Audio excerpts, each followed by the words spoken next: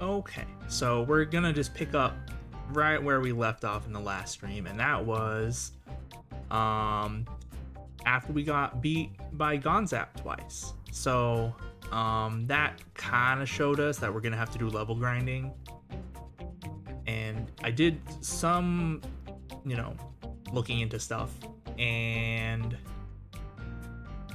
apparently like all the trainers after Gonzap are going to be just as high leveled or even higher leveled. So this is definitely the time for some level grinding, because we're, you know, like 10 levels behind them, and now they actually start having good Pokemon with good moves. So we can't just kind of get away with winning just by having better strategy or better moves or whatever. So I planned some stuff out. So first thing I'm gonna do,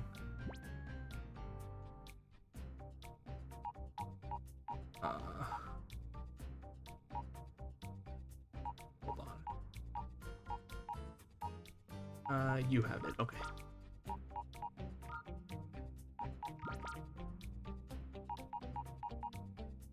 Will I ever need the Dragon Fang? Probably not. Okay, so I'm gonna grab the black belt off of Hitmontop. Take. Oh, you know, maybe I should grab the silver powder too. Will I use the silver powder? Well, if that doesn't tell you anything, then, well, I mean, that's like a hint that I'm gonna be using Heracross. Oh, he's the only one in the box. Okay.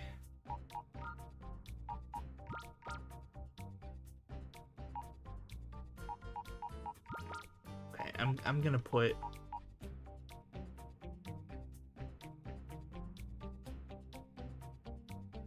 I don't know. Why don't we put you down here? Okay. Yeah, because I'm gonna use Heracross. I'll probably give it the black belt. Black belt and silver powder are both items that increase power of moves of their respective type by 10%. Black belt is obviously fighting, and silver powder is bug. So we are gonna eventually learn Mega Horn on Heracross. Mega Horn is big, powerful move, 120 base power. So, you know, that would make it even better. But we're gonna have a couple fighting type moves on Heracross, like Brick Break and Reversal. So, and we don't even get Mega Horn for a while. So I think the black belt is fine. But yeah, so we're gonna do that. Sure, why not? Okay. You get black belt. Okay, and then you can also be in the front. What's your speed looking like? 84 is pretty good. Well, you know, it's acceptable.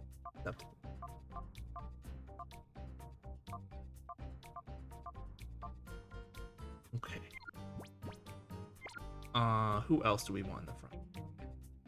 So, like, I decided not to use the Time Flute on Heracross. It might take forever to, you know, purify it, but we have the time now.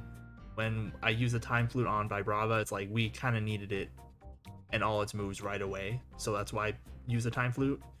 But we have time to level grind and whatever, so it's fine. Who else wants to be in the front? Oh, yeah. It's just, I really only have two options, right?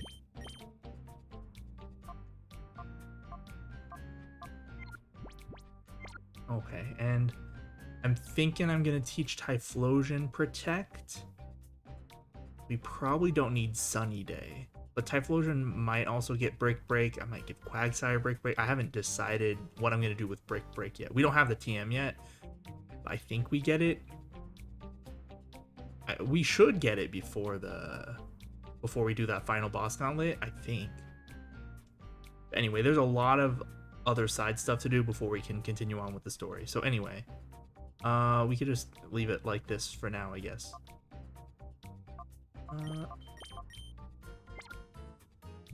Okay, let us go and leave this dreadful place.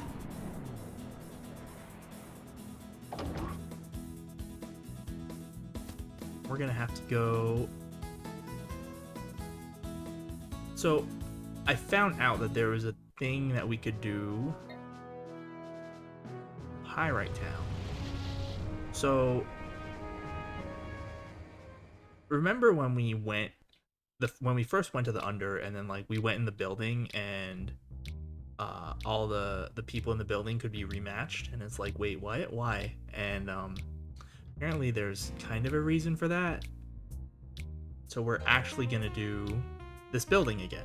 We're a little bit over leveled for the building, but that just means we won't have to run back and heal every single time. Okay. Just double checking. Wait, we have to rematch you again? We already fought you. What?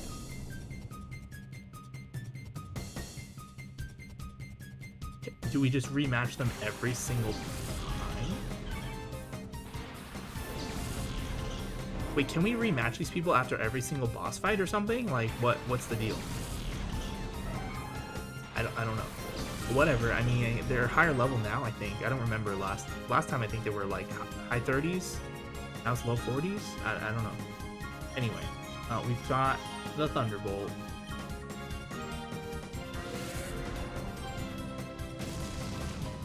Very strong. So Shadow Rush is physical. So it's nice that. Oh man. Whatever, just double targeting. So it's nice that. Oh wait, Heracross might just die, and we're fine. Oh, he lived.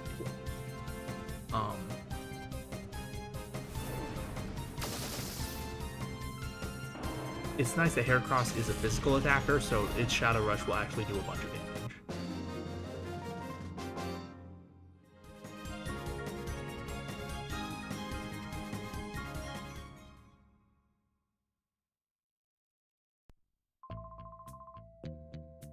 Can we rematch these people, like, after every boss fight? Is that what this is?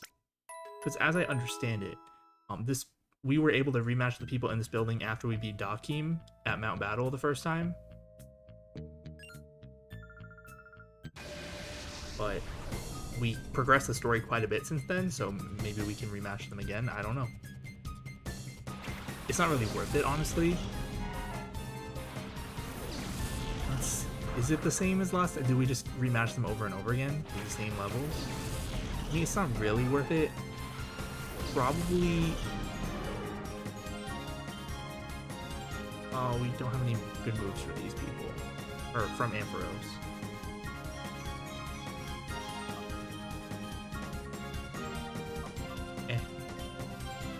We, what was I gonna say? We'd probably have, or it'd probably be better, in general, to just go through Mount Battle over and over again. Because, I'll probably show this off later, but when you play in Mount Battle, you do, like, battles in groups of 10.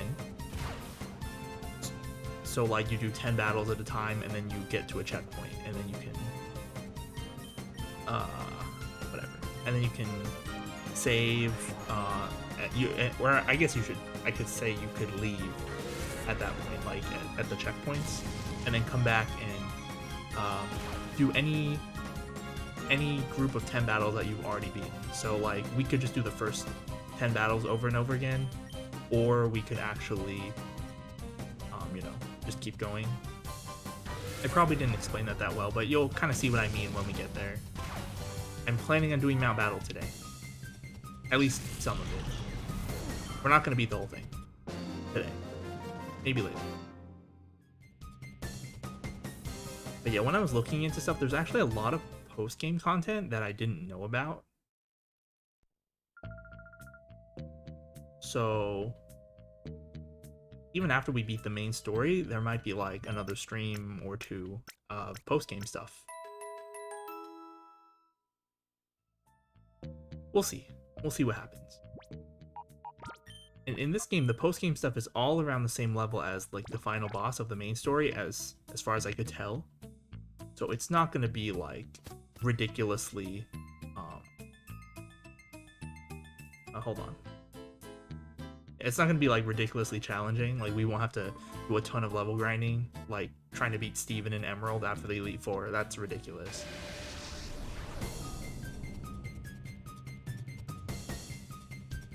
But yeah, we should be able to do most of the post-game stuff. Like I'm obviously not going to purify all the shadow Pokemon, and I'm not going to catch Ho-Oh. It's not catching, but you know. If you beat Mount Battle with a story team from the main menu, like there's a main menu version of Mount Battle. If you beat that with the story team, then you can get Ho-Oh, but only after you purify all your shadow Pokemon, so that's not happening. Ugh, these are both ground again. Why are you like this? Why are you people like this?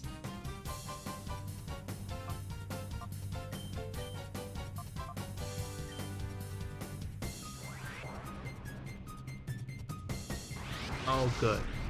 What I wanted.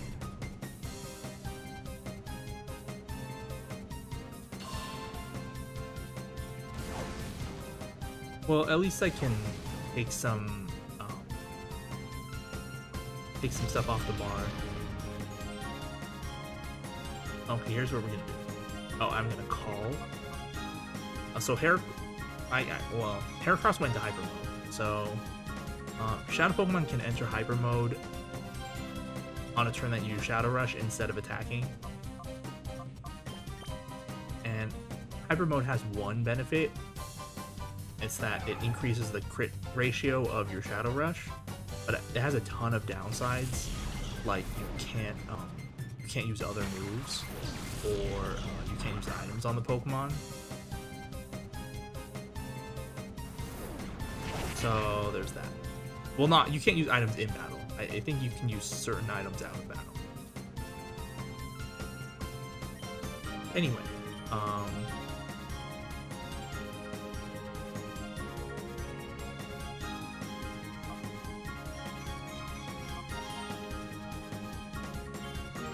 guess.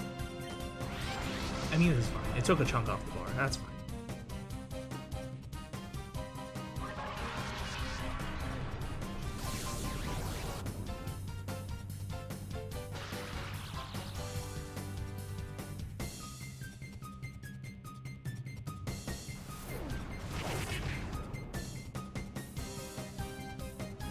Yeah, we haven't really used Shadow Pokemon since we were able to purify them, so that's why I feel like I probably needed to explain Hyper Mode again.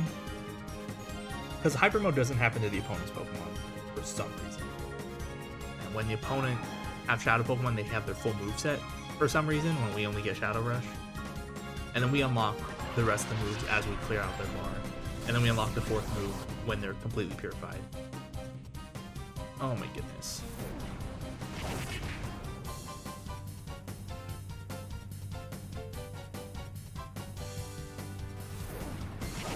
Oh my gosh. I'm gonna have to switch out Virava, because I do want it to have... Okay, good. I do want it to have, you know, experience. We're gonna Shadow Rush the Pupitar, and I'm gonna hope that the Barboach hurts itself. You can have the experience, Typhlosion.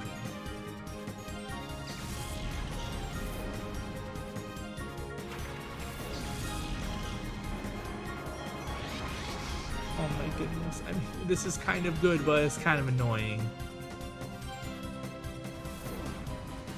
I have a feeling that Pokemon is more likely to enter Hyper Mode the more its bar is filled. But I don't know for certain. That was just kind of impression I get. Because, like, at the beginning of the game, when you get the bar down to 0, but you still can't purify because you don't have access to the Relic Stone, it feels like they just really don't enter Hyper Mode anymore. But, you know, when the bar is completely full, they entered a bunch. That's just what I feel. I'm not 100% sure if that's true or not. But either way, it's fine.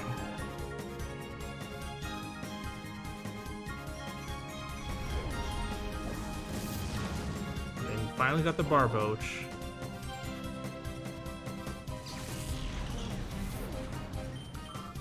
Yeah, Hyper Mode is going to make these battles annoying, but... Oh, he had more Pokemon. I was gonna say, Hyper Mode is going to make these battles annoying, but it's like... Eh. It clears out the bar faster, and that's fine, I guess. Hold on. Heracross, you Shadow Rush on Carvana, Explosion Dig, I guess. Yes, he did a move. Good.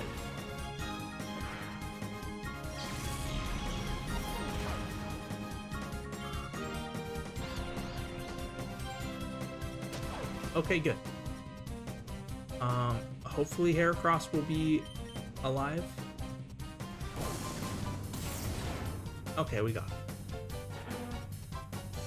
Well, we're gonna go heal. We ended up taking a beating while we were just kind of sitting there not doing anything.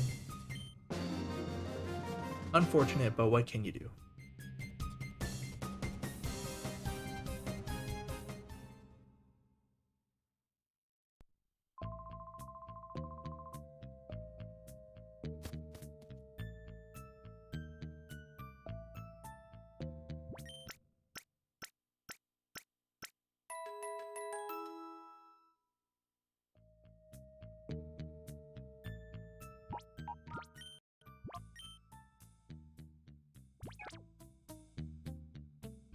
Yeah, I was kind of thinking about what moves I want Heracross to learn. Obviously, it's gonna have like Brick Break and Mega Horn because those are just good. Really couldn't think of anything else, honestly.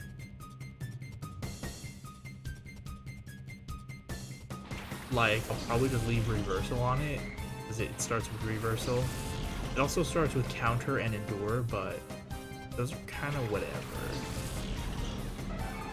Even Reversal, I feel like, is not going to be that useful, but it's, like, acceptable. So I'll be okay with it.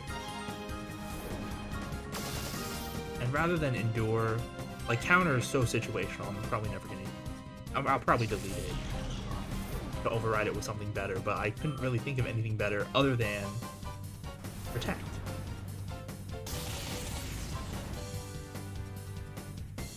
Oh man, I'm gonna have to heal. Okay, Heracross. I'm just gonna blast it. Magnemite's not fully evolved. It might take, you know, significant damage from this. Yeah, it just died. Cool.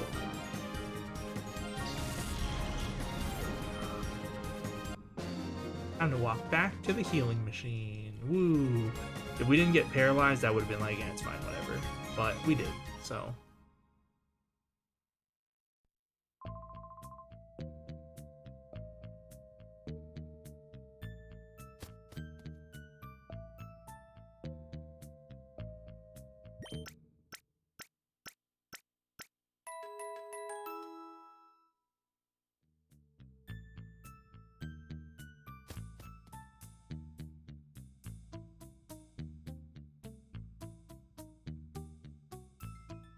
Is there anything in this room?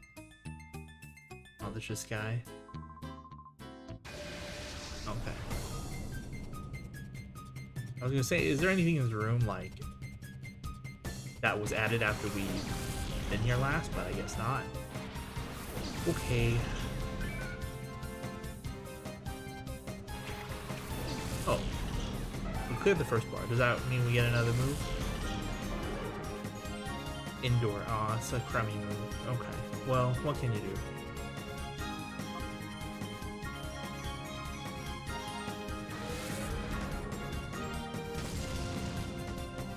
Yeah, we might be able to just purify Heracross by the time we're out of here.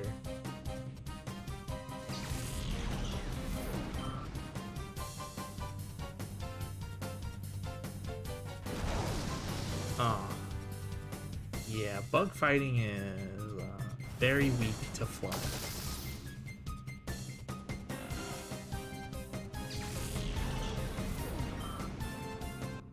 But yeah, it'd be nice if Heracross could learn better moves. I mean, it can learn Earthquake, but I already used my Earthquake TM, and I think having Earthquake on Flygon is probably worth more than having it on Heracross, because on Flygon it gets stabbed.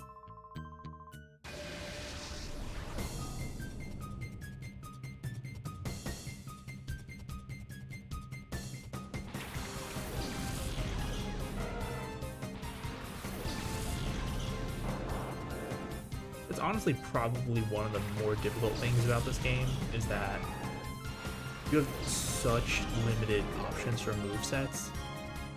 Usually the Shadow Pokemon, their starting moveset will be like kind of better than normal relative to that Pokemon at that level.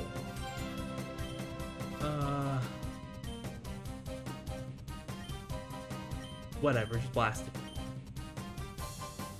But there's no move reminder in this game, there's no move tutor in this game, and you can't even get all the TMs, and you get 0 HMs in this game.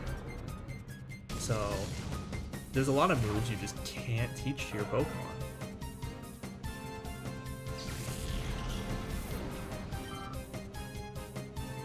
Like, I'd love to have Aerial Ace. There's just no Aerial Ace TM. I'd settle for Rock Tomb. There's no Rock Tomb TM. We don't get those in this game. Very unfortunate.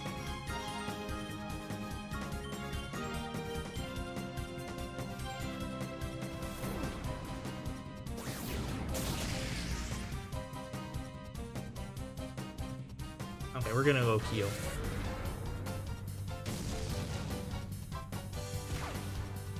I feel like if we run through this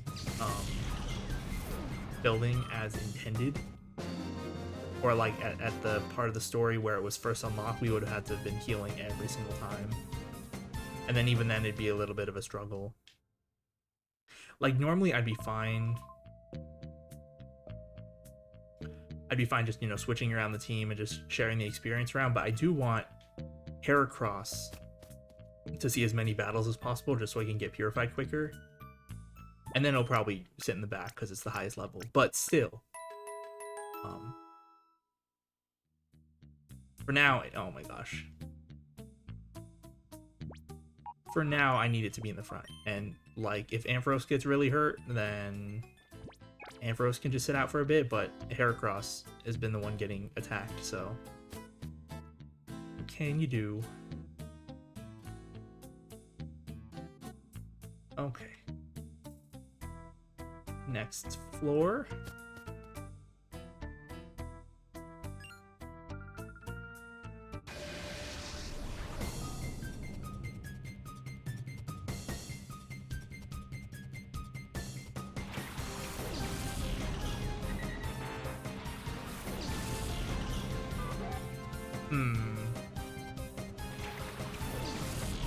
Both flying, and they're both probably faster than well, the Dodo is probably faster than Heracross. Or not. Well, okay. I mean, Heracross isn't slow, but like Doduo and Ladian are pretty fast, I think. Not Swablu. Swablu is not fast. It didn't even use a flying attack, and it missed. Cool. All according to K-Cop.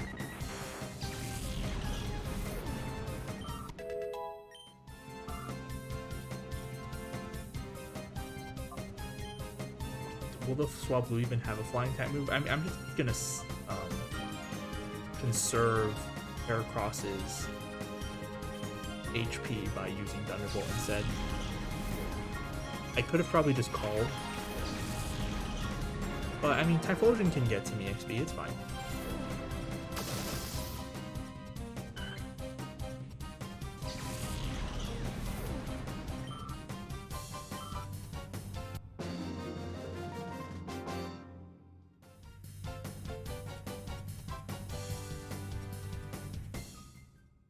And I'm gonna put Typhlosion in the front.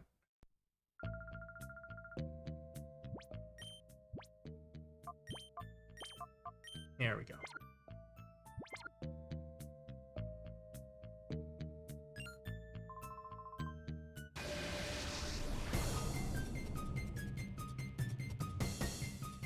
It's just like the beginning of the game where we're just running through these people.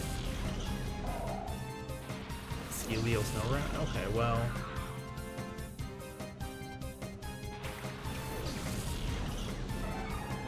Guess we flame wheel the Snow Rat.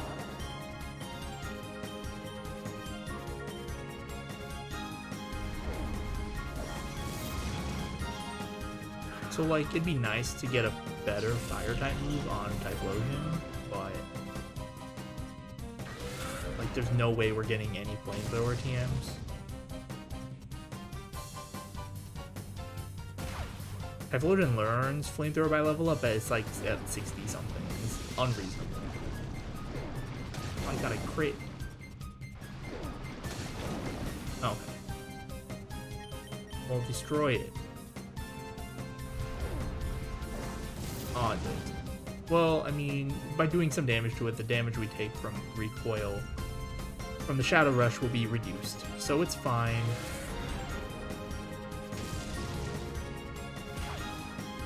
Yeah, we'll keep going. But anyway, like we're lucky if we get one nice TM between Thunderbolt, Flamethrower, and Ice Beam. And seeing as how we have 0 ice moves, I think if we get the option, we'll be choosing Ice Beam.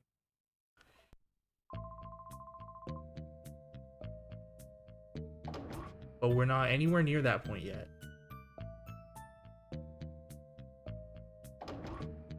Just the empty box, okay. Oh, this is the dance lady. What is she gonna Swords Dance, Dragon Dance, or something?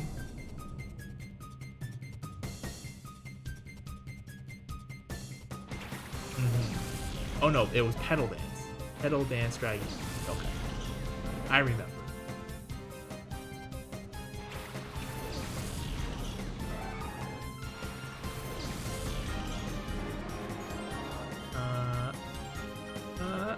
So I'm kind of thinking about teaching Fire Blast to Typhlosion, but I mean Fire Blast is pretty good. Just only having 5 PP is kind of a big deal when you're doing the final boss gauntlet and you can't heal between the battles.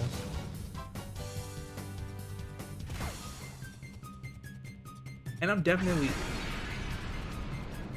teaching Fire Blast to, well, yeah, I'm most likely teaching Fire Blast to Flygon once Vibrava evolves.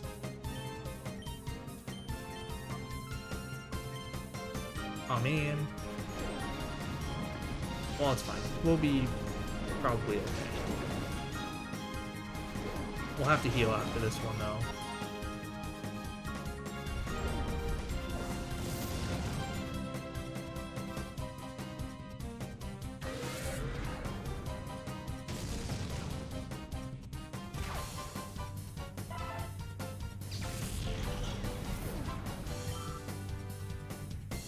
Oh, this one has Swords Dance. Okay.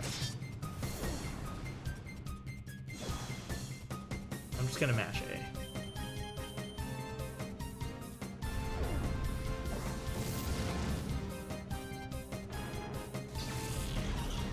Very good.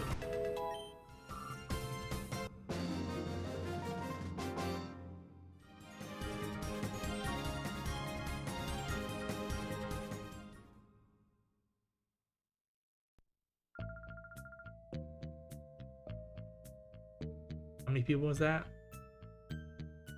3? Not bad, I guess. Still annoying that we have to do this.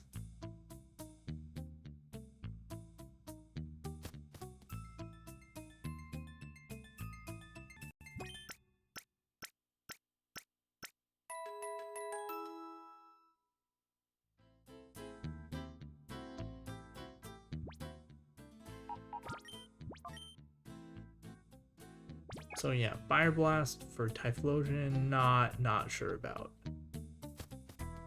Kind of okay having the more consistent Flame Wheel. I mean, obviously Flamethrower would be the best.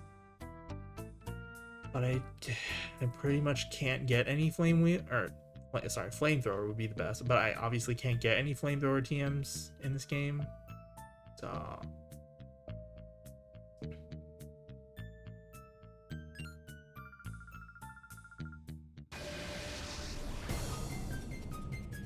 I do remember that Flygon can still learn Giga Drain. I mean, even Vibrava can learn it. But I'm not sure if I want to teach it. Because, I mean, Giga Drain is pretty good. It's situational, but it's good. Yeah, by situational, I mean it's situational because Grass is not the best offensive type.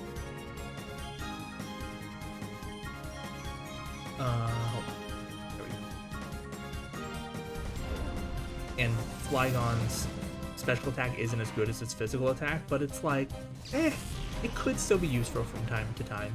But Fire Blast might just be better.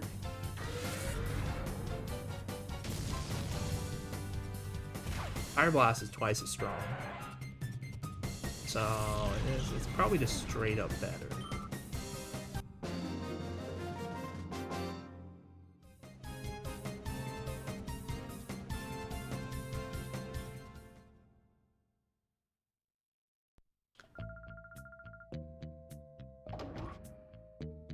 Next floor. Oh, we're already at the top.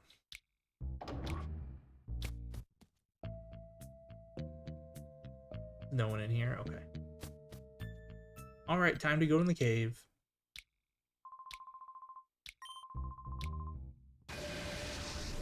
Okay, so he wanted to battle us again? That's fine.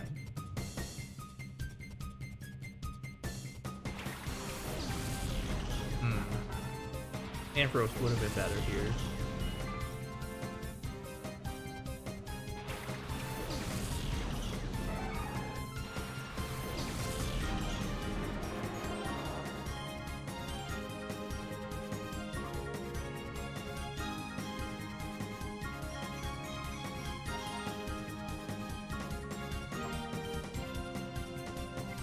Aircross, Shadow Rush, Full Beam.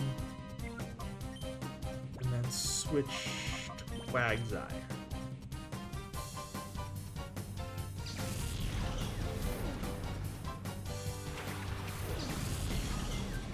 But yeah, since we're kind of approaching the end of the game, I've been trying to plan out like the final move sets.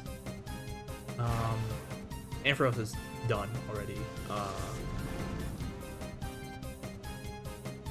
They both use Mud Sport.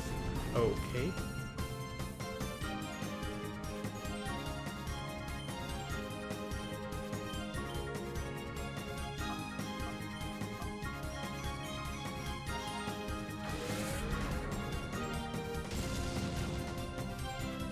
Did it live? Oh my goodness. Should I have used Surf? Maybe. Oh my gosh.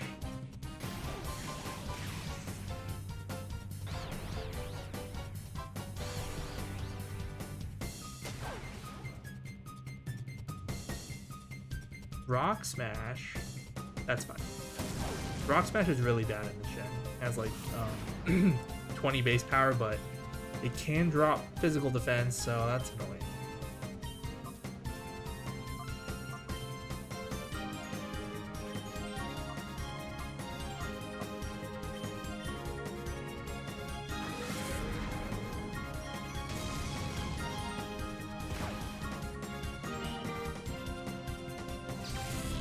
Quagsire's final moveset, it might stay the same. I might replace Mudshot. I'm not decided yet.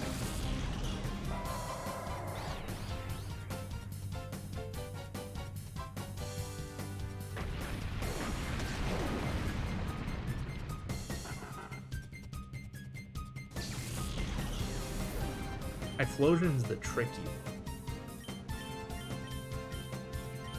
Because for Typhlosion, gonna have a fire move. I already discussed what I was thinking about with Fire Blast versus Flame Wheel.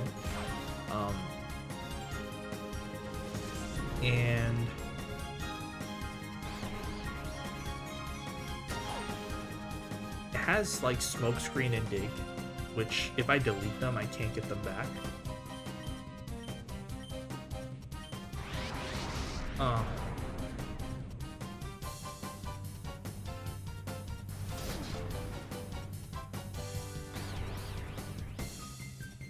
Oh my goodness. Because like I said, there's no move reminder or move tutor or anything, so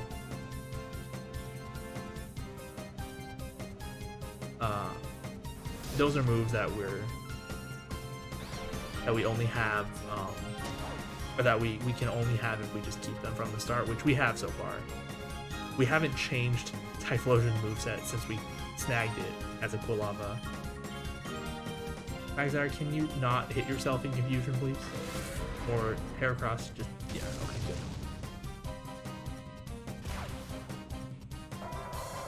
So there's that.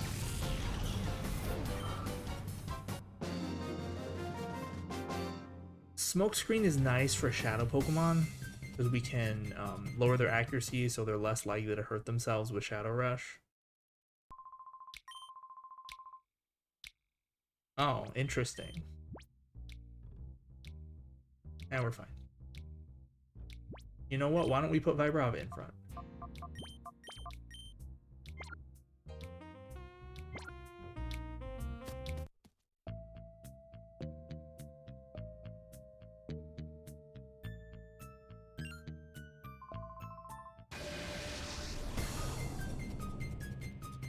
And Dig is like nice because it's a decent ground move, but we well, okay, that's a lie. Dig is nice because it's a ground move. It's not a decent ground move, but I mean, it's nice to have.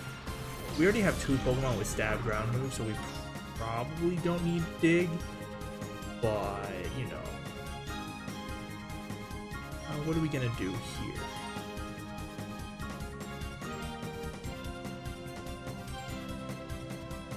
I'm deciding what to do with Vibrava. Not like Heracross, we're gonna Shadow Rush, but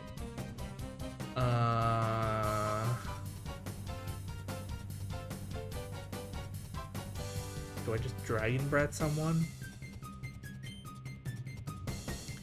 Kind of crummy, but whatever. Now let's double target.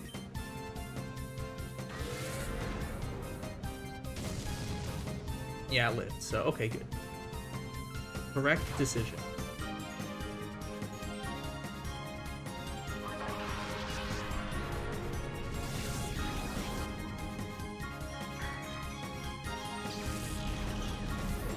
And like on Typhlosion, going back to the moveset thing, I'm totally fine just, you know, dropping Sunny Day. We have a Sunny Day TM. Doubt we'll ever use it, but yeah. So yeah, I'll delete Sunny Day pretty easily. The question is, what do I want to put on Typhlosion? Once we get the Brick Break TM, that is an option. Protect also would be a good option.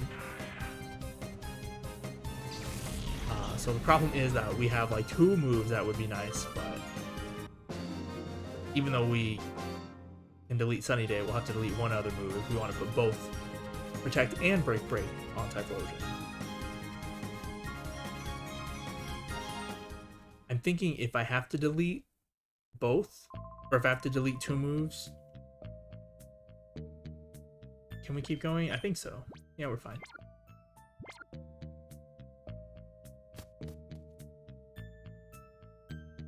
I can just run past you? Cool, thanks. Can I find the... Well, the healing machine... the healing machine's kind of far in, isn't it?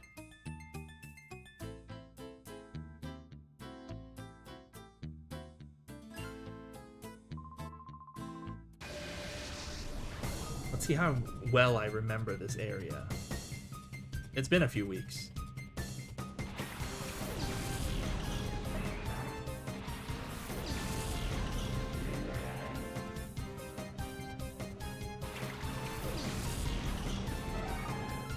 Well, we can use our Dragon Breath and all. Be super effective now.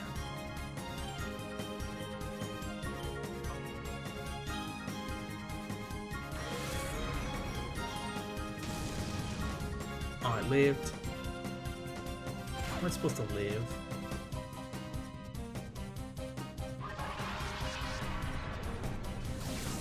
Oh, you weren't supposed to live either. Okay, it passed its turn. That's fine. Is the other one gonna focus energy too? That'd be great. Perfect.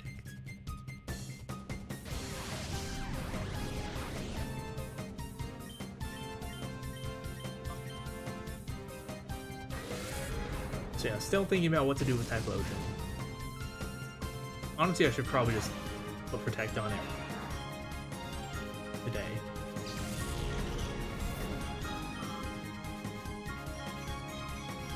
I don't know if we'll get Brick Break today. We might. We'll see how far we get with the level grinding.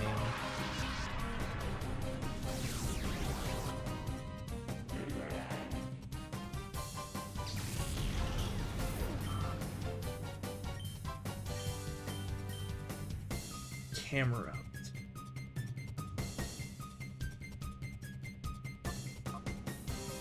Santum's so weak. I don't know. It's probably not worth it.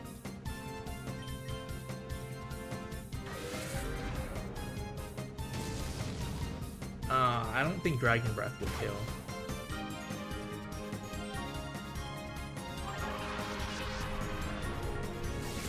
Yeah.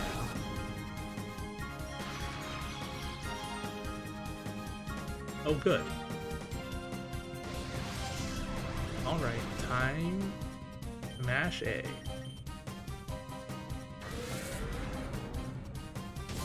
Okay, I think we're gonna have to go back and heal. All the way back to the start of the building, unfortunately, but what can you do?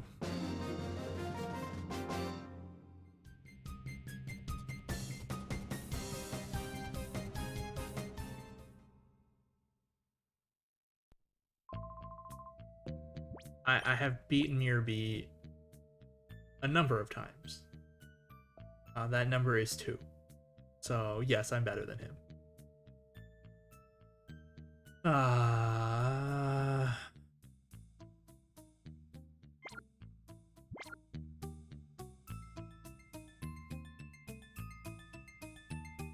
Is this where the healing machine is?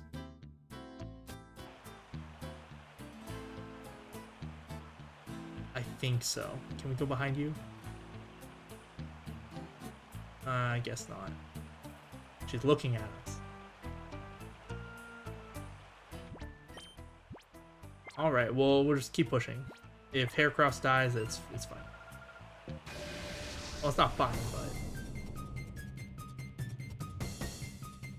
I don't know. I don't want to run all the way back and then all the way back again.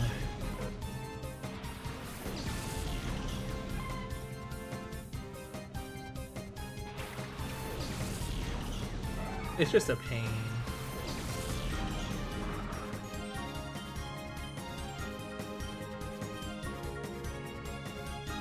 We'll double target.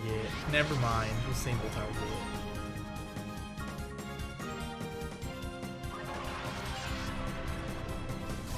Oh, that did about half? That's acceptable.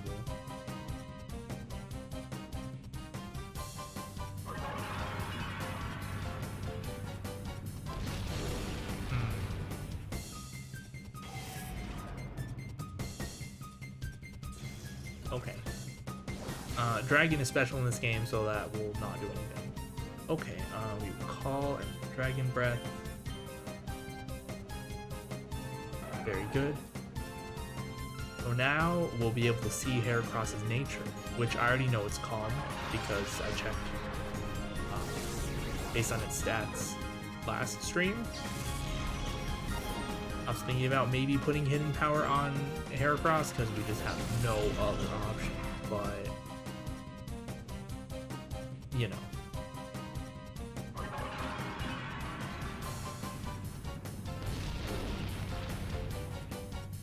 I could try checking again once we purify it. It doesn't gain any EVs while it's a shadow Pokemon.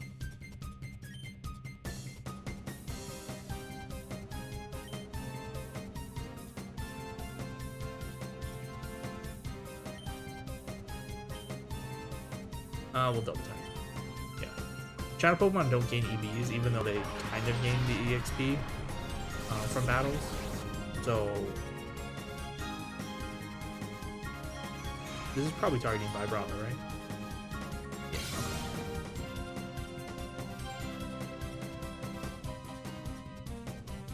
Yeah. Okay. Is that this Mareep's only move? Okay, my Heracross is very slow now, yes.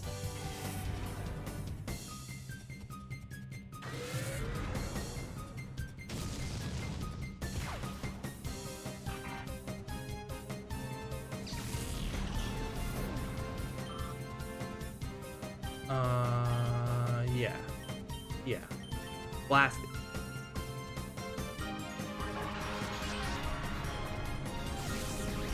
Didn't even do half.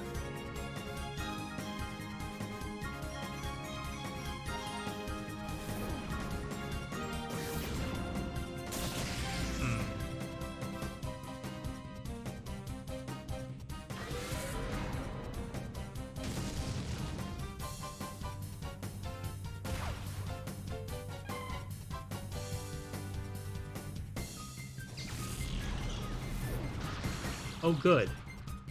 Perfect. Okay, Heracross is gonna sit in the back for a little bit.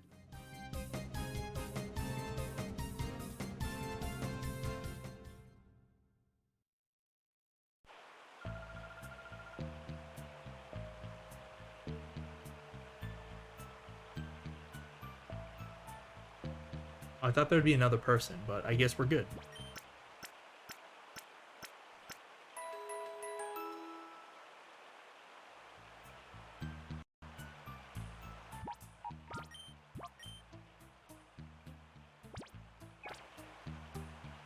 Is this is the way to the final boss, right? Or what the final boss would be.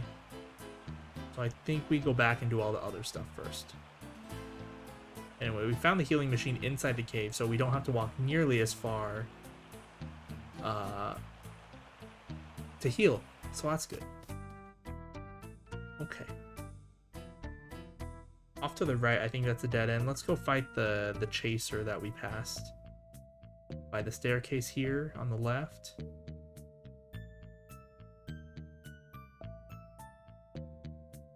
There you are. You have bad eyesight. And he's right, battles can change based on dumb luck.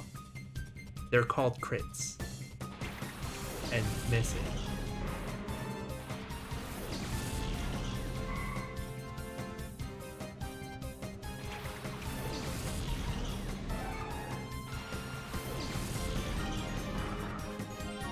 Okay, yeah, we've got Crunch. Let's crunch the Curlia.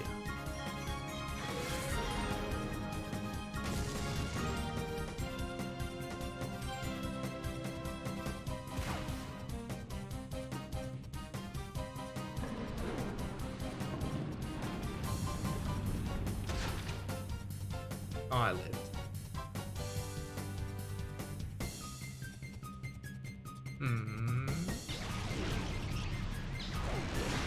Okay, it didn't do that much. Aw, man. Sludge.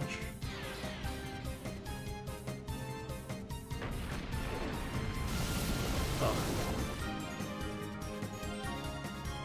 At least it didn't get poisoned. You know what? We're switching you out.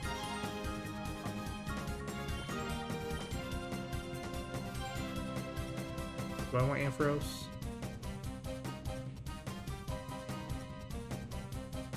Yeah, it's fine. Whatever. Crunch the Curly.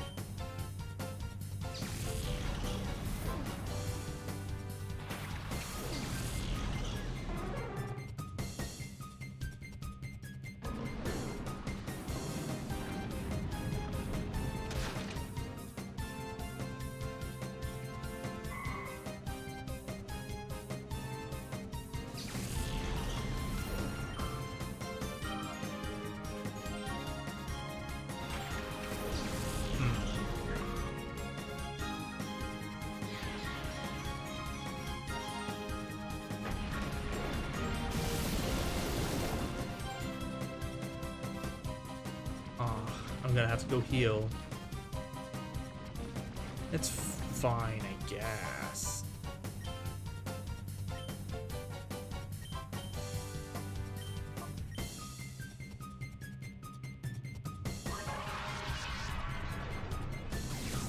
Didn't even do half. Well, we'll double target it next turn, it'll be fine.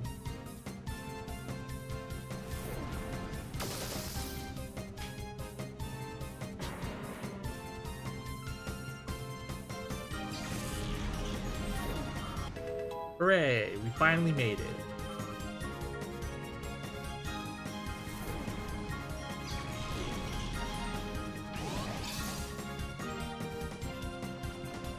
Okay. Now blast it.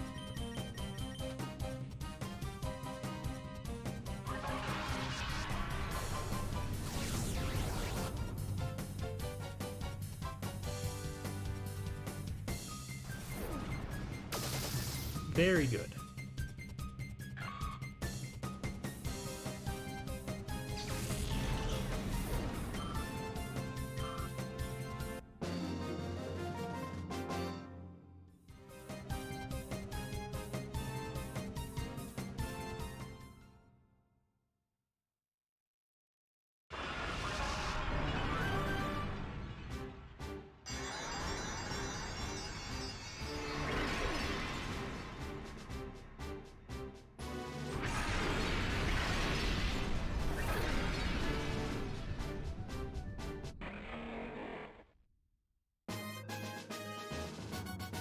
This is probably long overdue, but we finally evolved Vibrava into Flygon.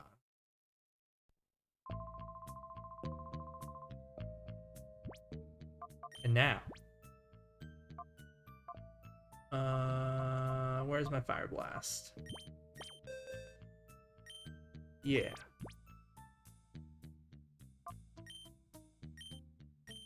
Absolutely.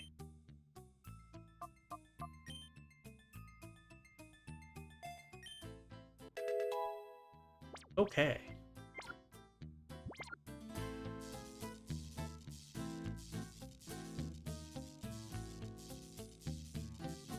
Will Ampharos live? Who knows?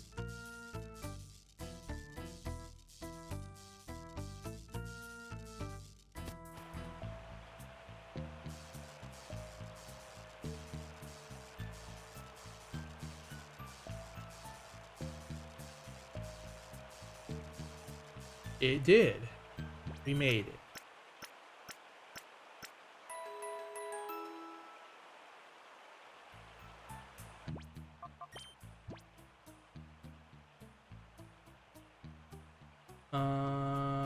Who wants to be in the front?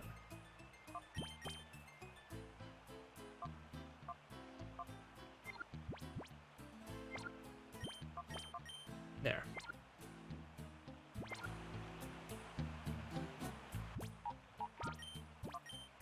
Okay.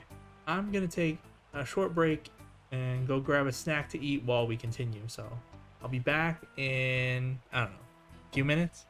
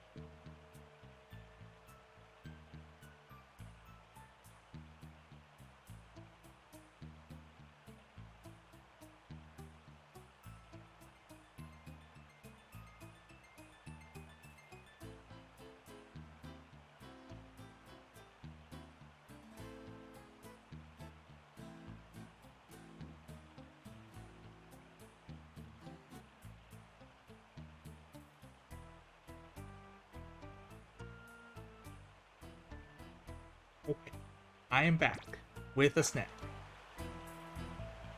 We're gonna just keep going through. I think we'll go up that staircase.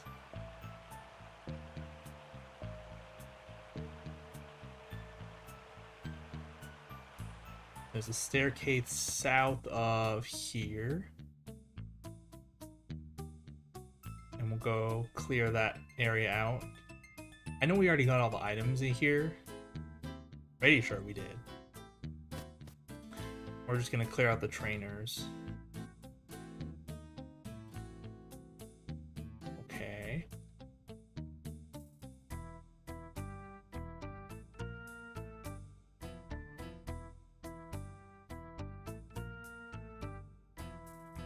Oh yeah, there's this lady, and then there's one in the room above her.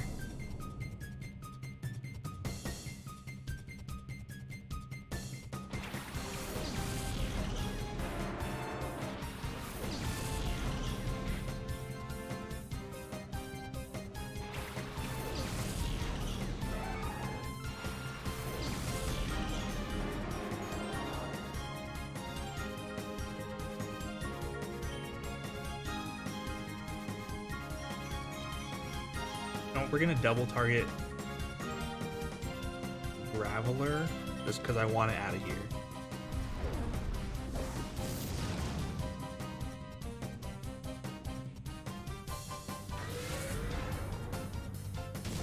Okay, all according to K-Con.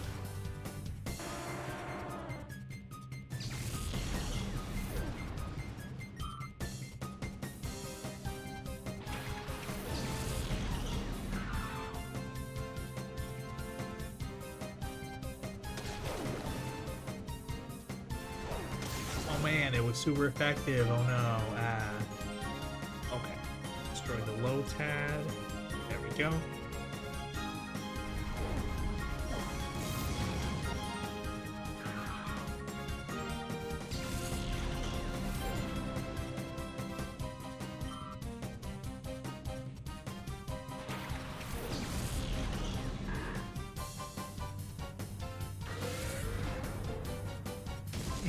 Heracross was going into hyper mode like half the time before, and now it's just not at all.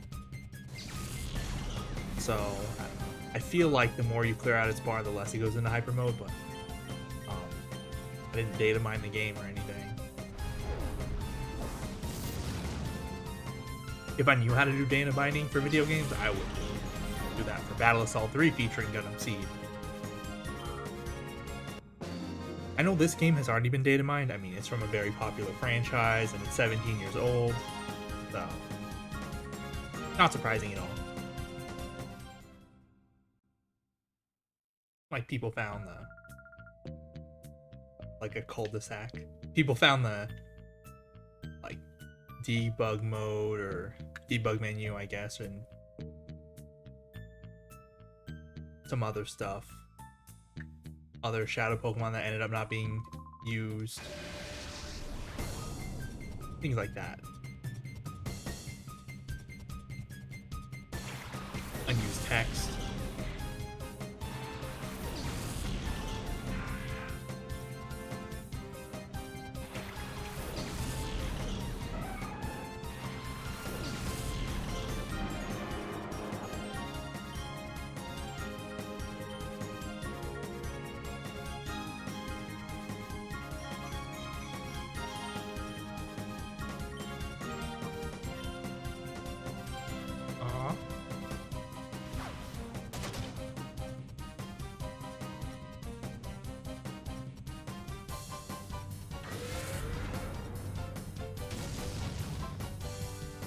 Well, I guess that worked out well, so it's fine.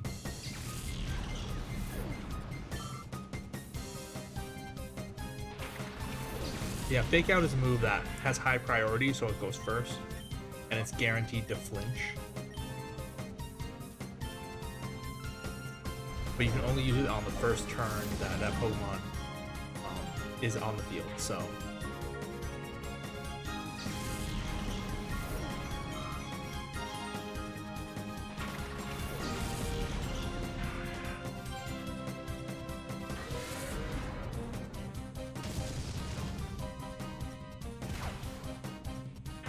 Pokemon are so low level. Like, we were fighting people that have, like, multiple, like, 38s or whatever. He has a bunch of 34s.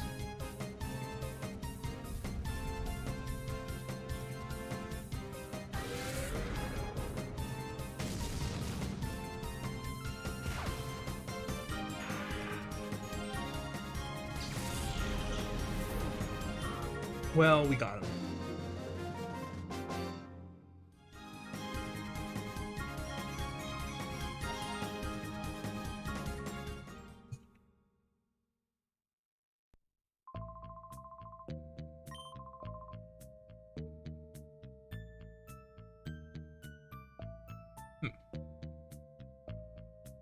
Yeah, I mean, I noticed this before, but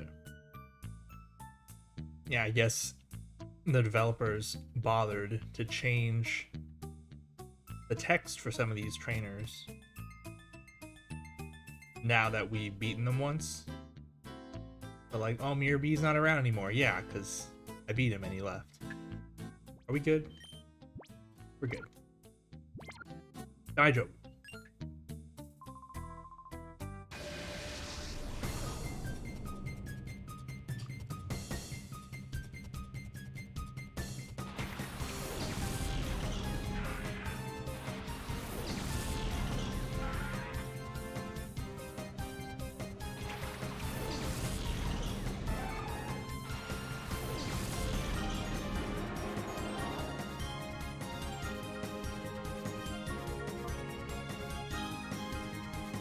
Well, why don't we double target the Lombre?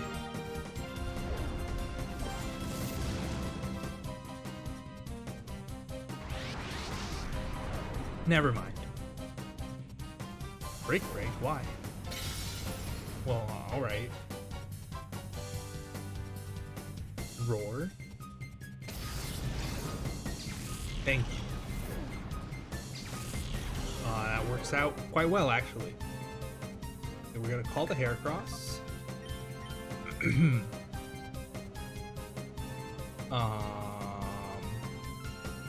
Sure.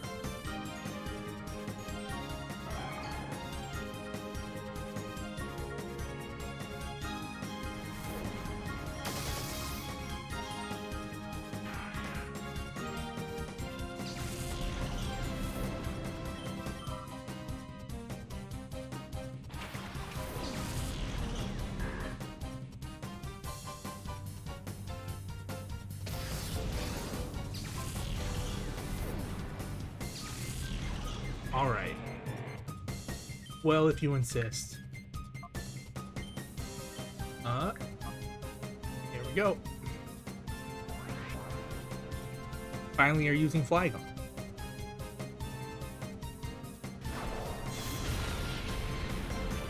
Nice.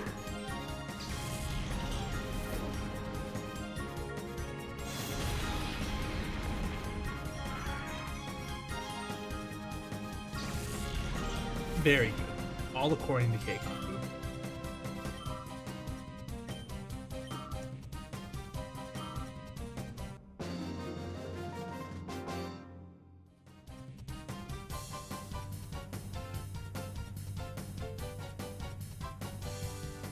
Vibrava might not have been doing much, but you know, Flygon's fully evolved, so it's very, very strong.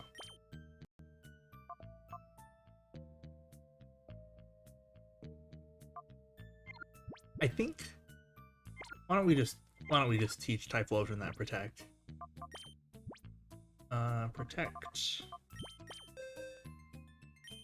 Yeah.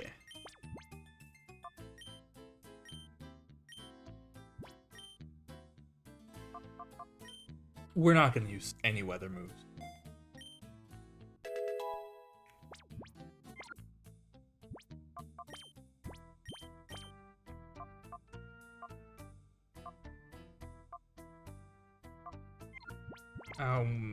This is probably fine.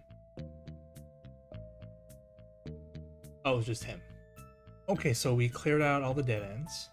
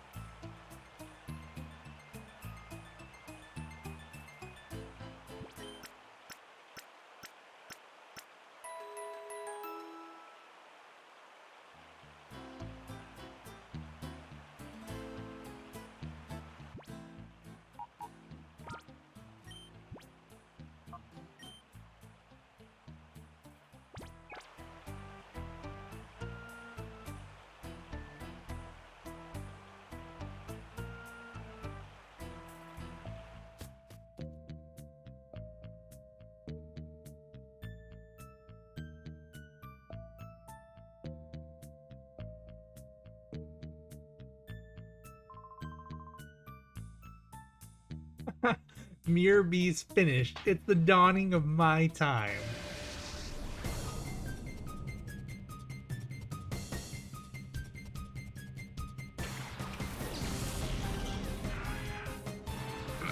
Is that why you copied him and just have a bunch of Lombre?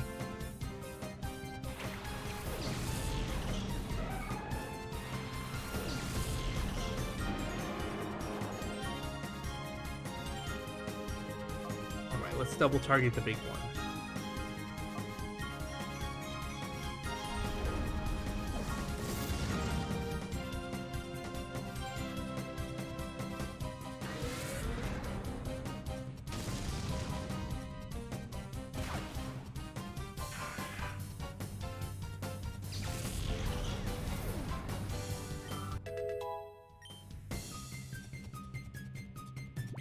Ha, no.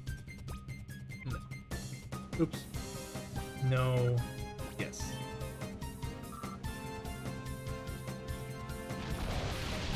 Swift is trash and doubles.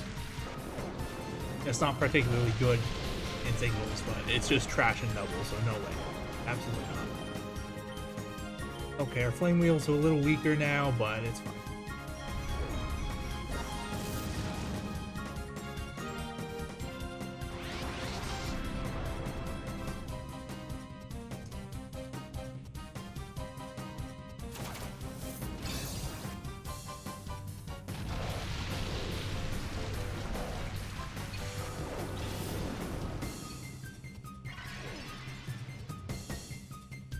Okay, this is not sustainable. We're gonna switch out Typhlosion. First we'll call Heracross and then we'll switch.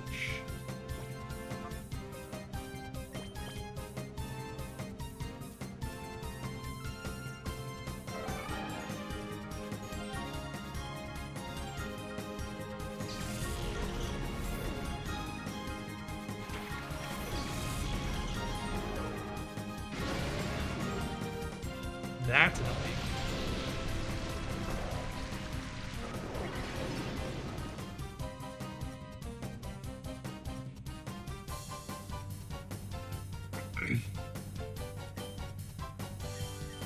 Are my Pokemon faster? Probably, right? Yeah, that's annoying. I could have used Light Screen, I guess. I did like nothing. Even Stab Dive with the range, it hit like nothing. Okay, well, blast it.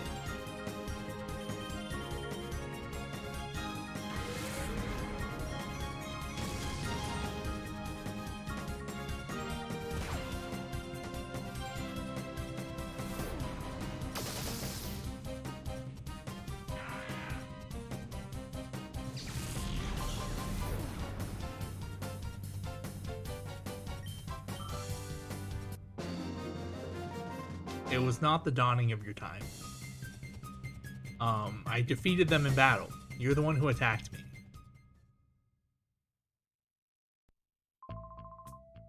Your aid is never going to arrive.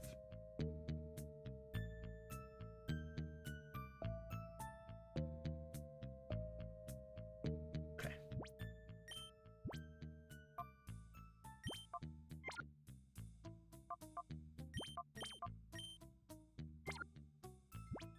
Okay, I gotta go put my snack bowl away. I'll be right.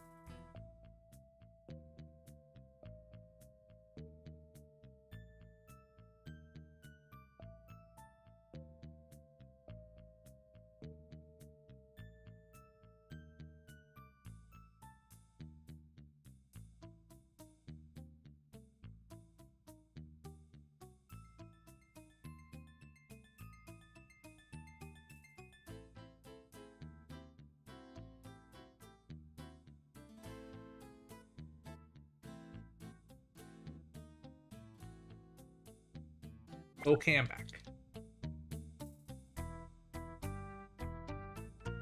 I guess we go this way first. There must be a bond between us. Yes. Darid.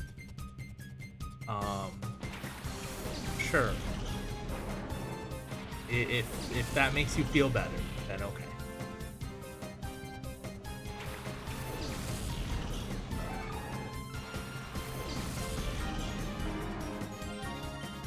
We still don't have our next move yet.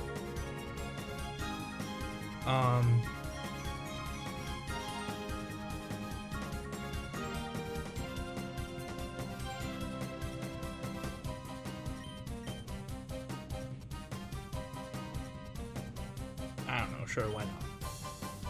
Would have been nice to have Typhlosion for this one. Or Flygon, they both have high moves.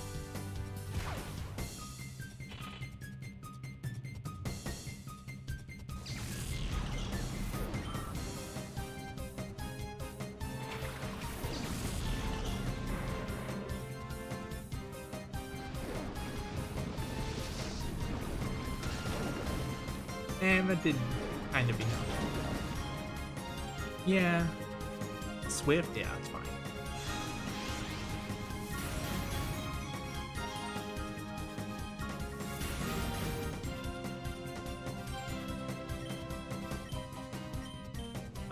Yeah. This should finish them. Hopefully.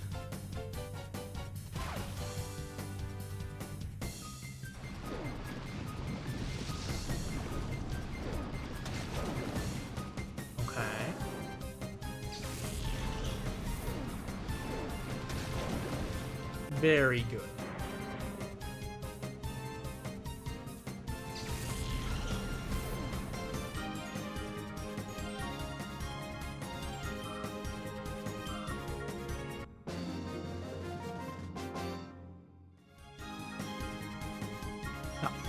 Oh.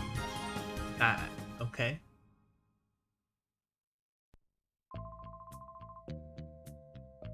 Sure. I'm sure there's a nicer encounter here in this cave for you. Is this the way to the final boss? Or is it the other way? No, this is the dead end. But that's good, right? I want to do the dead end first. Well, I guess I'll do this first. It's this trainer and then one more up there.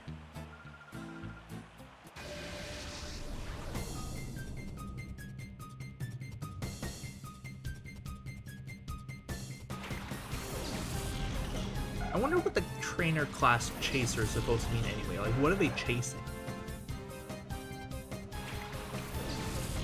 I think we got our next move. What's it gonna be? Counter. Cool, we don't get the good moves until later. But that's normal, I guess. Anyway, let's do Mud Shot, the Tentacle. Aurora Beam. Tentacle can learn Aurora Beam? Huh. Oh no, it foresaw an attack. Aurora Beam is an ice type move. Has like, what, 60 power? Has a chance of reducing, I think, physical attack. I mean, I would take Aurora Beam on, like, anyone.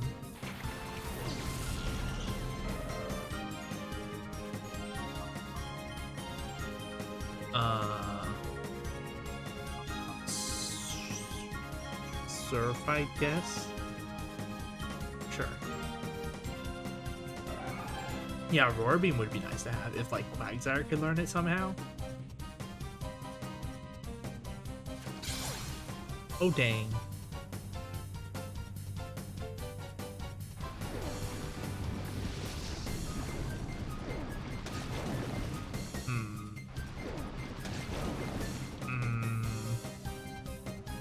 Oh, no.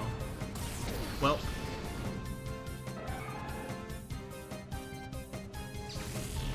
Unfortunate. I just saw that net effect from the net ball because we cut Heracross in a net ball. I just saw that. I was like, wow, that's actually kind of neat. Okay, Ampharos.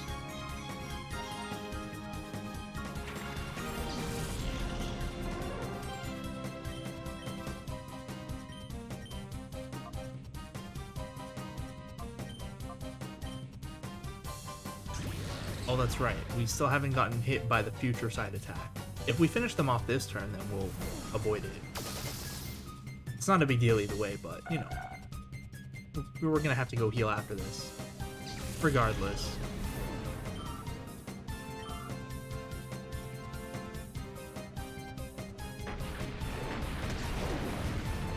Okay.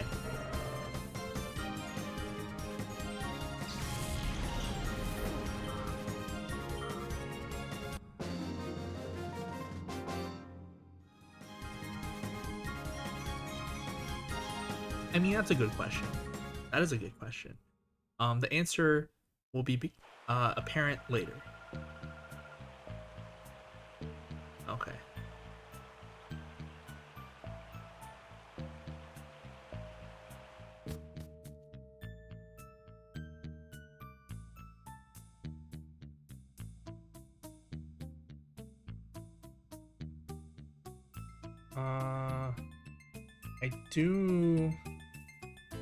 I'm still thinking about hidden power for Heracross, so I'm gonna try and figure out its IVs.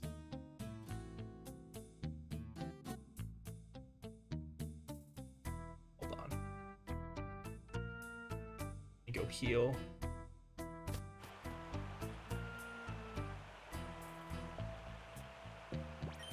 The nice thing about Shadow Pokemon not getting EVs from, you know, while they're Shadow Pokemon means it's easier to check their IVs. Hold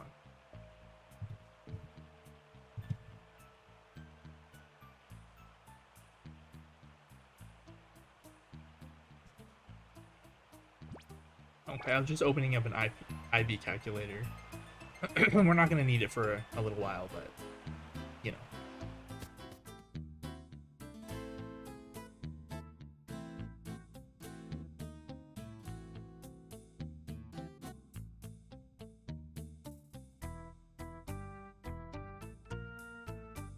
The site is kind of old. I guess it doesn't matter.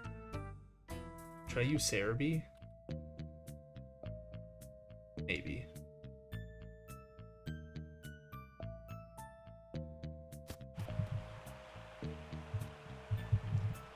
I think that's how it's spelled? Yeah, okay. Oh, I need to go up. Man, I haven't been on Cerebi in a long time. Yeah.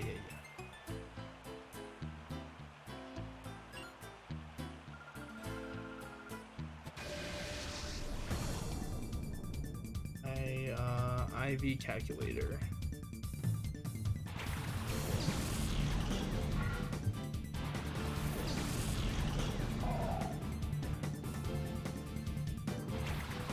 Oh yes, I need a reverse mortgage calculator, Cerebi, thank you. I know that's an ad, but like, come on.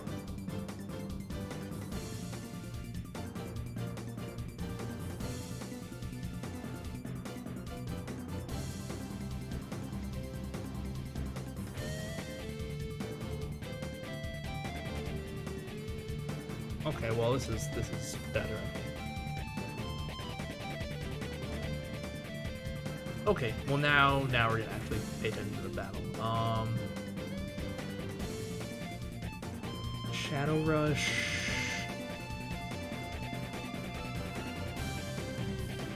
Celio, I guess. Double target the C. Oh well, Elite might have a. Fine, we'll double target the Elite. The Elite might have a grass Pokemon. Or a grass attack. I mean grass Pokemon. Aurora Beam? Can we have Aurora Beam?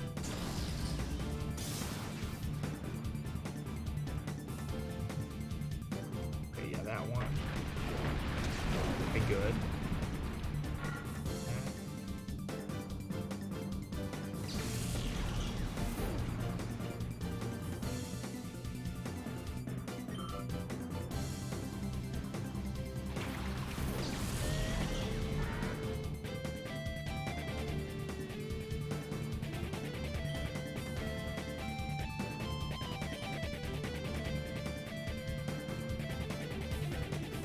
let's double target the Dust Tox, I guess.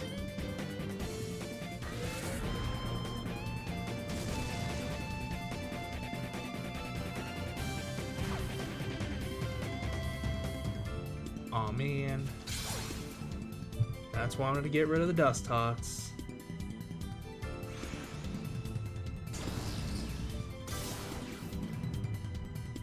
We're just too slow. Well, it's gone now.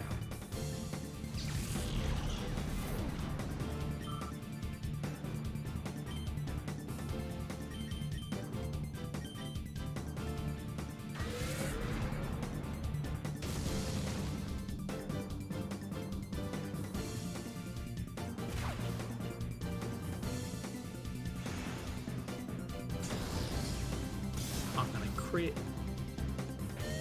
Yeah, the attack bell.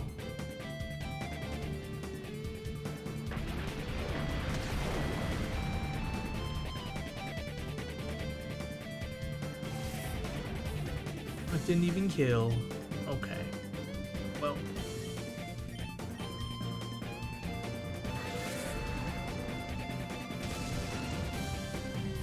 Let's go heal again.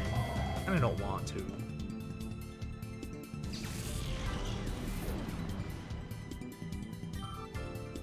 I mean, Quagsire. Should I just move Quagsire to the back and then not heal?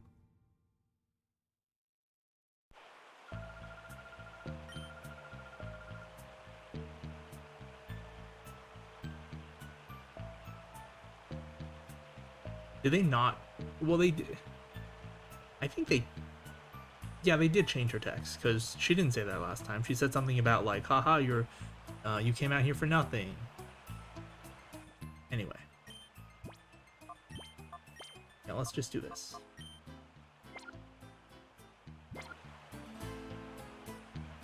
There should be, like, someone out here, yeah?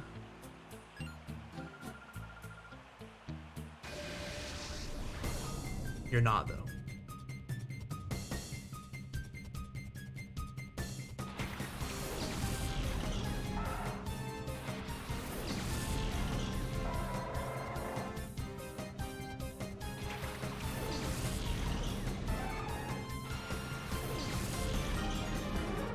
Oh, Shadow Rush. The Zigzag one, and I'll Thunderbolt the Lightning.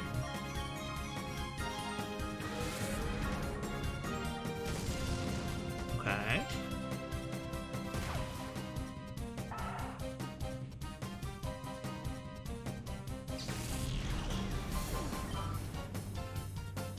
Another Linu. Strength. Ooh. We'll buy Heracross.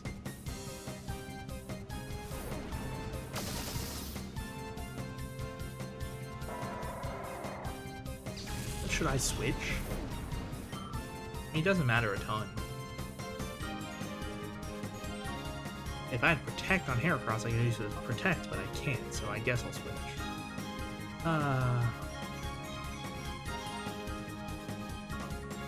Sure.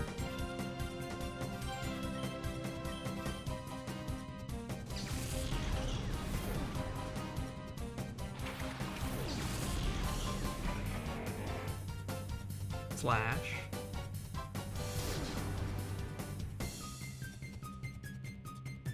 I think this is the last person down in the area, so we could easily go heal after this.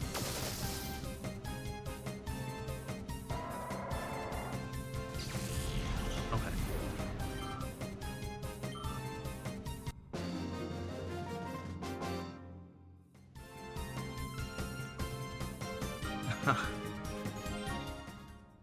I'm just gonna take a look. I think there's just gonna be a bunch of empty boxes at the pre-gym. They know what that is, yeah.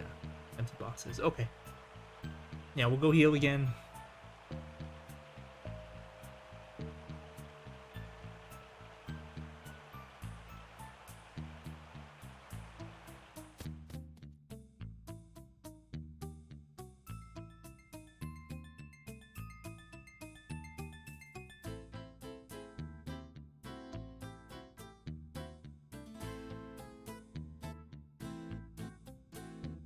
thrilling, right? Walking back and forth.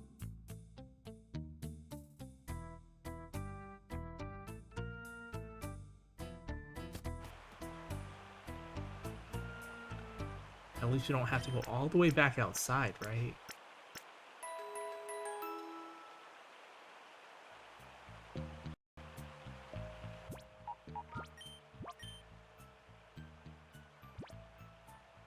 Okay, I do want to check something. Hold on.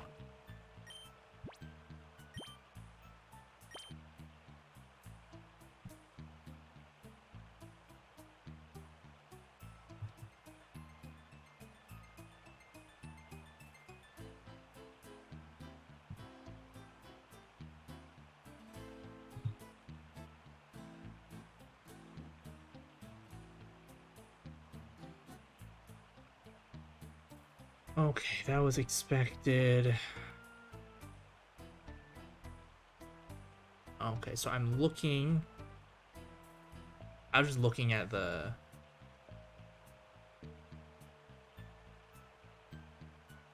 was just checking preliminary hidden, or not hidden powers, IVs for Heracross. Based on the stats we can see. Pretty okay. Well, kind of okay. Let me look again. You have HP. It's low. It's like 0, 1, or 2. Attack is pretty high though. The speed is low. It's like 6 or 7. But all the other stats are in the double digits, like between 10 and 18. Not that the special attack matters, honestly, but, you know, the attack being high is good, I guess. Depending on what the IVs are exactly, might put hidden power on here. We'll have to see what type it ends up being, as well as its power. So hidden power is an HM that pretty much any Pokemon can learn. Has a type and power that are determined based on... Hold on.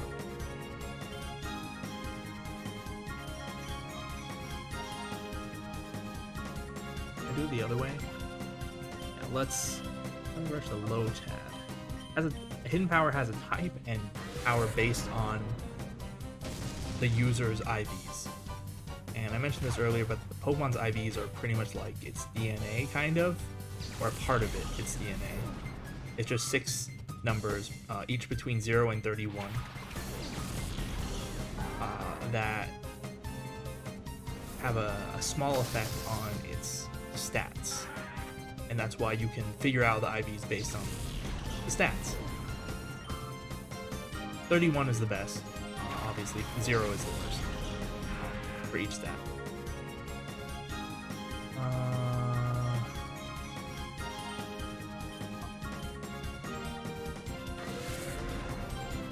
And 1 IV is effectively equal to...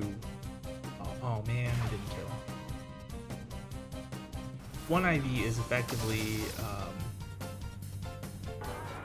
equal to like 1.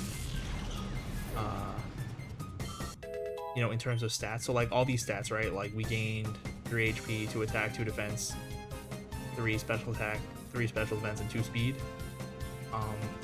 At level 100, having an HP IV of 2 would have 2 higher HP than an HP IV of 0. So like it's a range between 0 and 31.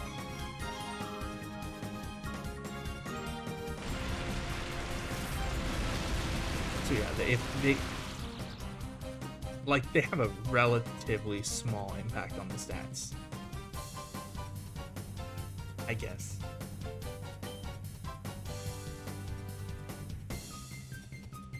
I'd probably just pass, right?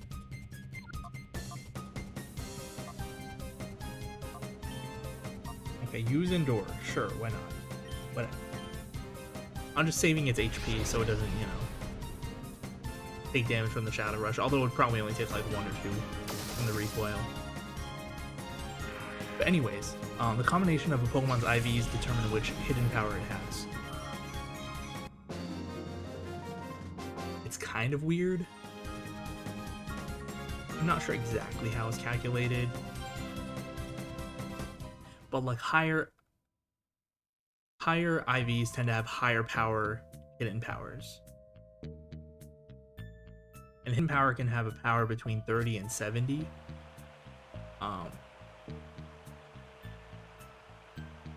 So like if it's 30, it's kind of worthless. But you know, based on the type and power, it could have, or it could be pretty good for, you know, type coverage for your Pokemon. Or at the end, should I heal? We're fine.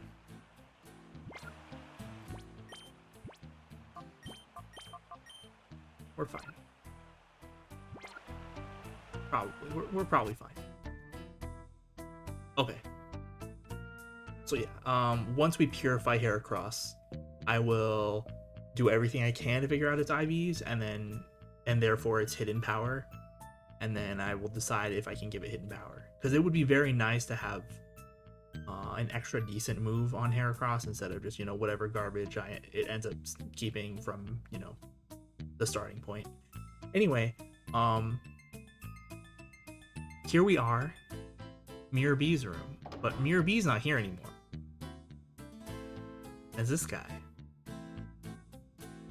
Hello.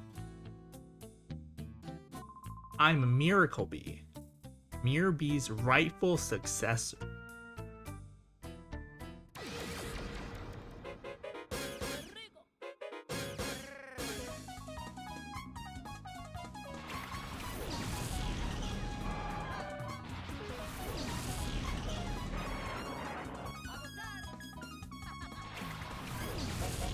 So this is where the music that I used at the beginning was from.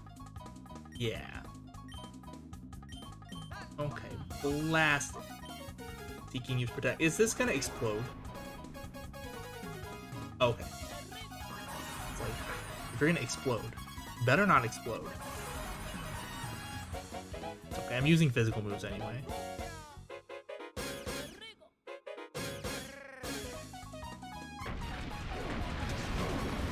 Nice.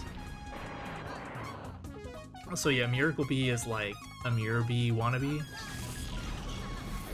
Maybe they should have named him Wannabe. Ha ha ha ha ha. Funny.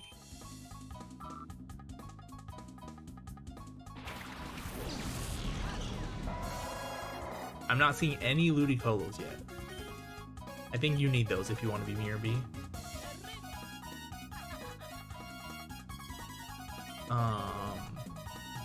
Sure, whatever.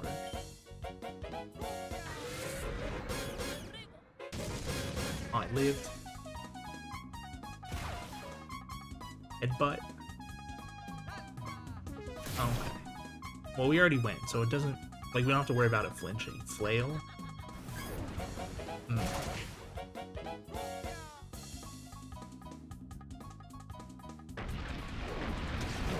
It did more than half.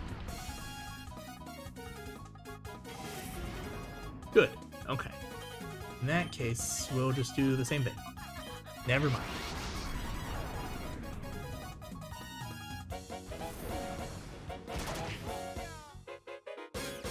Linoot's still faster even after I lowered its speed.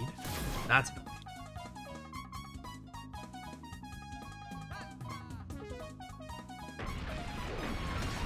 Okay, well, we got it. I'm gonna have to call Heracross. I mean, I don't have to. The only move we're ever gonna use is Shadow Rush, but like, I'm going to call Heracross. And then I'll Mudshot the Sea King. I don't think we got our last move yet. Maybe, it's possible. Okay, bye Heracross. Oh well.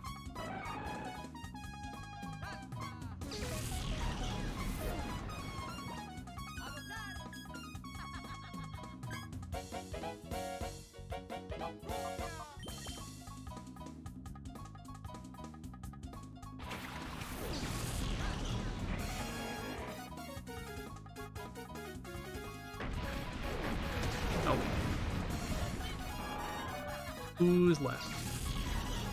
It is one left, right? Get 5? Sudowoodo? Okay. No Ludicolo. Very disappointed in you.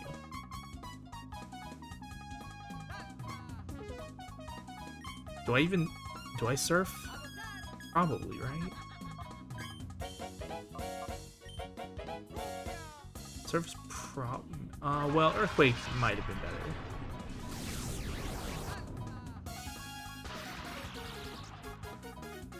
Oh, okay, well that's nice.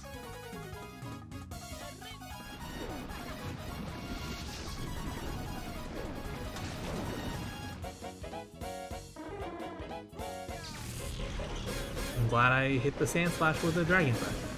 Okay, I guess we're good. Okay. Oh, they had a light screen, I forgot. Yeah, I should have Earthquake. Whatever. It's over.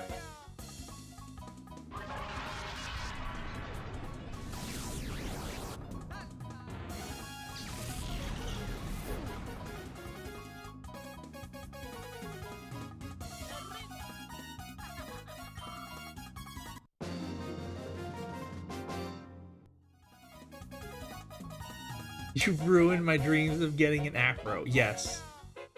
Now that you have been defeated in a Pokemon battle, you can no longer grow an Afro. Those are the rules of this universe.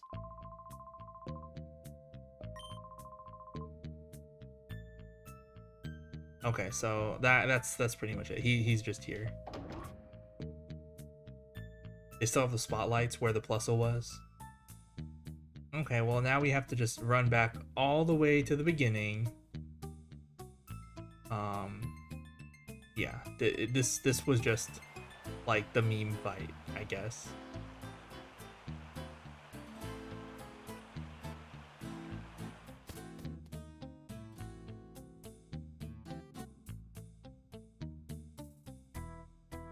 I read that after you beat the main story, Miracle Bee goes away forever. So we had to, if we ever wanted to fight against him, we had to do it, you know, before beating the final boss gauntlet. So we did.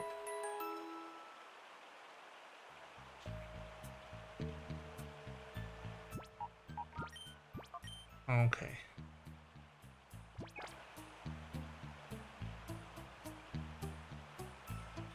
Now we just run all the way back out.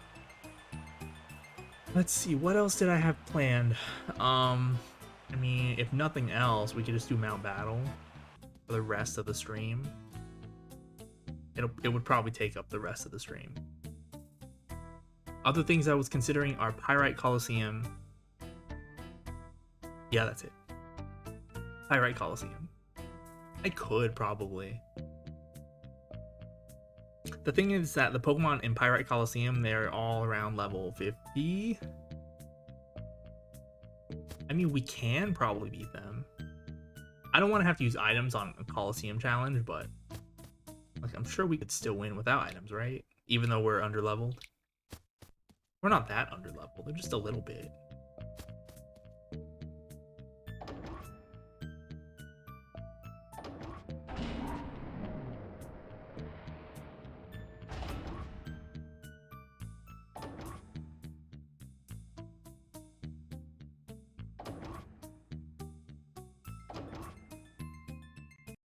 Why don't we try one round of the Pyrite Colosseum while we're here? And then if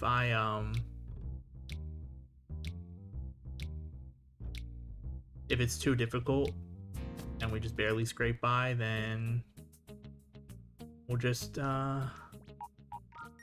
save the rest for later.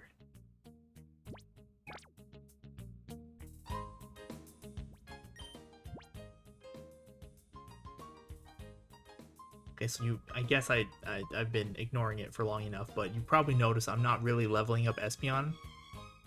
That's because Espeon's gonna be off the team. Yeah. We catch one more Shadow Pokemon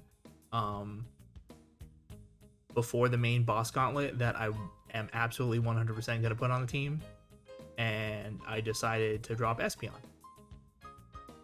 So yeah, that's why I'm not actively leveling it up.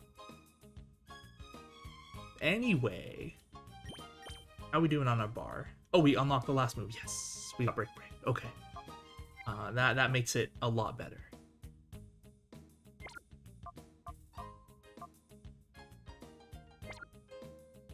Okay. Well, I guess we'll just go. Yeah. Sure. So just like with the Fennec Colosseum, we get or we there's 4 rounds of 4 battles each. After each round, we get a TM. I don't remember what the TMs in this one are. I guess I could check.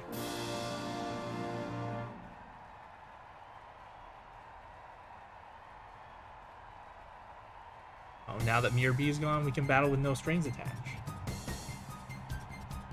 Pyrite Colosseum. Yeah, C50.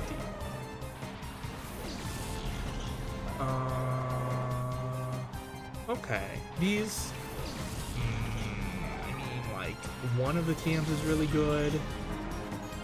2 of them are garbage. 1 of them is maybe okay. But the really good one is, of course, the last one we get. So, time to break these 4 fools. Destroy the Linu. And then we'll Earthquake. Sure, why not? We get healed between battles, so it doesn't matter if we knock out Heracross. Dang it, flinched.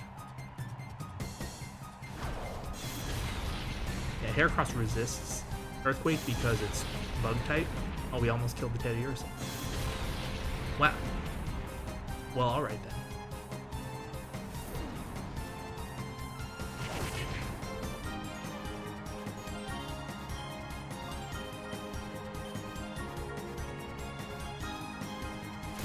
Oh no. What a tragedy. So for Shadow Pokemon, as far as I can tell, the bar goes down just for putting it in the battle. I don't think its bar goes down like with a certain amount of turns in battle. It's just as soon as you send it in the battle, the bar goes down a little bit, and that's pretty much it. I think the bar also goes down with when you use certain items on it. When you call it from hyper mode.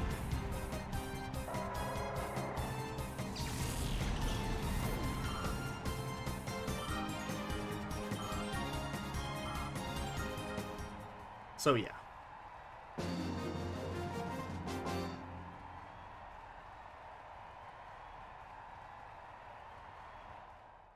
Battle to clear your mind? How can you just not think about when you're battling? Whatever. Okay, so far it seems easy enough. Oh hi, I know about you. Let's battle it out. Well, that's friendly enough. Friendly enough greeting. 51.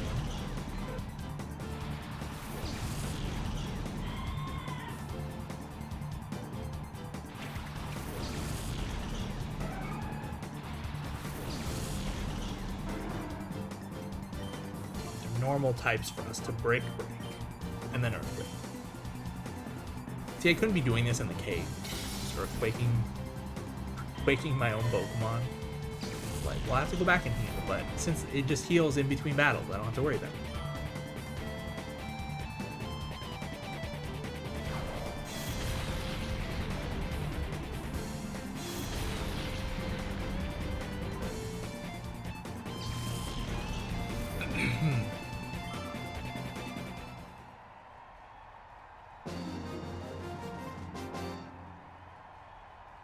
You know, you're awful. You don't have to get all serious like that. That's rude. This is a competition. You have to do your best. What do you want me to throw? I'll throw my Pokeballs. I won't throw the match, though.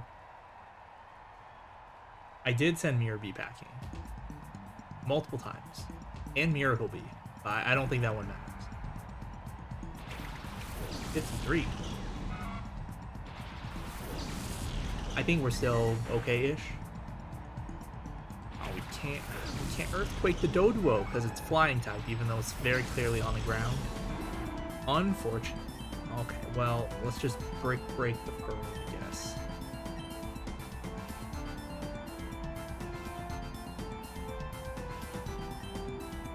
Assist. Assist is a weird move. What assist does is it takes a move from one of the Pokemon in your party that's not in battle at random, and it just uses that move. But there's a list of moves that assist cannot pick, including assist. It's really strange. I don't know all the details, but the thing is, I saw someone who used a team that was based entirely around assist. And I was like, wow, that was really interesting. It wasn't very good, but it was interesting. So, like, I know a little bit about assist, because I looked it up after, but it has very little practical use, honestly. The fact that it's random, just, like, randomly choosing a move from your party, especially if your party has, well, 6 Pokemon in it, the chance that you get the move you want is not going to be very high. Unless you intentionally build your team, like the person I saw did. To the point where you can only pick, like, a handful of moves, and so, like, you have an idea of what you're going to get.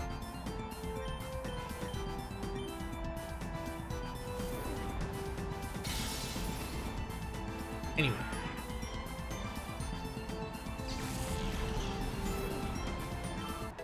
Hooray. Healing again.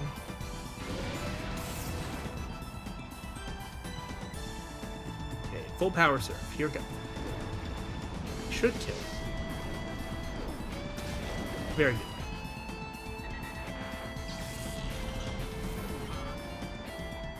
One more.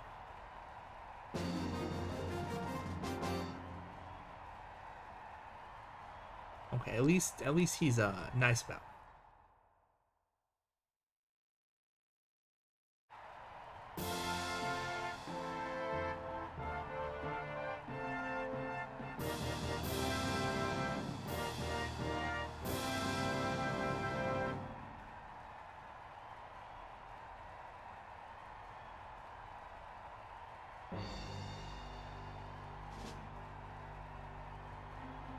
I mean, Mirror Bee is kind of a pushover. Oh, 55. The only thing that made fighting against him difficult is that we had to fight against him with entirely Shadow Pokemon. But again, game balance, so the developers made it so his Pokemon are kind of low leveled. 55 though, And we're gonna break the Vigoroth and Surf probably. No, it's Earthquake, it's fine. Dijo. Oh, that did a lot. Well, it's a Stab Slash from a Vigoroth. But this is the Stab Break from Heracross. So, it lived. You're not supposed to live. I know you're 7 levels higher. Oh, Overheat? Ooh. Oh, okay. Well. Okay. I'm using Earthquake, so let's bring out Flygon.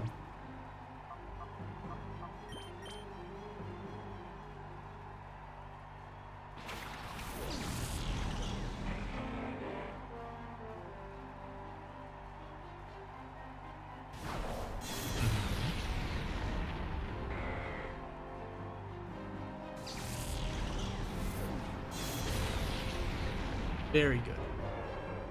They had 4 Pokemon, right? So they have 2 left.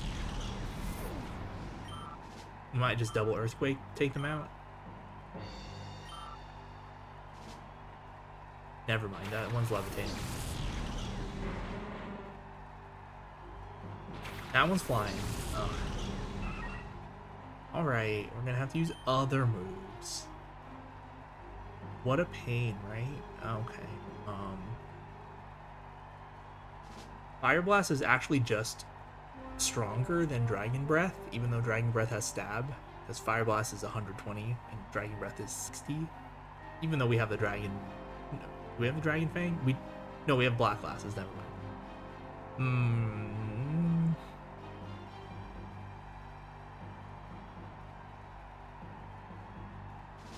I don't know. Sure, blast it and surf. Swellow's glowing. You know what that means? That means it's trying to sky attack. I'm glad I chose Fire Blast. Gosh, that would have done so little if it was Dragon Breath. Yeah. So next turn, Swellow's gonna use Sky Attack. It's bad. It's a bad move. It's like Solar Beam where you have to charge for it. But like there's better flying type moves to the point where you really don't need to use Sky Attack ever.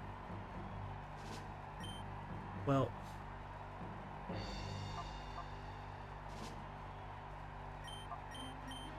here it is.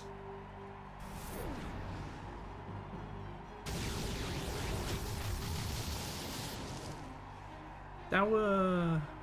I was expecting the animation to be better. I feel like in Pokemon Stadium, the animation was nice.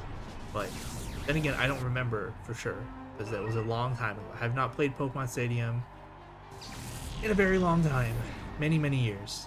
Decades, even.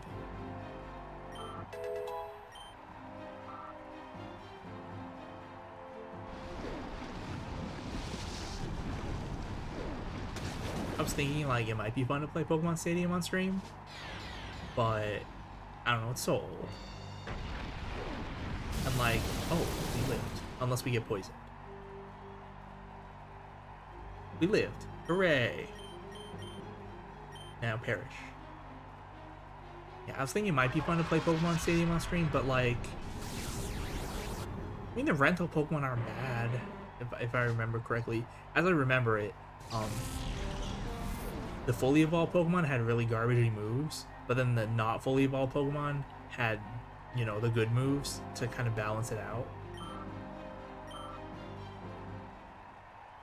And I don't know if that'll be interesting or not. And I kind of don't want to, because like I have the game transfer pack thingy, the thing that you stick in the back of the N64 controller. And then you can put your Game Boy games inside it and then transfer your Pokemon, or, you know, save your Pokemon from your GBA, or not GBA, your Game Boy games to Pokemon Stadium, so that, you know, you can use them in the game. But I don't feel like replaying through red or blue or yellow just to do that. Okay, well that was reasonable enough. Like we did okay. How's Heracross doing? You almost done? Almost done. Okay. Why don't we do Ampharos?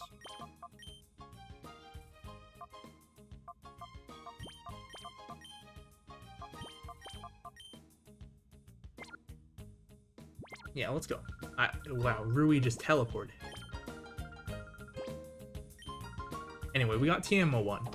That's Focus Punch. Focus Punch is the kind of okay move. It has more application in doubles than singles, I think. In singles, you pretty much have to put the opponent to sleep, or predict a switch or something like that. But in doubles, you know, you could just be like... I guess she doesn't care about me or V. But yeah, in doubles, like, you could just read that your opponent's not going to attack one of your Pokemon, the one that moves Focus Punch, but it's only going to work once, really. Maybe the AI will not notice, but yeah, I'm probably not going to teach Focus Punch to anyone. Okay. I should have had Typhlosion. Dang it. Whatever. Blast it and blast it. Maybe I should have double targeted. Yeah, I should have double targeted. They're way higher level.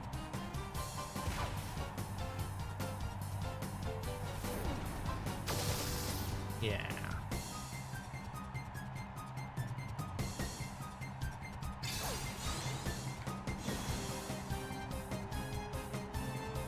Frustration. Frustration is the opposite of return. It does more damage the more your Pokemon hates you.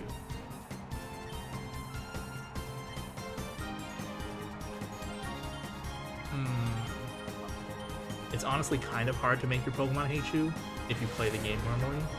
You have to like go out of your way to make them hate you. So return is usually better.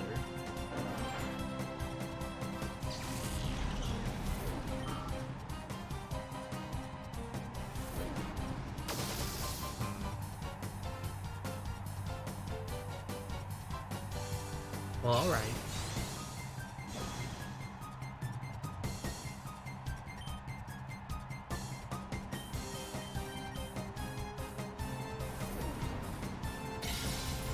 Maybe I should have just used Brick Break on this Shroomish instead of Shadow Rush. Probably. I was conscious of the Oddish being poison type, so Brick Break wouldn't be good against it, but the Shroomish, yeah, it's just grass. I could have Brick Breaked it. Losing to you is already in the useless past. Okay.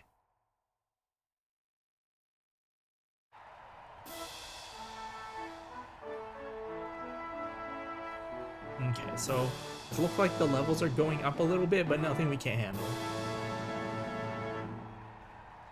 You know, they're using not fully evolved Pokemon.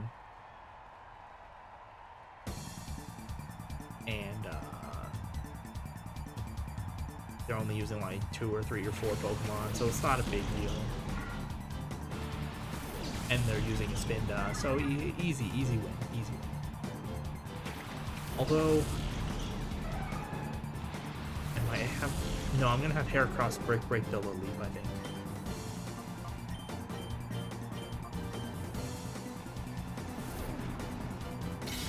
Yeah. Oh, I lived. Not supposed to live. That was a super effective stab Brick Break from a Heracross.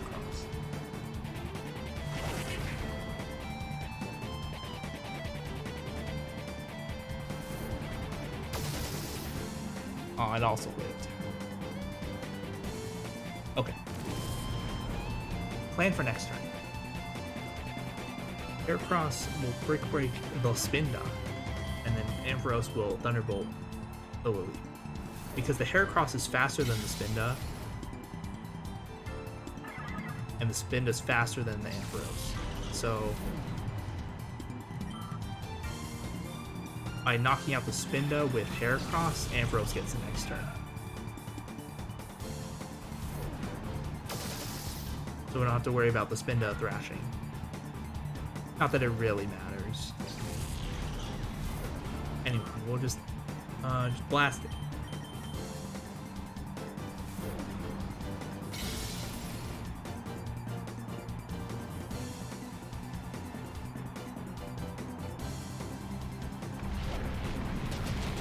And Daijo.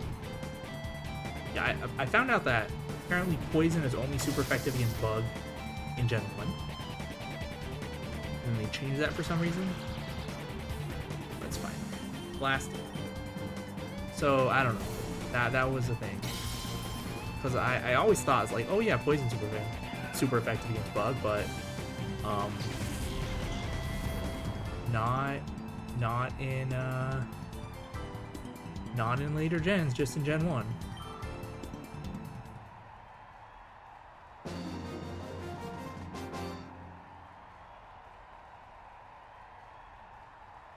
Oh, is that my job to tell you that you're gonna lose? Okay, but some people think that's rude. When you're like, hey, I'm gonna beat you at this battle, there's no way you're gonna win. They think that's rude.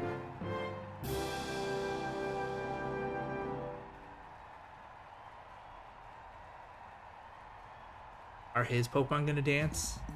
Are they gonna Swords Dance, Dragon Dance, Petal Dance?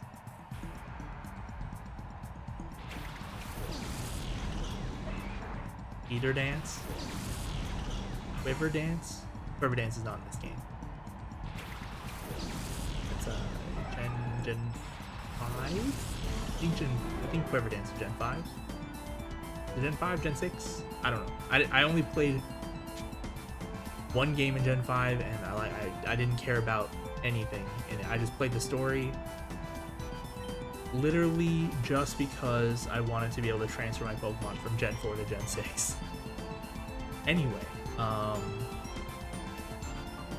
guess we'll Break and Thunderbolt.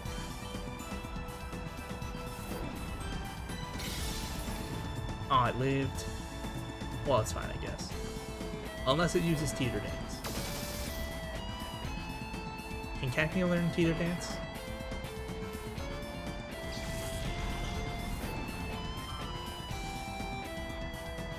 Teeter Dance is the move that confuses all the other Pokemon on the field.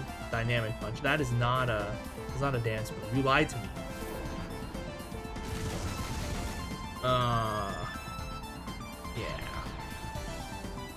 So Dynamic Punch is a move with like, what, 100 base power, 50% accuracy.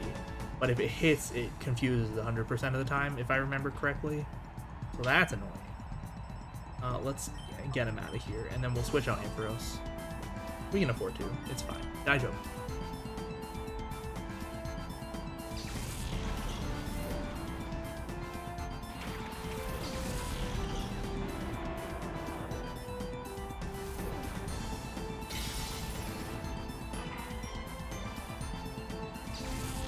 I think it would have been like a nice touch if they changed some of the text, you know, like the generic Pokemon battle text.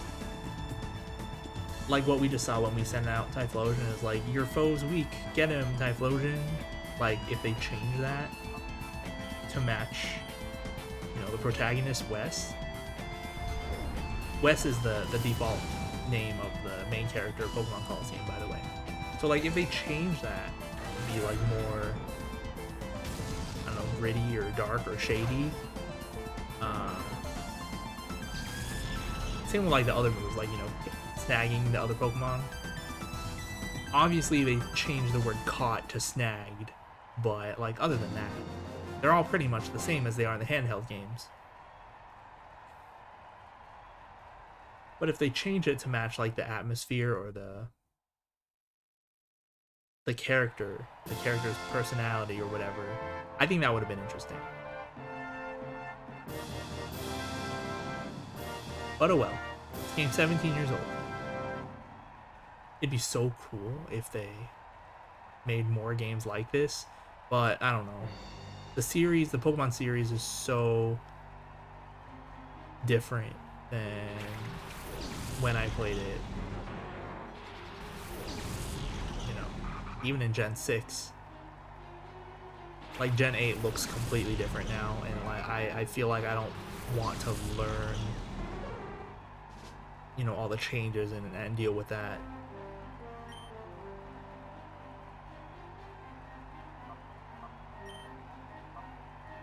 Let's double target. Yeah, you do that. Fury Cutter is a really bad bug type move. It does more damage. Oh, cool. It does more damage if you get damaged before you use it, I think. Something like that. I don't know. It's really bad. It doesn't matter. Lyron? Okay. Well blasted. Now, Lyron has low special defense. It has very high defense, but low special defense. So, Thunderbolt from an Ampharos is good enough. Nice. Nice, nice. Okay, now we'll just double target the Grovyle. Oh no, it's gonna Solar Beam next turn. But there won't be a next turn, so it's fine. So yeah, as I was saying, yeah, I don't feel like learning all the changes, the new stuff in Gen 8, so I haven't picked up any games, not even since Gen 7, really.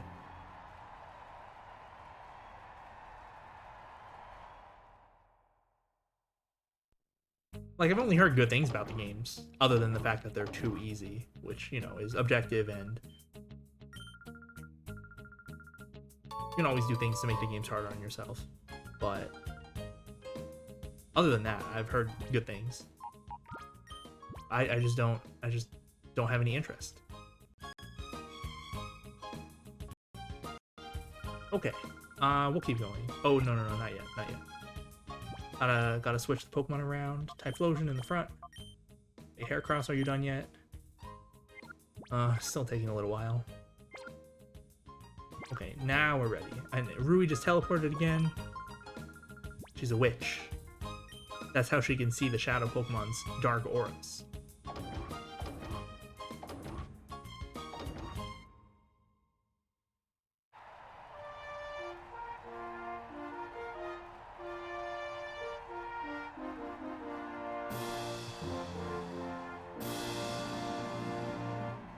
Oh, by the way, the TM we got was TM07 Hail. We're not using Hail, obviously, so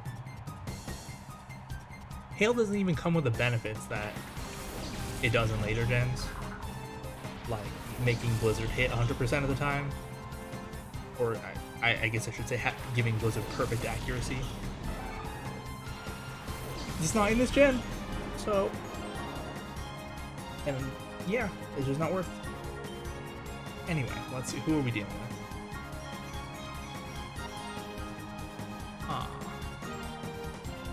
We don't really have anything good for the Baltoy, so I guess we'll Shadow Rush it. You know, we'll double target the Baltoy, it's fine.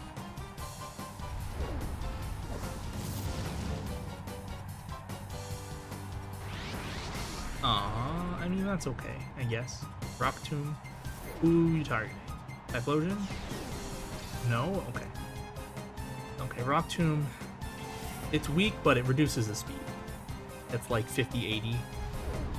Overheat? All these people have overheat. Oh man. Now I can't call it out of hyper mode.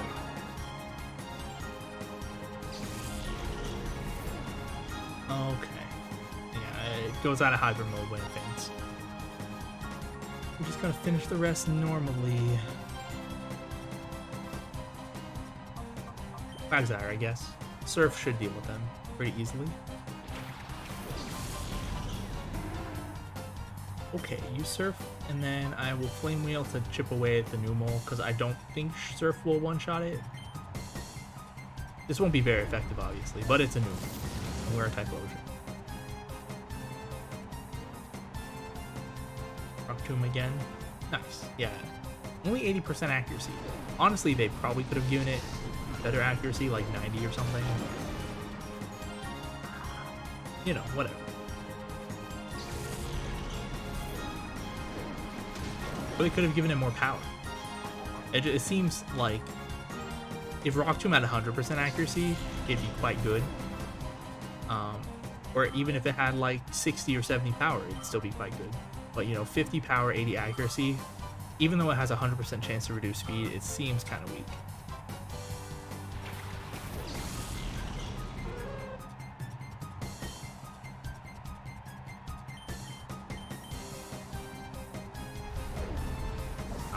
In Gen 4, you just get Stone Edge and you just use that instead. Oh man, it's gonna Sky Attack us? Oh no.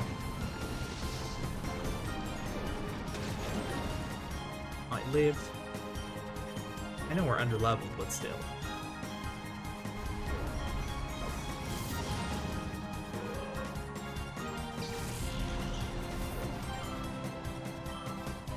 In Gen 4, you get Stone Edge, Physical, Power Gem, Special. You don't need Rock Tomb anymore.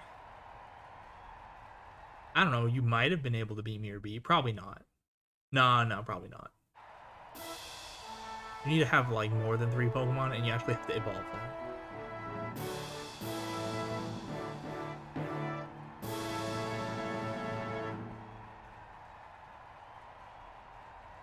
I'm the talk of the town lately? Okay. Is that because I just won 2 straight Colosseum matches, or because I beat Mirror B like weeks ago? Right, Horn, Meta-type. Okay.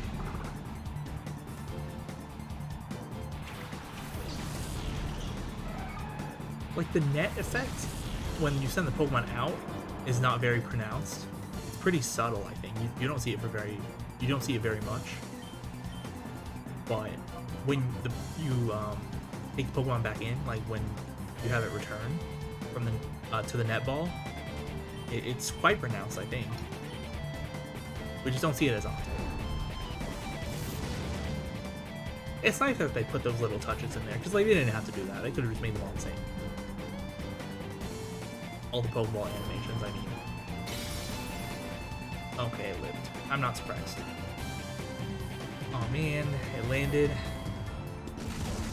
So like, I mentioned Dynamic Punch has 50% accuracy. So generally what you would do is... Oh yeah, Rock is super effective against Bug, but ineffective against fighting, so... Anyways, generally what you would do...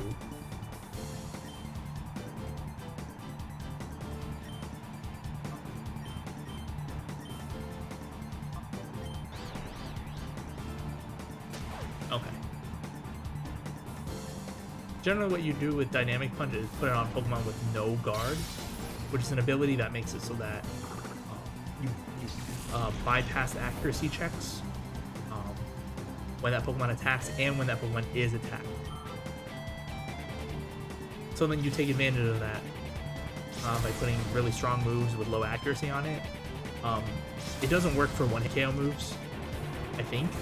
Either it doesn't work for one-hit KO moves, or Pokemon with no guard cannot learn one-hit KO moves. I don't remember which it is. I could just look it up, I guess. Unfortunately, Typhlosion died, so who wants the EXP? Flygon? Sure.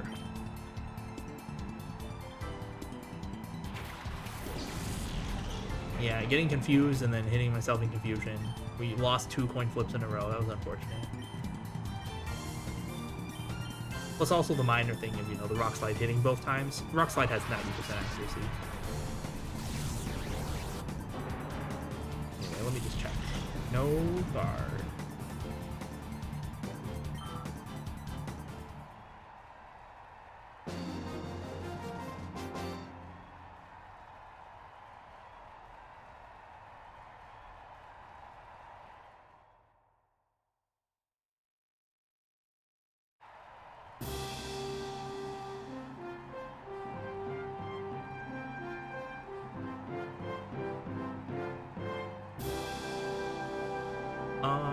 Apparently, no guard also makes it so that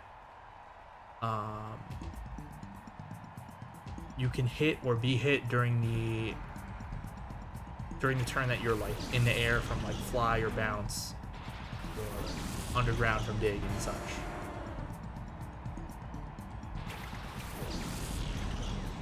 And that is a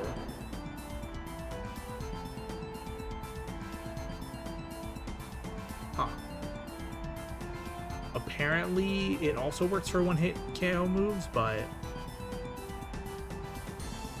if I had to take a guess, it looks like none of the Pokemon with the no-guard ability can learn the one-hit KO moves. But I could be wrong. There aren't that many Pokemon with no guard. It's like 10. Anyway, to the battle. I guess we'll Brick Break. But whom, though? Whom will we Brick Break? Let's do the Graveler. And we'll also Flame Wheel the Graveler. We'll double target the Graveler.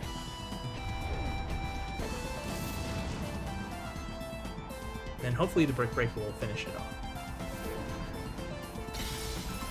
Oh man. Sandstorm? That's fine, I guess. Rollout? That's also fine, I guess. Man, I got a crit. That's not fine. So, I think Rollout is kind of infamous from, what's her name?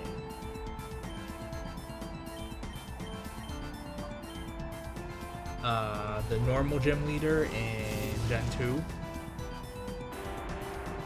Oh. I don't remember her name. But she has a Miltank that learns Rollout. Or not learns, it has Rollout. And like, people get stomped by it somehow. I mean, Rollout's not that good. It has like, what, 20 base power? And the Pokemon that uses it is like forced to use it for like 5 turns in a row. But every turn after that, its power doubles. And rollout, I don't think it even has 100% accuracy. It has like, I don't know, 90 or something. I don't remember. It's just like not very good. Maybe if you're playing casually and you don't know how to deal with it, you just get wrecked. But in general, it's not that great.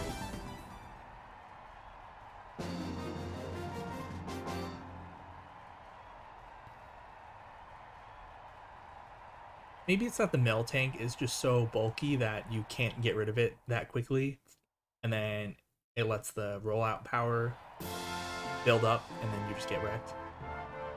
But even then, yeah, I don't remember having trouble with it as a kid, but I haven't played the Gen 2 games for a long time. I mean, maybe Mirror B was weak. 55, yeah, the levels are getting up there.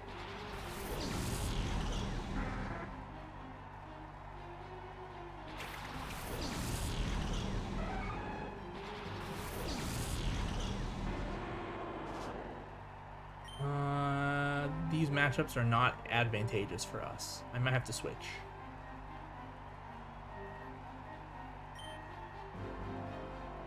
Let's Shadow Rush the Glider and then switch. I hope they don't use Earthquake.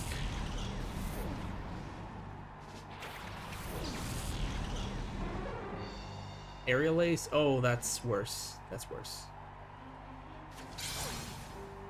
Man, why can everything have Aerial Ace? I don't even get an Aerial Ace TM. Can you spare me a TM40?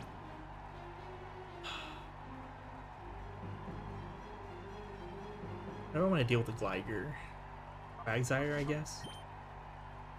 Probably the only real way to do it.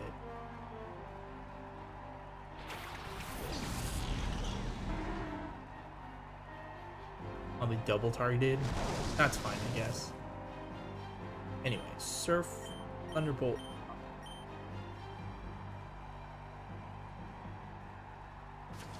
Yeah. Quagsire can take these. Ice Beam.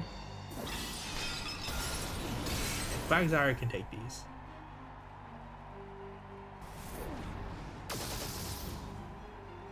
Very good. Can you also spare us a TM 13? I'd like to be able to use Ice Beam. I think before Altaria could have learned Ice Beam, but now the only Pokemon on our team that could get Ice Beam is Quagsire, I think.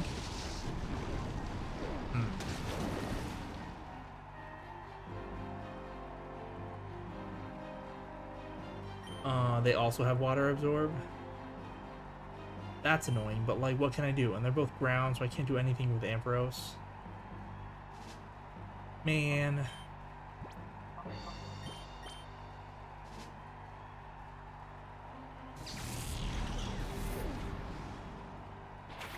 They're just not good matchups.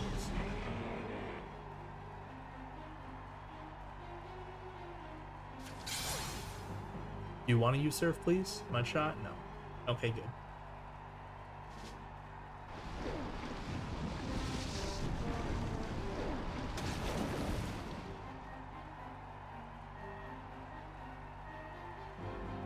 Hey, Quagsire's gonna die unless we switch. Do I need a switch? No, I probably don't switch.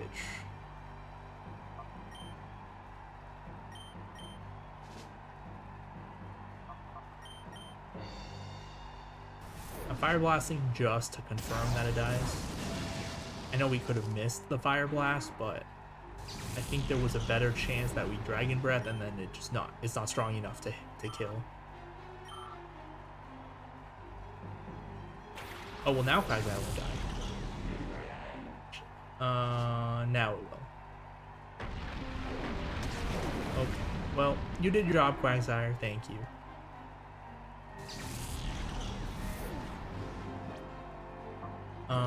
Do we put Typhlosion back in? Man, we don't have good options. Okay, Espeon, you get to go in. That's why we kept you around. Now, Espeon, use Reflect. And then Flygon will Dragon Breath the Shelgon.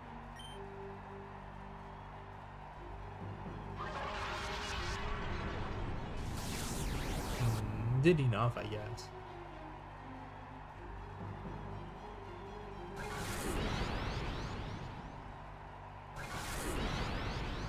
I was looking to see if other Pokemon could learn Reflect on my team. They cannot. Because we now have Light Screen on... Oh, you have Sludge Bomb on your Quagsire? Interesting choice. Oh, good. That works for us. Can we get the Sludge Bomb TM in this game? Or did we already get it? I don't remember. Anyway, I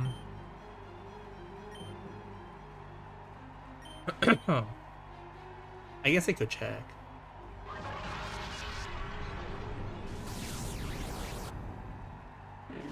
Sludge. Oops, I spelled it wrong. Sludge. On Wikipedia. Bulbapedia. Be good. And 36.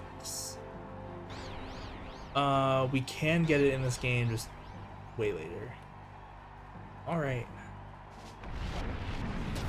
Sludge Bomb is an interesting choice for a Quagsire. I mean, it's not bad. I think it's okay. Okay, we're gonna actually we'll put Typhlosion. I was gonna say it doesn't really matter who we send in. It matters slightly. It's just who gets the EXP. Because what Typhlosion is gonna do right now is protect, and then we'll Earthquake. Yeah, Sludge Bomb is an interesting choice because it's super effective against grass types, which would be a problem for Quagsire. The problem is that Quagsire is very slow, so Lift. I guess it's way higher level than us. Yeah, the problem is that Quagsire is very slow, so even if you like wanted to counter a grass type Pokemon with Sludge Bomb, Quagsire probably wouldn't go first.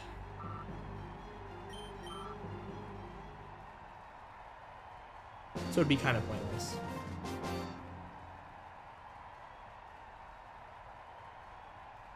Okay. Well, we kind of we didn't barely make it. Like, we had enough leeway. I think that it'd be fine to do another one. Demo 5. Roar. Okay, yeah, that was one of the meh ones.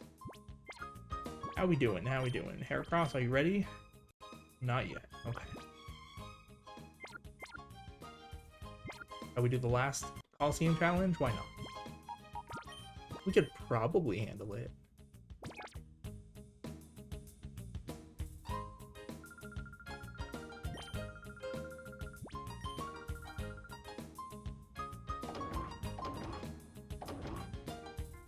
You know, while we're here, might as well. Die Joker.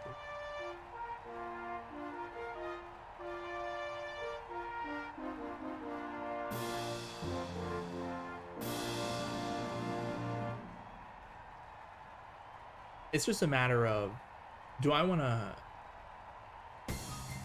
level up the Pokemon, like the one Shadow Pokemon that I'm going to get after doing this level grinding? Am I going to want to level them up here or at Mount Battle? It's probably going to be a Mount Battle regardless. Like, there's only one Colosseum challenge left. Well, technically, you can redo these Colosseum challenges as much as you want. You just don't get the TMs. You get the money and the EXP, of course, but not the TMs. Anyway, dang it. Only had Quagsire. I could just blast them. They're weak. I could still blast them. Double target the Minun, I guess. Or maybe the Flame Wheel will just knock it out and then... No, oh wow, it lived. And it went first.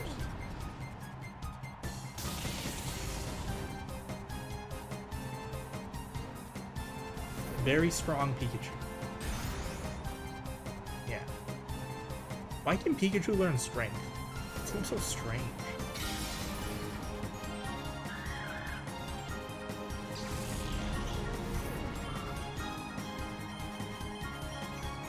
Whatever.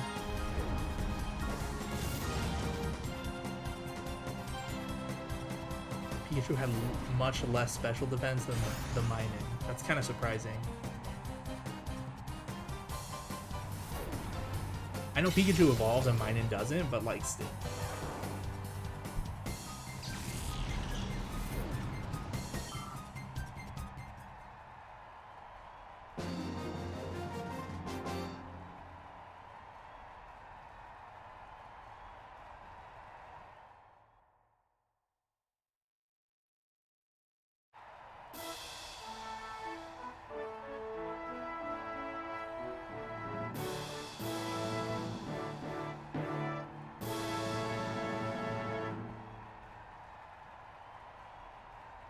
My battle style is a lot of fun.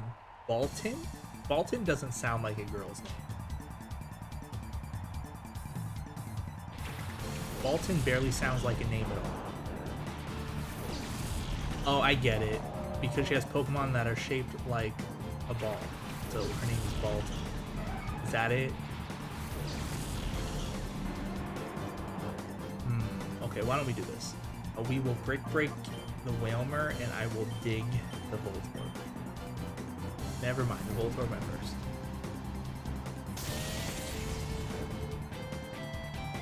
Man. This is really bad, because if we get paralyzed on our next turn, we just wasted both of our turns. Whirlpool? But you used Whirlpool on Heracross and not Typhlosion? Why? I mean, the real question should be, you used Whirlpool? Why? Whirlpool is a bad move.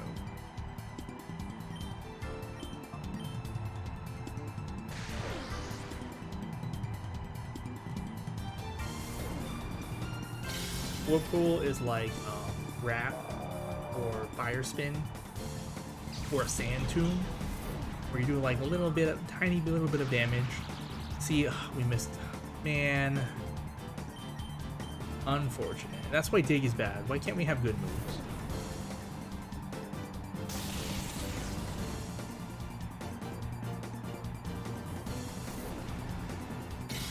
Okay, we at least critted it, so that's fine. But yeah, so moves like Whirlpool do a little bit of damage when you first hit, and then it traps the target in that move for like 2 to 5 turns, where every turn it does 1/16 of their maximum HP as damage over time each turn, and it prevents them from switching out as well. In the Gen 1, I don't remember if it was in Gen 1 or just in Stadium. So I remember it was busted in Pokemon Stadium. It just prevents that Pokemon from moving at all. So you pretty much just do like, I don't know, your Fire Spin or whatever, and then they just can't play. Oh, you're the new boss, Hunter Argle? Okay. In that case, can you give me some Shadow Pokemon? That's what Mirror V did, right?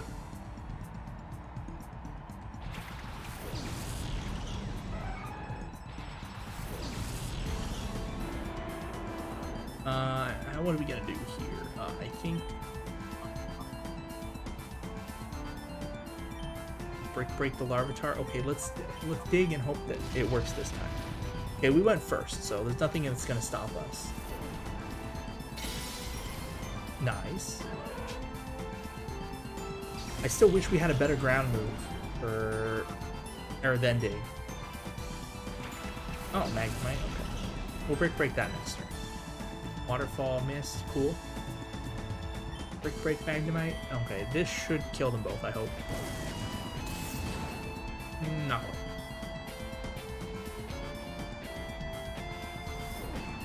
Yeah, Typhlosion's special attack is higher than his physical attack. Like with most of the starters, or maybe I should just say all of the starters, they have really well-rounded and high stats in general, so it's not... hold on. So, like, it doesn't really matter if you use physical or special moves with the starters. They're gonna be fine either way. Like, obviously one stat's gonna be higher than the other, In Typhlosion's case, the special's higher. But, you know, it's still fine to use physical moves. And they kind of had to do that because, you know, it's your starter. It has to be pretty strong. Oh, we're already on the final battle? Well, alright then. I guess this is just the challenging one then, because the other three were kind of whatever. You've got quite the reputation around these parts. Are you famous for being strong? Probably. Lunatone.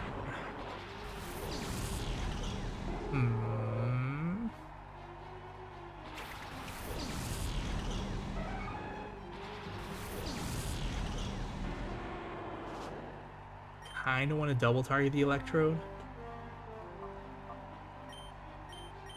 So let's do it. Is it gonna explode? Oh my gosh. Well, if we live, we'll double target whatever comes in. Man, I got a crit. Ugh, rude.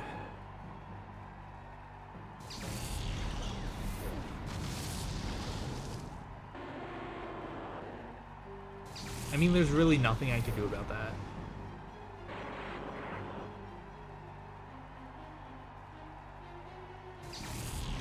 Well, I could have protected on Typhlosion and gas. But, you know, I'm not sure that they're going to do that. Okay, who wants to deal with the Lunatone? I guess Flygon's Crunch would be fine. Quagsire Surf would be okay. Let's just send in Flygon and Quagsire.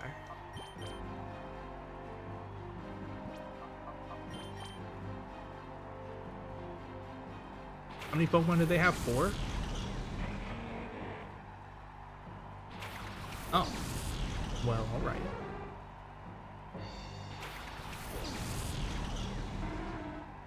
Okay, so we're still kind of fine. Okay, let's crunch the Lunatone and Earthquake. Earthquake the Ampharos, because Lunatone also has Levitate.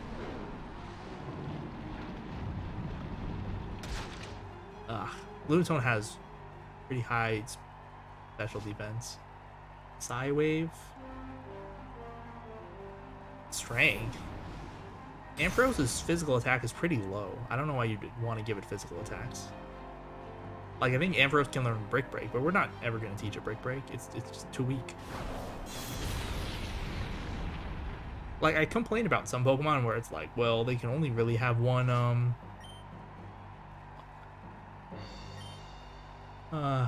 yeah, whatever. Actually, no.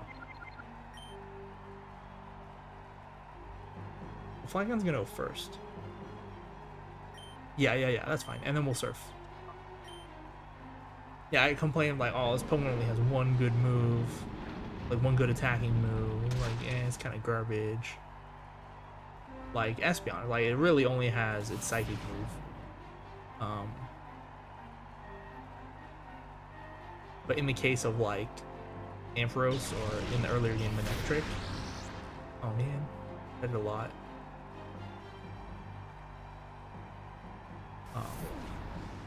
Like, even, oh, man, at least Flygon already went. And we're using Surf this turn, so it's fine. But yeah, in the case of, like, Ampharos or Manectric, even though they really only have one good stab move, like Thunderbolt, Manectric could have, like, Bite, so it was fine. And Thunderwave. Thunderwave is just really nice in general. Wait, the Ampharos lived? Oh my goodness. It's unacceptable.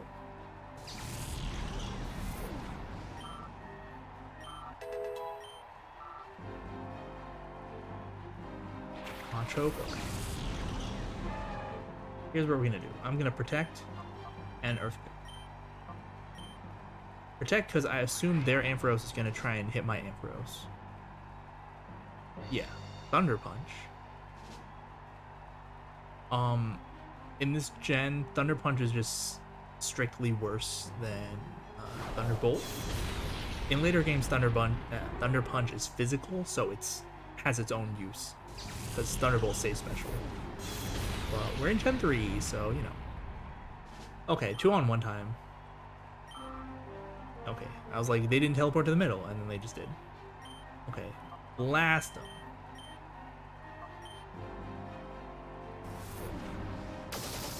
Okay, that was not too bad. Could have been better, but it was okay.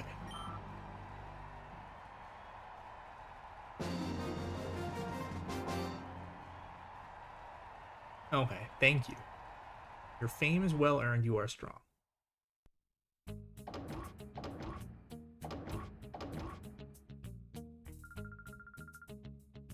Why are we not directly in front of her?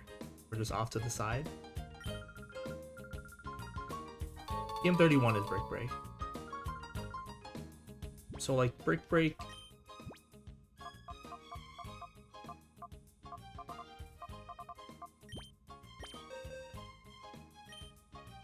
Brick Break, a lot of Pokemon can learn. See, we have Typhlosion, Ampharos, Quagsire, and Heracross already has Brick Break.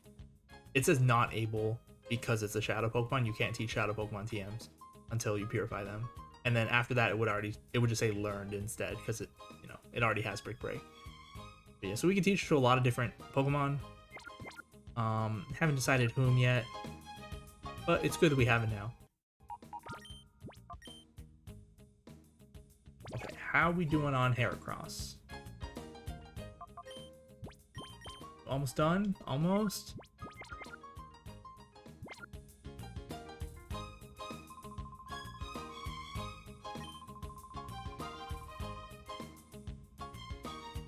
Well, we're done here.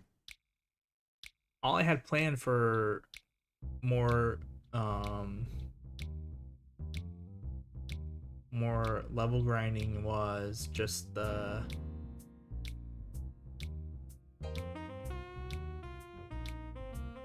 Mount Battle, I guess. Oh. There's the Under Colosseum, but we're not at a level where we can do that. Definitely not.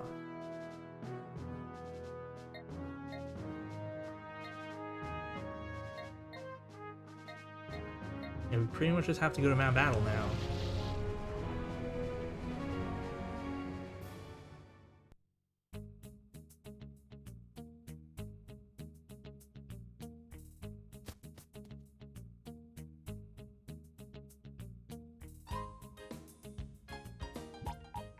Okay, I'm gonna take another break, and then we'll do Mount Battle. So I'll be right back.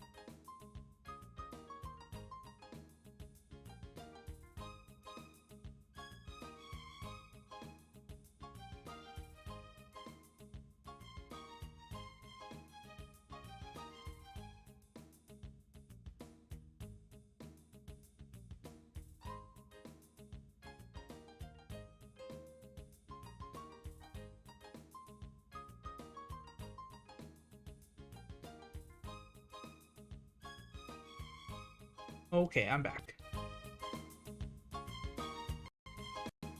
Time to mount battle. I guess we'll have her explain it. It says 10 areas, each with 10 zones.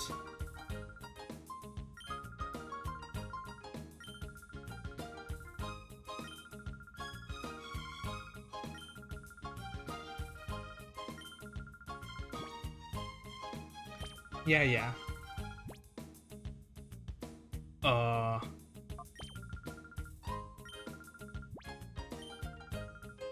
Yeah, I knew I hadn't done this before. I just wanted to see what they said.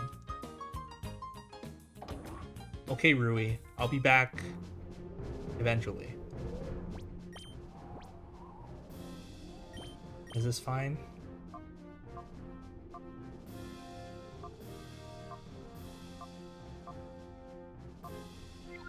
I guess this is fine.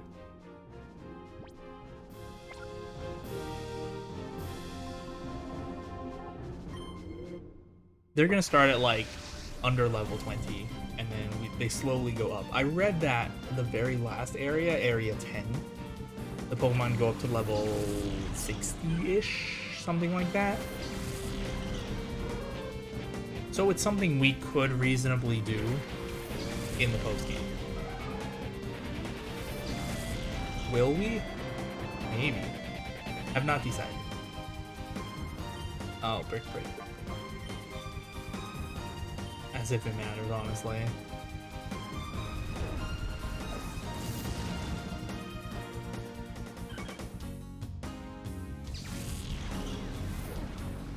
Ooh, 100, yeah, woo.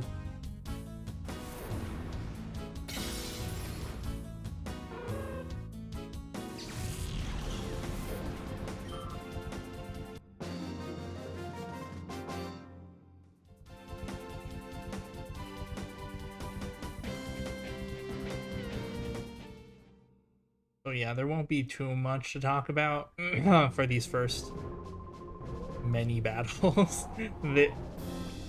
Why did they even ask that? What in the world?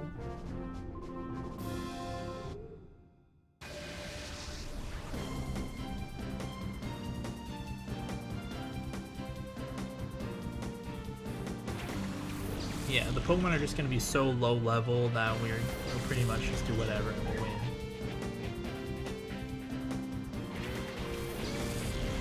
Hopefully Heracross is done by the first 10 battles, and then we can go back and purify him. I want to check its hidden power. Ooh, we could do that. And check its hidden power. I have a few methods I used back in the day to check Pokemon's IVs. So we could bust out some of those.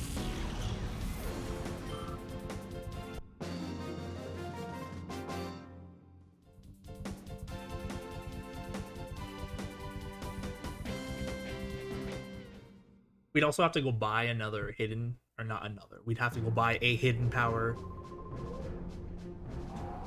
We'd have to go buy a hidden power TM. They're in the under. There isn't a thing that I don't know about Pokemon. I know it all. Oh, do you? Huh.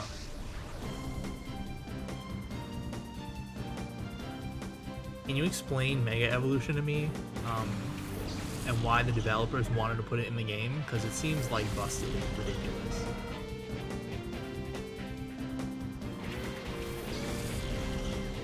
Yeah, personally, I don't like all of those gimmicky mechanics they introduced, starting with Mega Evolution. Oh, break. It's just like, I mean, I get it. Mega Evolution was a nice way to kind of, how do I put this? To make some like weaker Pokemon like more usable. Cause like there's a lot of Pokemon that got Mega Evolutions that like were pretty useless without them. Like Pidgeot, Pinsir, Medicham. There's probably a bunch more. Beedrill.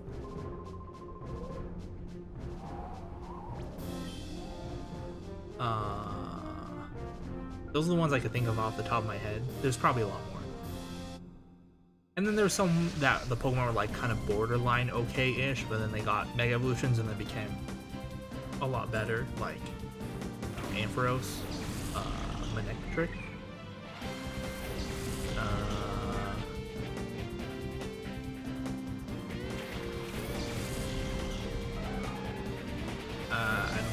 And then there's some Pokemon. Oh, I guess I should say the problem is that there were some Pokemon that were already very good, and then they got Mega Evolutions and became busted. I'm sure everyone knows about Gengar. There's also Kangaskhan, Mega Kangaskhan. Kangaskhan by itself was nothing, but Mega Kangaskhan was busted.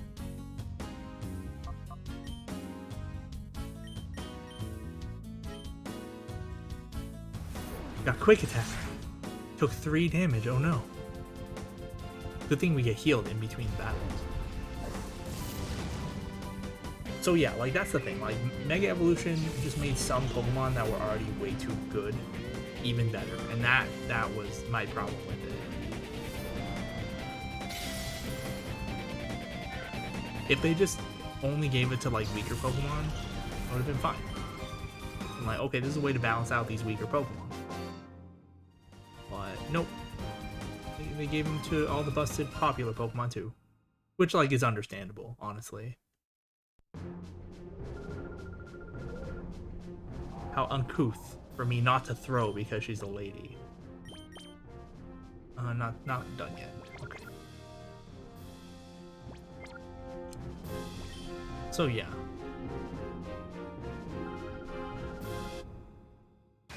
Mega Evolutions were, I didn't like them. I was okay with Gen 6 as a whole. I just didn't like Mega Evolutions in particular.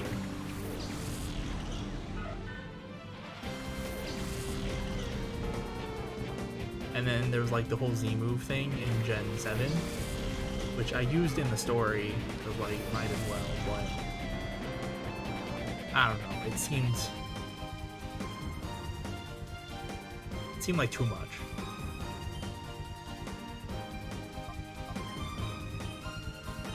Like something I didn't want to deal with. And then the Dynamax or whatever in Gen 8, I don't know. The little I know about it is like, oh, this is, I just don't want to deal. I don't want to deal with it. And so that's kind of what drove me away from the Pokemon series in general.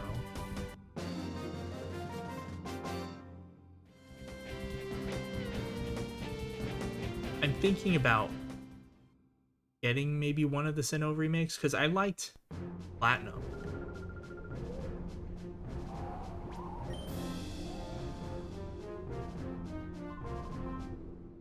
It'd be nice to replay through the Sinnoh region. But, you know, depending on what happens at that point, I might not want to. And then there's the whole Legends Arceus game, which it could be interesting, but it depends on what they decide to do with it. So we have to just wait for more information.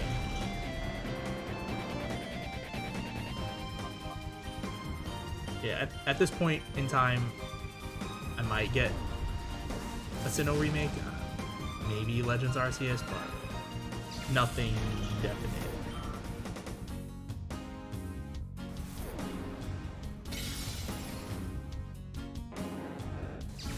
Yeah, that was just me ranting about I don't really play any of the new Pokemon games. That's part of it anyway. All the gimmicky new mechanics they added. And then I mentioned earlier in the stream, like, I just don't want to have to learn all the new stuff. I'm not that invested.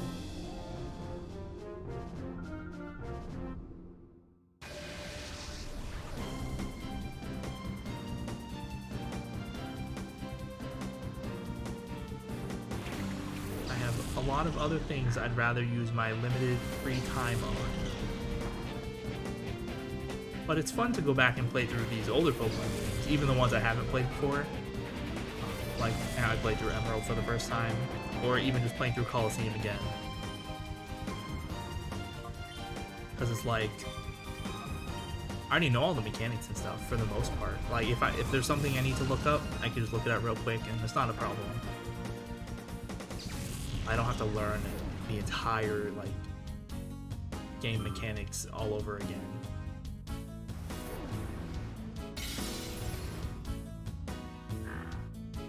So it's just kind of easy to pick up again and just have fun.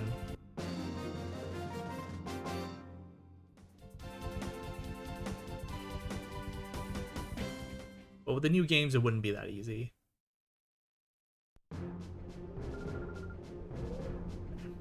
I feel like they're asking me this, like, advance to the next zone, because if you want to quit, that's your way to say no and just quit back to the start.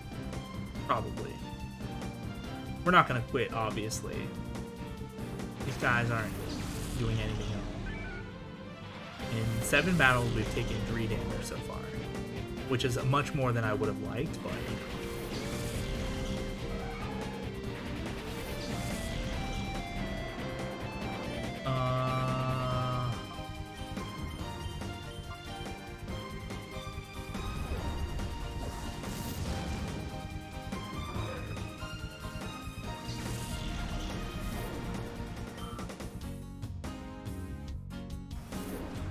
It looks like Heracross's bar is empty. We should be able to go purify after the area.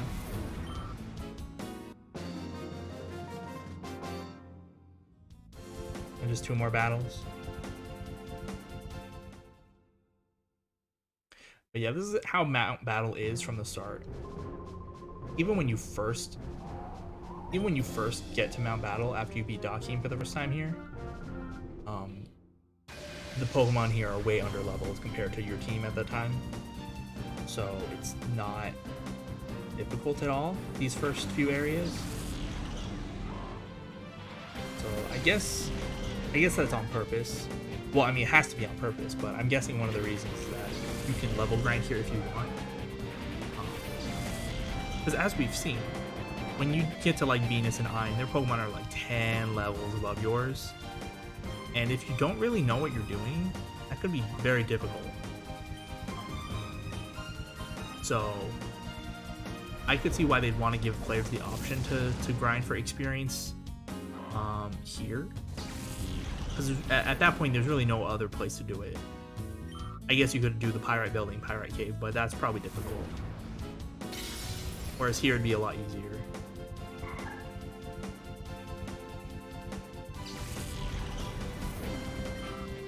But at this point in the game, it's just kind of tedious plowing through all these enemies. Just so we can get to the good stuff, I guess, later on.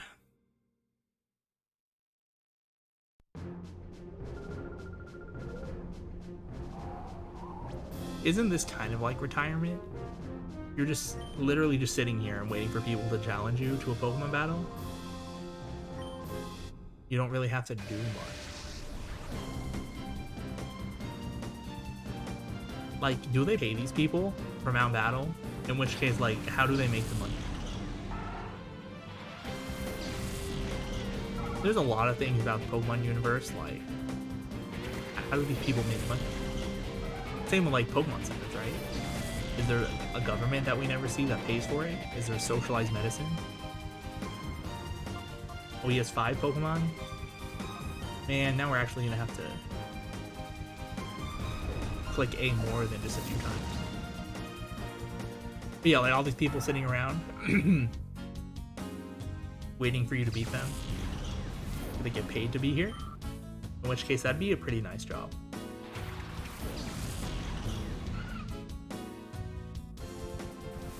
But then, like, where would the money come from? Would you have to pay to challenge these people? I could see that being a possibility, but that's obviously not the case in the games.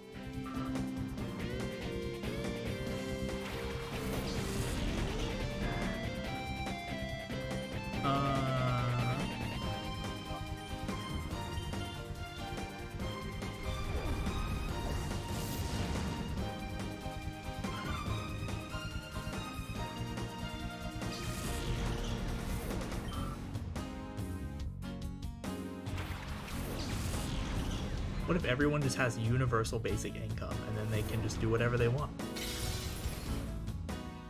Like they just do this for free. They're like, I just like to sit around and battle people, and then so they just do it for free.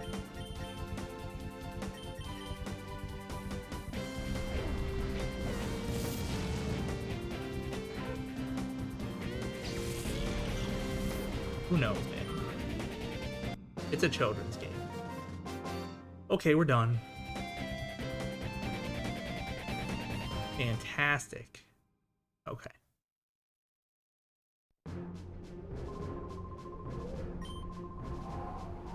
Someone will give you Poké coupons in the break room. Someone. It doesn't say who. Just someone. Is it you? Wow, 100.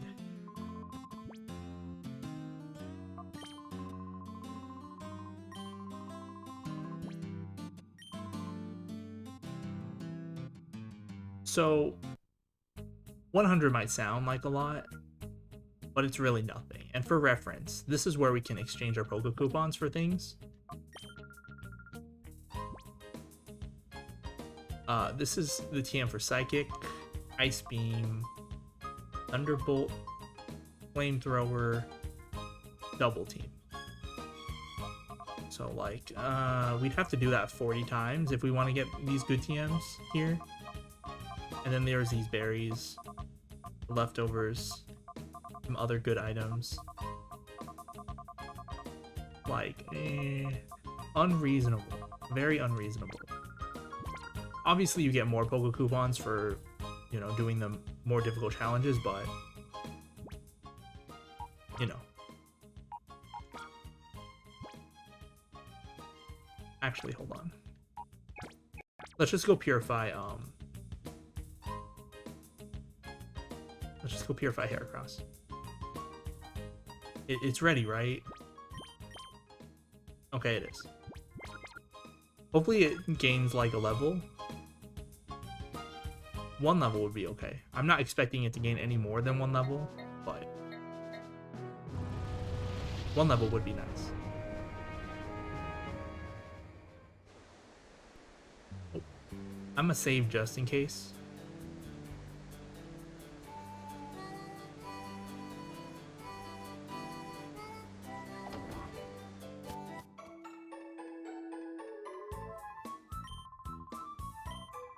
No, I need to save. Okay. I just kind of did that on, like, on autopilot. Okay, save. Okay, back out.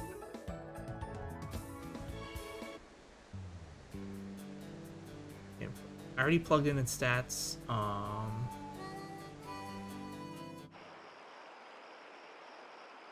Into my calculator here.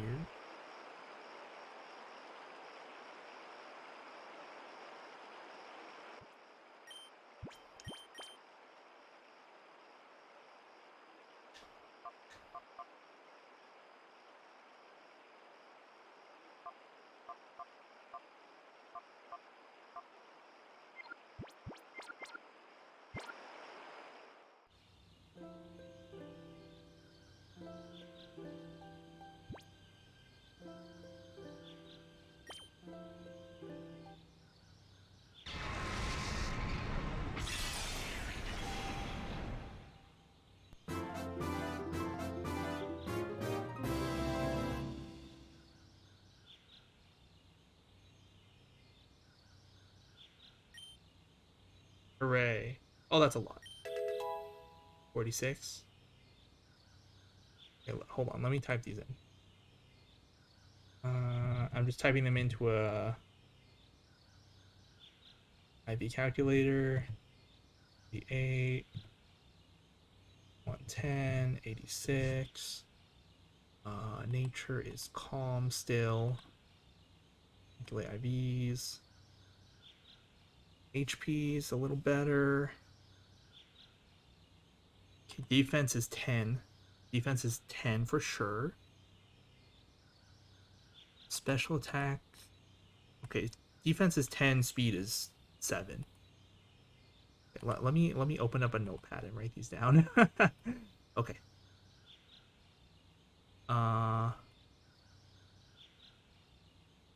HP. I should have been more prepared for this, but I wasn't. I was kind of planning on doing this.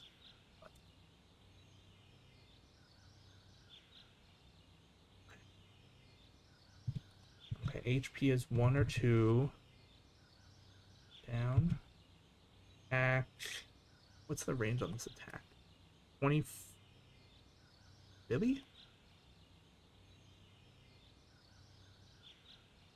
24 or 25? Really? That range is very small.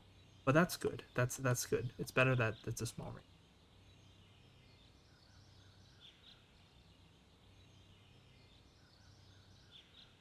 24, 25. Defense is guaranteed 10. So we're good on that. Special attack is 14 or 15 still. Can't tell yet. Special defense is 17 or 18 still. Don't know about that one yet. And speed is for sure 7. Okay, so we have 2 of them figured out already. So, the reason it kind of changes with every level is that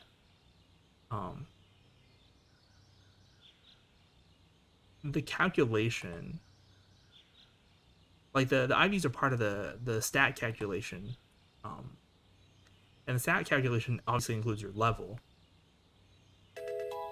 Oh, 47, cool.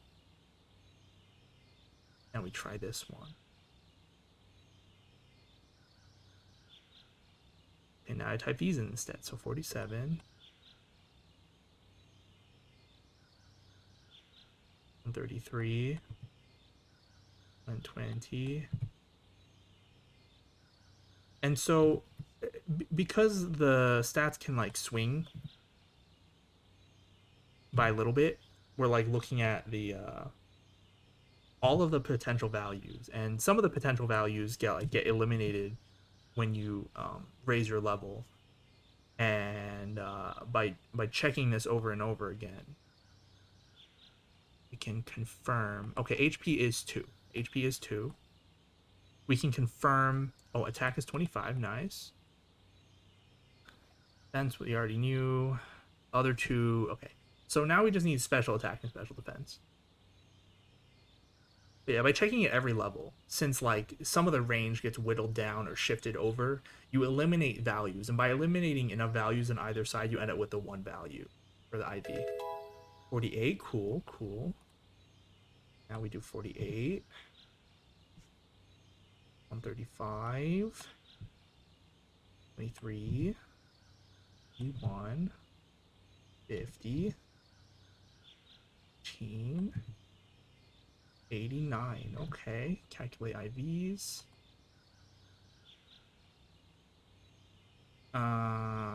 Okay. Special attack, special defense are still a range. The range is only 1 wide, but it's it's still there. 49. Oh my goodness. Okay, 49. 38. I probably don't need to type in every single stat, but if I don't, then the calculator, I think, will get mad at me, so I'm just doing it just in case. It doesn't take that long. It's fine. Daijoubu. Calculate IVs. No, we're still a range.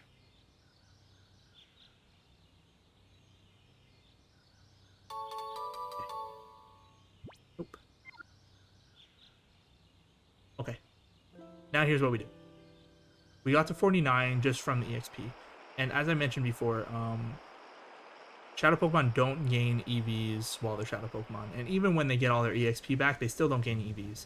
So what we can do is just feed a Heracross a bunch of rare candy.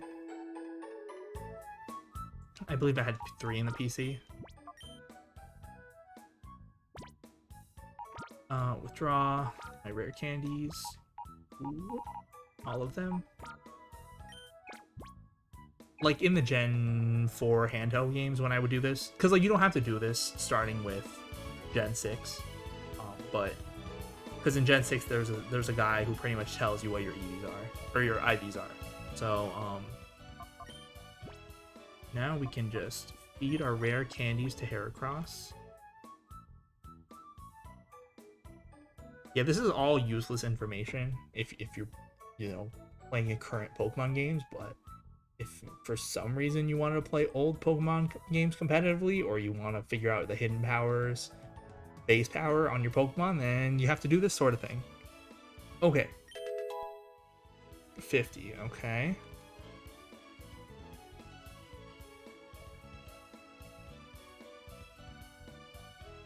Okay.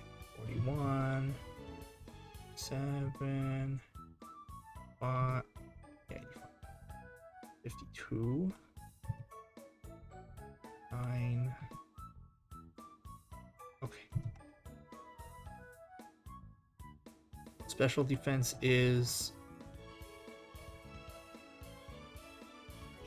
18. Okay. According to this calculator, if I just give one more if I give one more rare candy, then we will for sure know the rest of the last IV.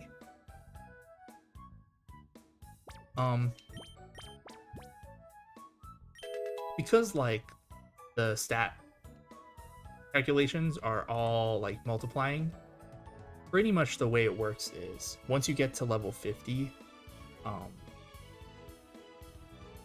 since level 50 is half of 100, you can effectively just check all the IVs very easily. All you would have to do, because at level 50, when you check the Pokemon stats when it has 0 EVs, the IV for each stat you can tell within a range of 2. So it'd be like either, for instance, like we're looking at our special attack, it'd be either 14 or 15. But if you can give 4 EVs to that Pokemon in that set, exactly 4, it's, how do I put this? Its stat will either go up by 1 or it will not. And if it goes up by 1, that means your IV was odd, which means it got rounded down in the calculation.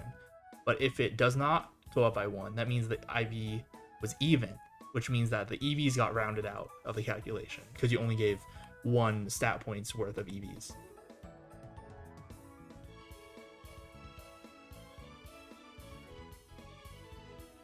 But yeah. Okay, here's the moment of truth. We're 51 now. I've been in the stats one last time. 30, 86. Special attack's 53. Special defense is 22. That seems like on the higher side.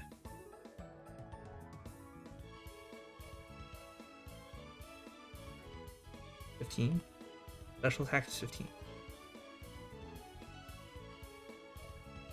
2, 25, 10, 15, 18, 7. Okay. It's not horrible. Okay, that means 2, 10, 15, 18, 7. I think that's correct, right? 2, 25, 10, 15, 18, 7. Okay, what is my hidden power? Show me my hidden power. No.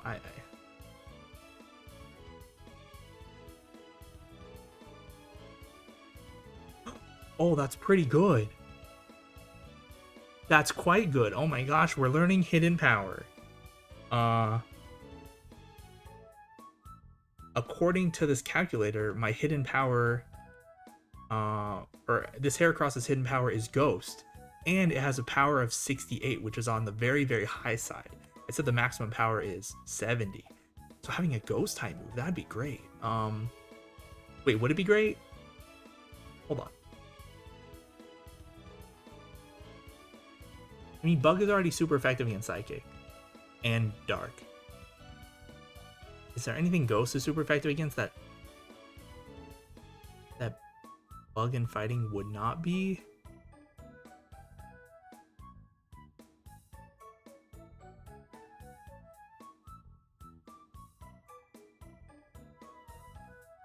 Bug flying, maybe?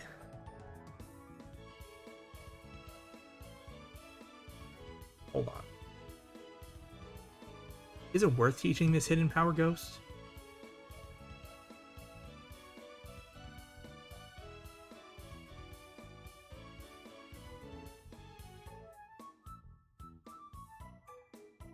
It might be.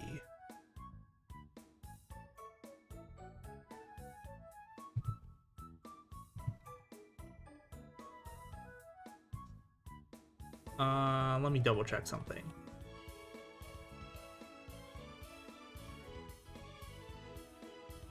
Yeah. Oh.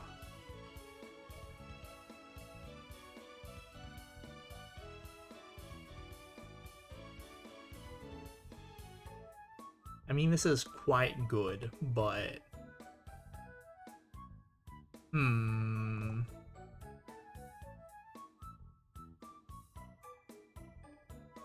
Yeah, let's see. Fighting is ineffective against poison, flying, bug, psychic. And bug is ineffective against fighting, fire, flying, ghost, poison, steel. The ghost is only super effective against ghost and psychic. I mean, I guess it'd be good for ghost types, right? Because bug is ineffective against ghost. And fighting can't hit ghost at all. Okay, I was right. This is good. This is very good. Okay, we're getting a Heracross with hidden power ghost. But first I'm going to reset the game. Whoop. I'm not actually going to use my rare candies. I was mentioning, in like the Gen 4 handheld games, you pick up so many rare candies that you could effectively just like stockpile them and then use them for this method and then just reset. And that's what I did.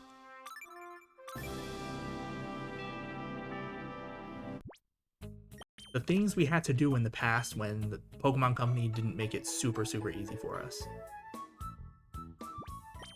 Back at 49. Very good. Very good. Very good. Excellent.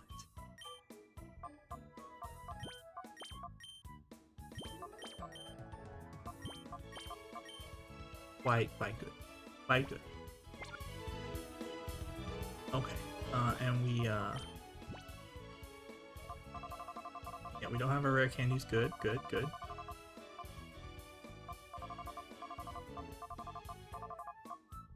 We need to teach any of these? Not at the moment.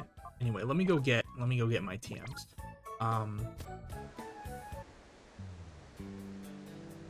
I think I'm gonna teach her. I'm definitely teaching Hidden Power. I'm gonna pick up a Protect as well. Hidden Power, Protect. Does anyone else need Protect? Maybe the new Pokemon we pick up might want Protect. Probably not Quagsire. Quagsire doesn't need Protect. I mean, it would be nice, but I don't really have space for it. What am I doing?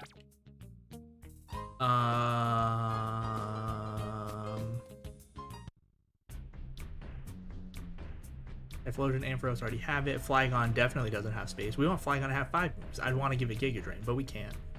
So, yeah, no Protect.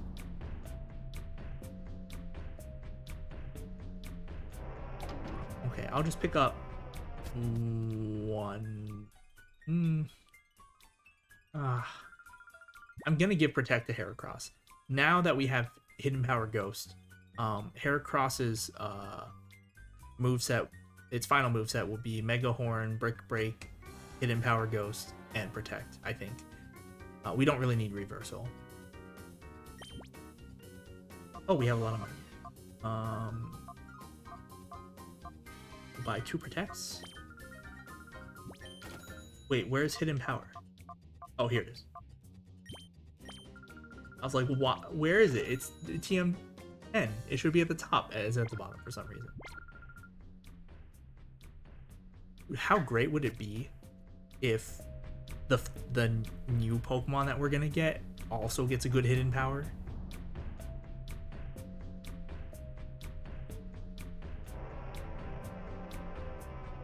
Man, I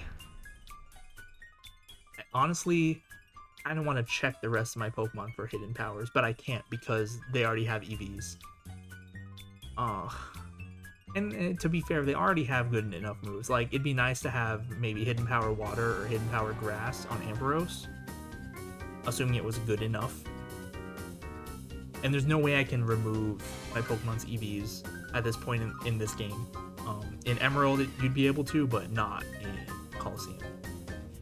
Well, that's a little unfortunate. Yeah, all the other Pokemon have good enough moves already.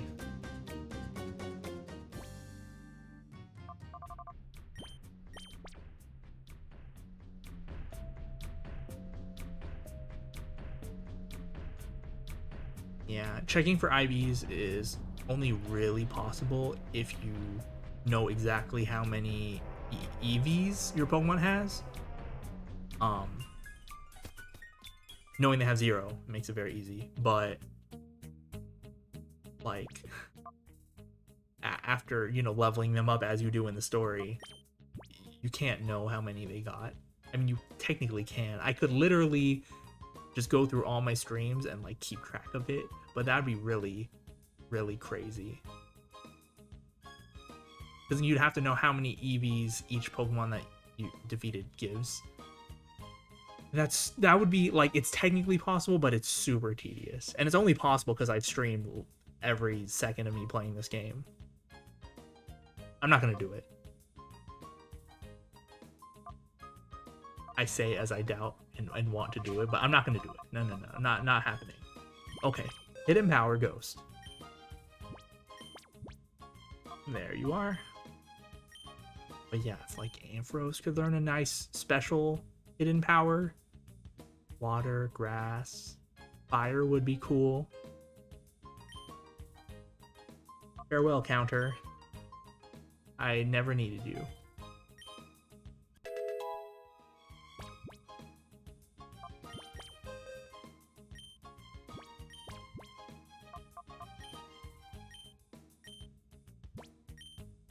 Oh, and by the way, it's really nice because Ghost is physical in this gen. If Ghost were special, or if Hidden Power is special like it is in later gens, then having Hidden Power on Heracross would be worthless. But since we have Hidden Power Ghost and Ghost is physical, perfect. Anyway. Now let's move around its moves. Summary. At the bottom, break on the top. Yeah, hidden power can be down there. Okay, sure. This is good. Very good, very good.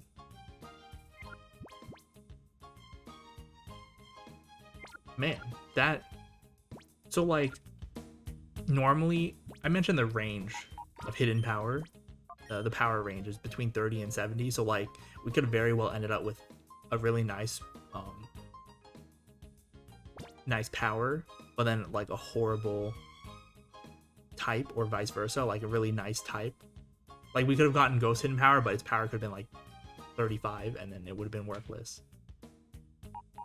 But no, we got not only a good type for Heracross's coverage, but also very high power.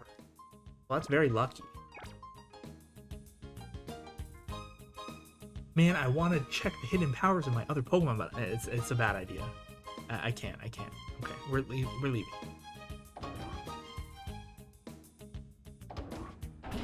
Aw. I'm not willing to put in that much effort for it, honestly. If I had the Eevee berries, where like you could reduce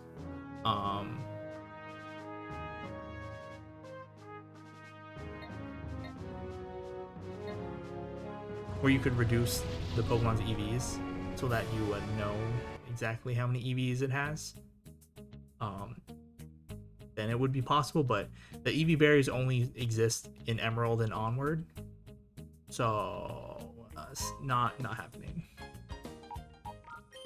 And they don't even exist in this game, and we can't trade our Pokemon out until we beat the story. Alright, I guess we'll just continue with the level grinding for a little bit. No, let's continue. Let's do Area 2.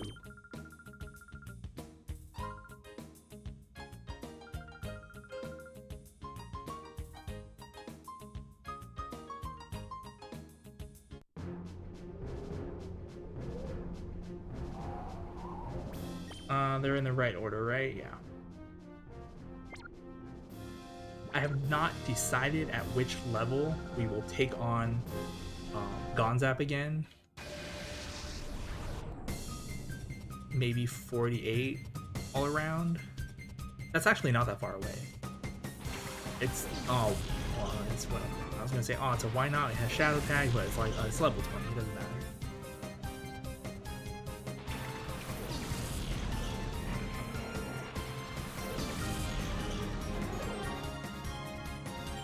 Blasting.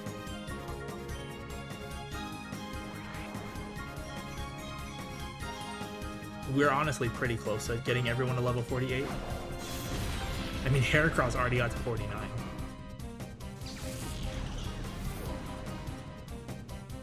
I didn't realize we got that much EXP on it, but then again, it was in pretty much every single battle that we did in Pyrite Building and Pyrite Cave, so it's not surprising. And because of that, we were able to figure out all of its IVs. Because we did end up needing to get it to level 51 to learn all its IVs. Well, that's not... I mean, it's kind of true. We could have used... There's another method that I didn't use. We could have given it... If we could have gotten it to level 50... we could have given it vitamins, and then if we gave it if you give it 2 vitamins, because each vitamin gives 10 EVs, and 4 EVs at level 100 increases the stat by 1. So at level 50 is like half. It gets rounded down, of course, but hold on, let me deal with these people. So, maybe... Nah, it's fine. So, if I need to know its defense IV, for instance, and I gave it like 2 iron at level 50, I could check to see how much the stat changes, and then I'd be able to determine its IV that way. Because I did mention that at level 50, if you can give a Pokemon 4 EVs, if the stat goes up by 1, then that means the IV was odd, and if not, then it was even. You can do the same thing just using a couple of vitamins to give 20 EVs. Because then 20 EVs, it will guarantee increase the stat by 4 at level 50. Is that right? No, by 2 at level 50. But then it might increase it by 3. And if it increases it by 3, that means that the IV was odd.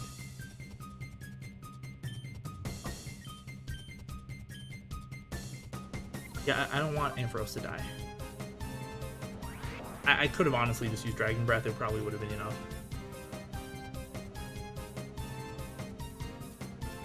But yeah, so there's all these tricks you can use to figure out a Pokemon's IVs, assuming you know exactly how many EVs it has, which, unfortunately for the majority of our team, we cannot.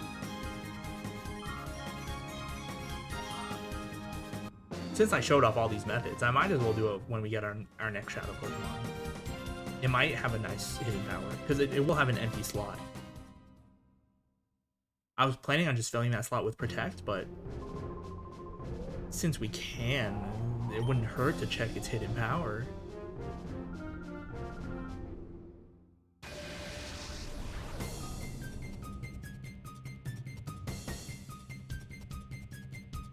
But yeah, in Gen 6, I believe, they changed it so that hidden power is always 60 base power, so then only its type is determined by the Pokemon's IVs, which is kind of nice. There's a lot less variance in using it.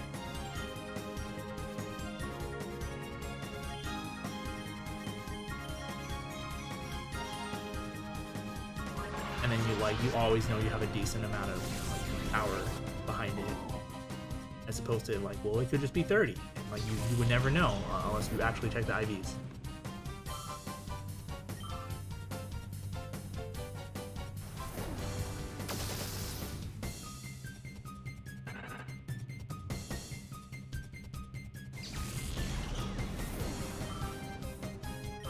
Hooray.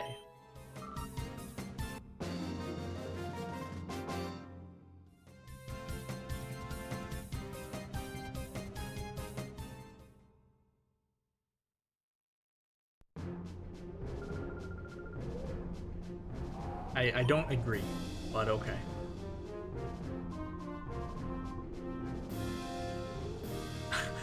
I'm not very interested in training. I'm strong without any training, you see. Or sorry, that inflection was wrong. I thought he was gonna say you'll see, but he said I'm strong without any training, you see. Yeah, you're level 21 low TAD and level 22 C-Dot. Very strong, I'm sure.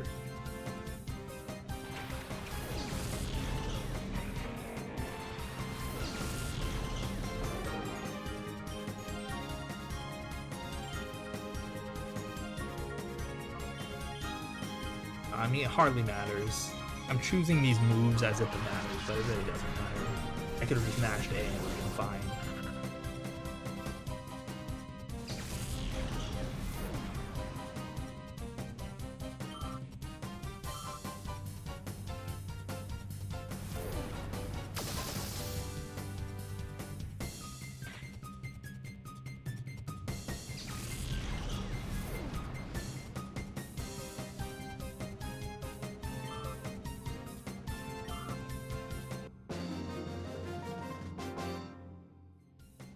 I really am strong. Okay.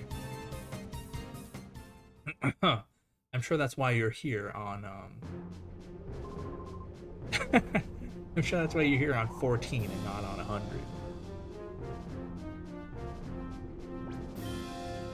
I'm not sure how much more we're gonna do this today. The thing is that even in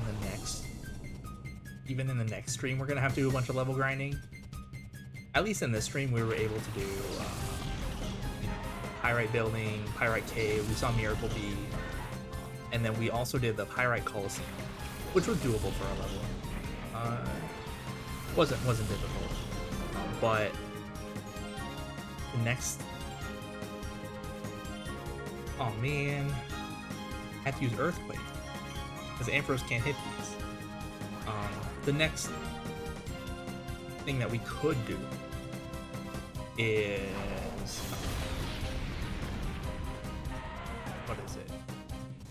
Under Colosseum, and then obviously beat the boss, Gonzap, that we failed to do at the end of the last stream.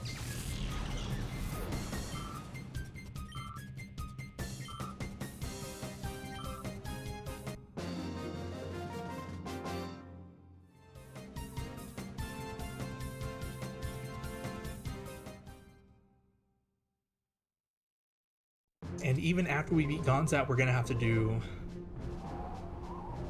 I mean, your warm-ups are important. Warm-up exercises, those are important. But yeah, after we beat Gonzap, we're gonna have to level grind the new Pokemon to, you know, first of all, get it up to speed and also purify it. So I might time flute it. But the thing is, if we're gonna have to level grind anyway, I probably don't need to time flute it. You know? It would just not make sense. And we are definitely gonna have to level grind because I checked and the final boss has Pokemon like up to level 60-ish, like maybe level 60 or low 60s. So we definitely gonna have some work to do. Like we can't go in there at level 50 and expect to win. They will have good Pokemon, and not only that, we'll have to be able to stall out the fight and catch the Shadow Pokemon. So I was thinking like maybe low 50s, 53, 54, kind of like what we did for Emerald. I think that's reasonable. And then we'll also be at a good level to do post-game stuff. Maybe starting around level 50 or 51, we could do under Colosseum. Because under Colosseum is like mid to high 50s, I believe.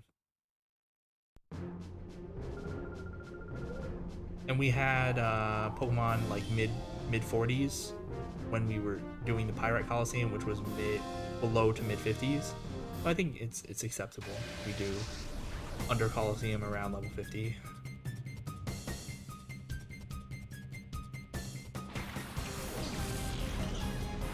The rest of this will just be some EXP grinding on Now Battle.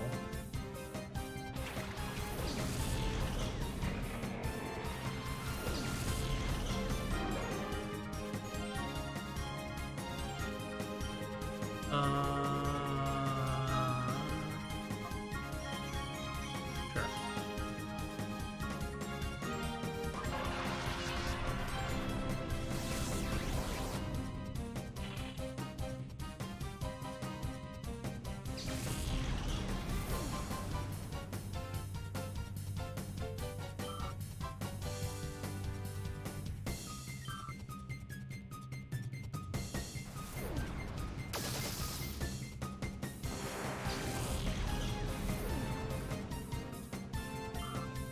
Sorry, I'm just reading some stuff. You know, since we don't really have to pay attention to this. Oof.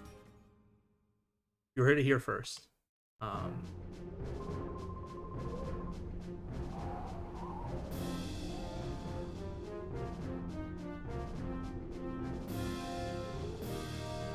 Yeah, Oof was from Pokemon Colosseum, not from Roblox.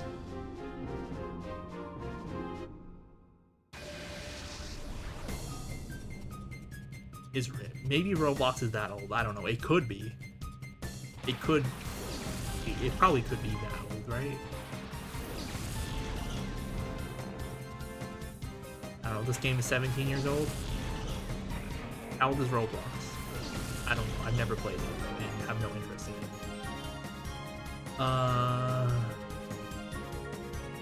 Blasting and protect, I guess.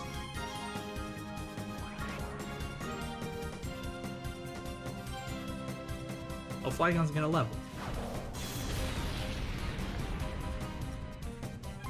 I wonder, maybe if we get everyone to 48 by the end of the, not by the end of the spring, but like relatively soon, then we can try Gonzap again.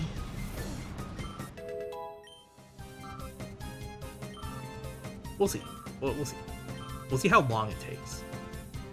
Because I don't mind doing Gonzap at like the beginning or in the middle of the next stream. Blast. Oops. I did not mean to protect, but it worked. It doesn't matter. This will kill, I'm sure.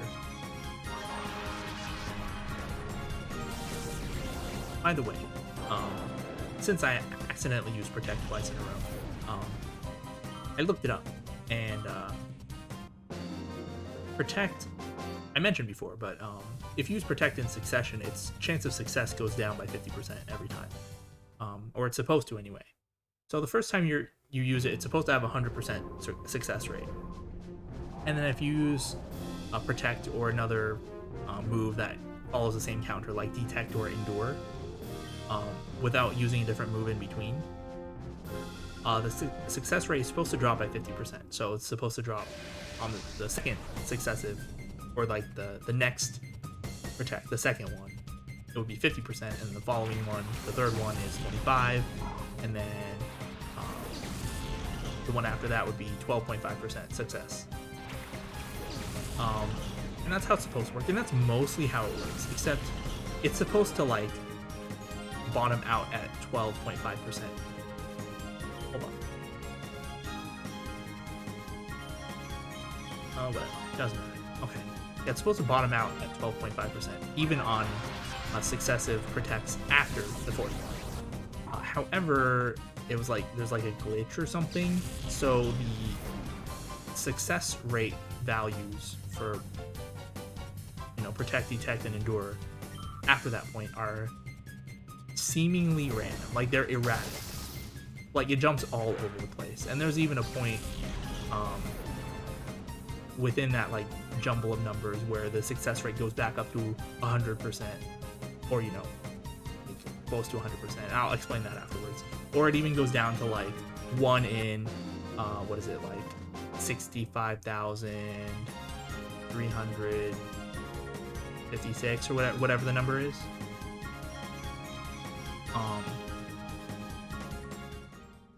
So yeah, and then after, on the 77th protect, detect, or endure, the chance is 0, like absolutely 0, and then it will just fail.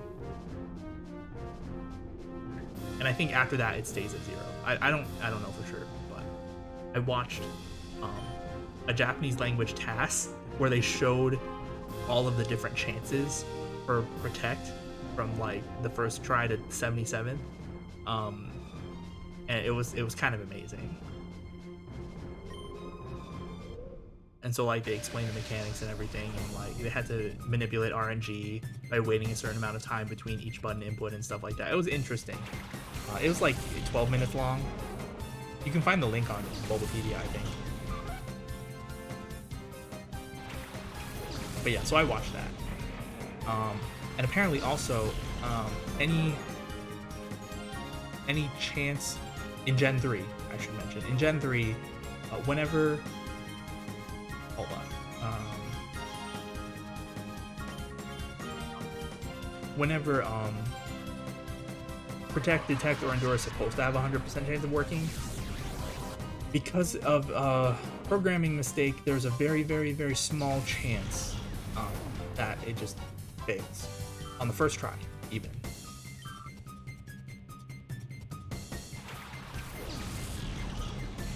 I mentioned like there's like a 1 in like it, well, I guess I should just say it's like a 1 in 65,356 chance, or whatever the number is. You know the number, right?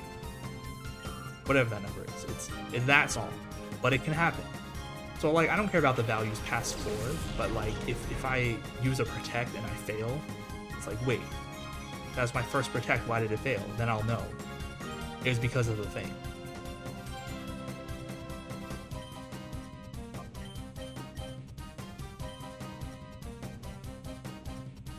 Anyway, we're fighting the other area leader. It doesn't matter. He's not.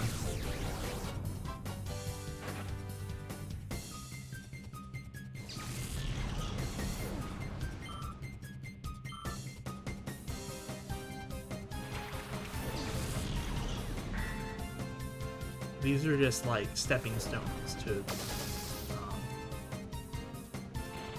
the areas where we can actually do real level grinding.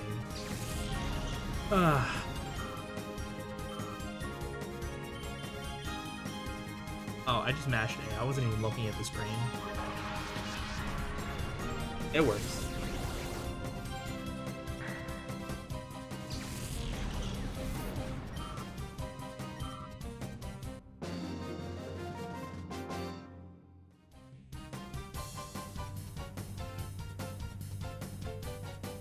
Yeah.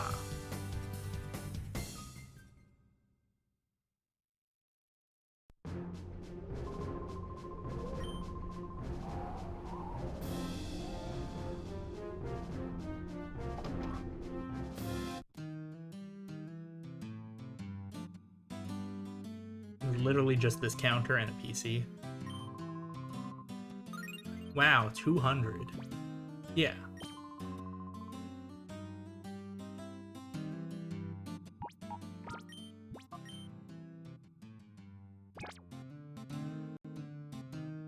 So like there's a PC here so we can change out our Pokemon if we want to. I think we're good.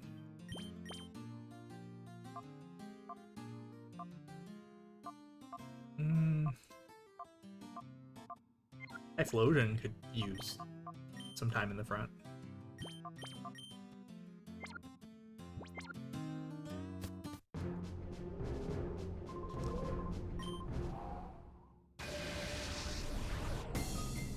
For a while, I think they're just all going to be low enough level that we don't even have to pay attention. Yeah. Maybe once they start getting to like the 40s, then we'll have to pay attention. Maybe high 30s. And we can't just like throw whatever moves out and they'll just kill them.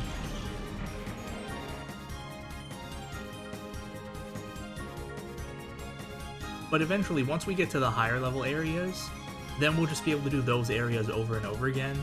Not only get more Poké coupons, but, you know, get better experience and have more engaging battles, I guess. But anyway, whatever. Oh, he has 3 Pokemon? Oh, I should have paid attention to that. Can't just randomly mash a double target, the same one. It's fine. I doubt the Silphoon will do anything. What are you gonna send out, a Beautifly? Oh, Caspian, okay.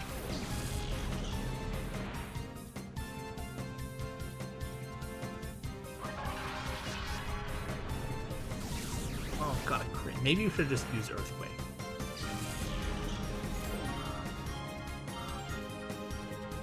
Actually, you know what?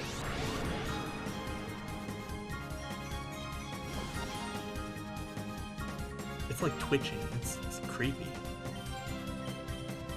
This is probably a good level for where we can just like knock out one Pokemon with Typhlosion and then surf the other 2 with Quagsire or something like that. Or knock one Pokemon out with Flygon and then surf or Earthquake the other 2 with Quagsire or something like that. Maybe we should put Quagsire in the front right now. Yeah, let's do that, actually. Typhlosion will be fine later.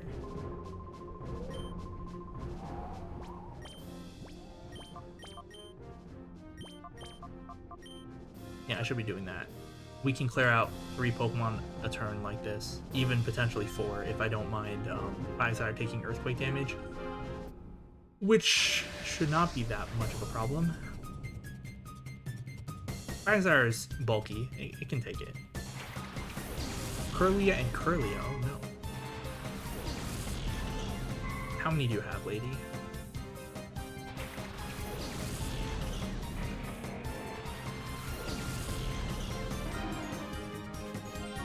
Water Absorb? Okay, oh, just 2? Well, that's no fun.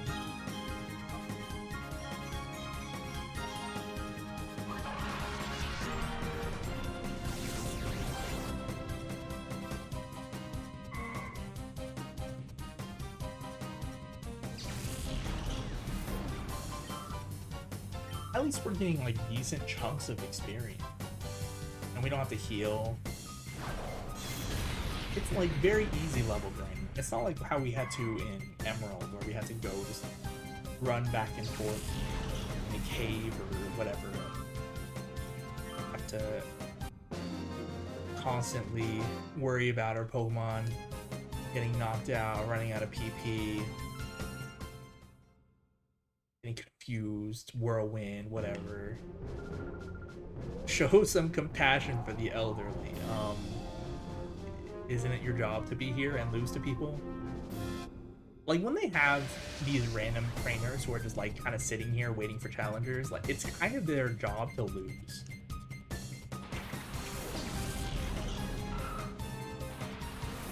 Aaron Vampio. How many do you have?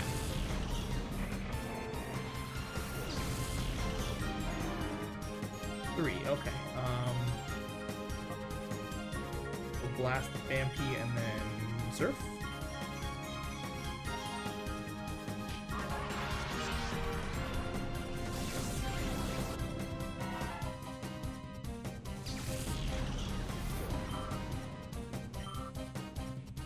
Yeah, I don't know how long I'm gonna stream today. I don't have anything else to do. M-League regular season is over for this year, or this season, I should say. And there's an entire month, 4 weeks, before the semifinals start. So that'll start, what is it, April 12th? I didn't even see what the other Pokemon that came out was, but it's gone now. So yeah, I have 4 weeks where I don't have M-League games to watch, and that Emily games would take up like, I don't know, 10, 12 hours, maybe a little more, depending on how long the games are, per week for me, because I watch them all from start to finish. I watch from the very beginning. Like I skipped the intro because the weird chanting is weird. The Emily theme, I don't know why they did that, but all the other music that they use for the M League is so good. The production values are so high. Like, oh my gosh, it's like completely different from other pro mods on broadcasts.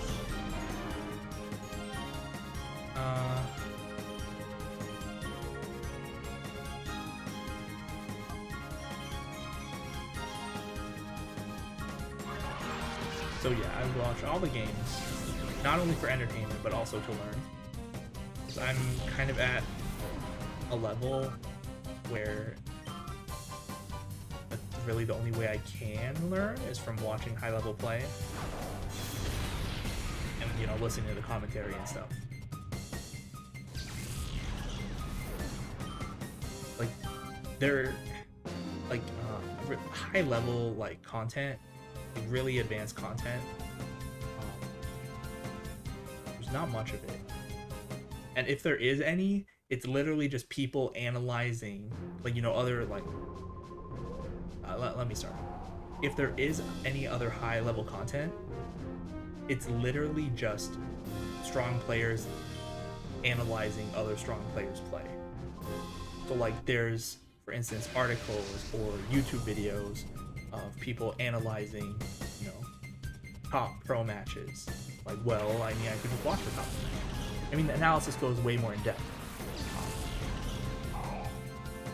But you know, that it's not something that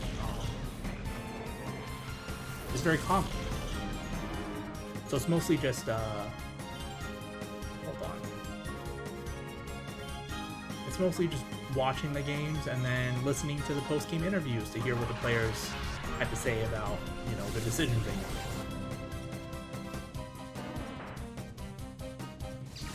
So yeah, that's how I spend a lot of my time. And I enjoy it.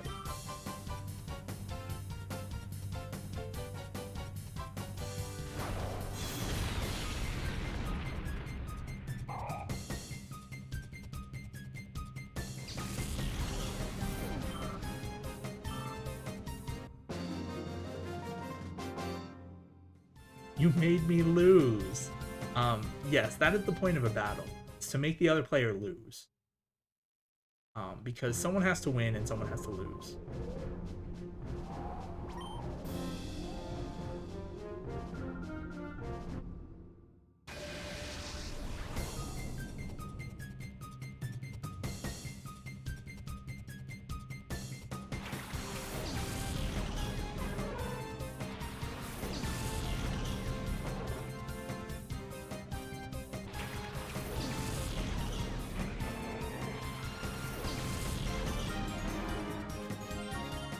Only two.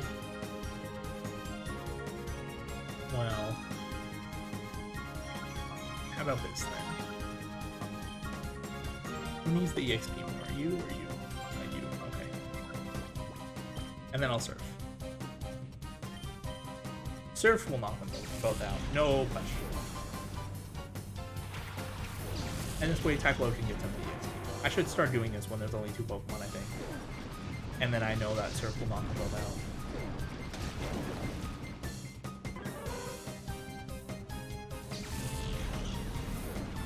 The unfortunate thing is that Typhlosion and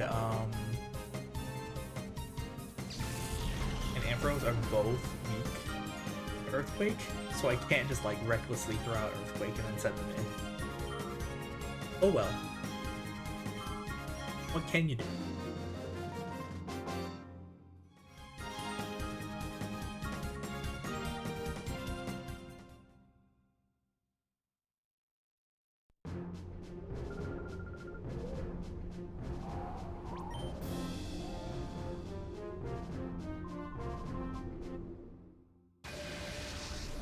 Oh yeah, with a lot more free time, at least for 4 weeks. No Emily games to watch. I don't know what I'm gonna do. I could probably stream a little bit more. Although I'm not sure what game I would play after Colosseum. Again, I still have Zash Belmomoto Fury that I kind of want to stream, but also kind of don't want to stream. They both have Levitate. Okay, well, we'll do the switchy thing again. Surf should knock them both out. They're both weak.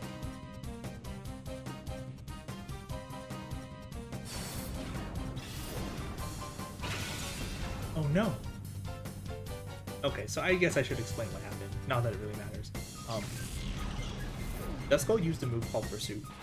What Pursuit does is it's a dark type move with like 20 power and 100% accuracy, and normally it just it lived. They lived. This is unacceptable.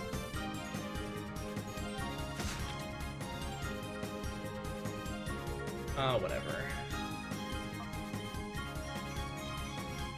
And normally, Pursuit will just, you know, do a little bit of damage and that's it. But if you use Pursuit on a Pokemon that's switching out, you actually hit them before they switch out, and it deals double damage.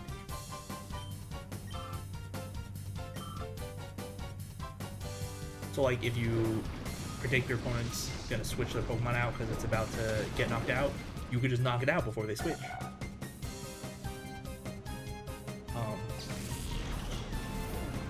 Anyone who knows anything about Nuzlocking,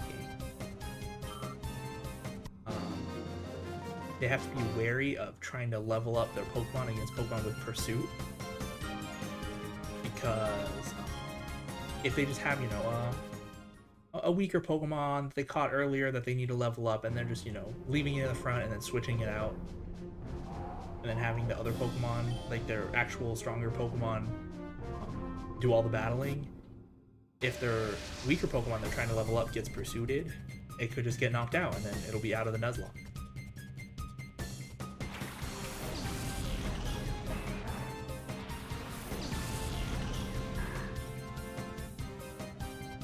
But yeah, in story, like during the story, like during casual gameplay, Pursuit's garbage.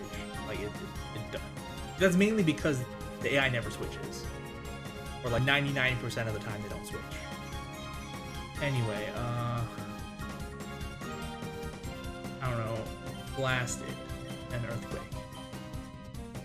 Earthquake does a lot more damage. Not only do we have the Soft Sand and Quagsire's physical attack is higher, but Earthquake's damage doesn't get cut in half because it hits all the Pokemon on the field, whereas Surf only hits opposing Pokemon, so its damage gets cut in half in Gen 3. Both moves, or both types of moves, would get their damage reduced to 75% starting in Gen 4, although Surf actually hits all three Pokemon starting in Gen 4.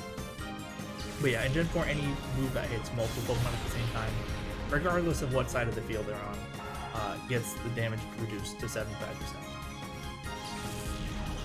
Which I think is a nice balance.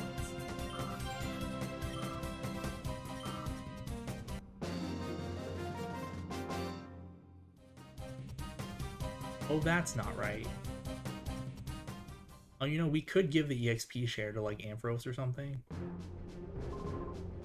Maybe we should.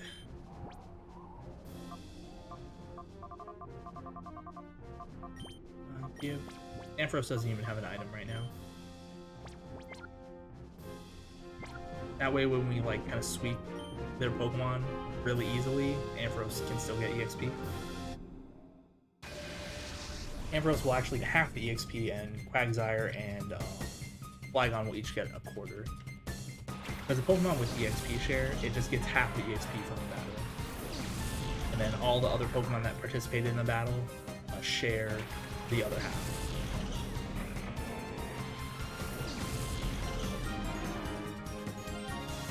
Oh no. Actually, that is bad, but oh no.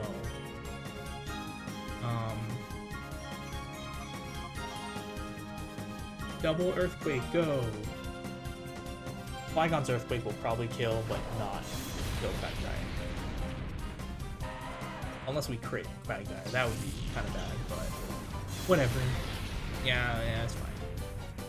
Quagsire is bulky, it's fine. And we got Intimidated, which reduced the physical attack of both my Pokemon by 1 stage. So by a third. Hooray, Quagsire level. Okay, next is the area leader guy. Or girl, I don't know. I don't remember who these people are. We only know about Vander because we saw him at the beginning. All these other people, they mean nothing to us. Oh, it is a girl. I'm Renson. The finishing touch to Area 3. It's neat how they all have their own models, and they're not just, you know, recolored other models.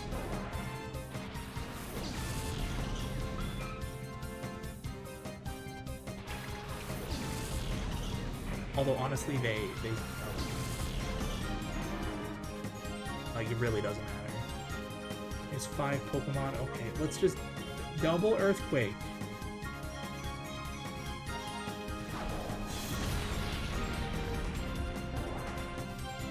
Even if we crit Quagsire, it'll be fine.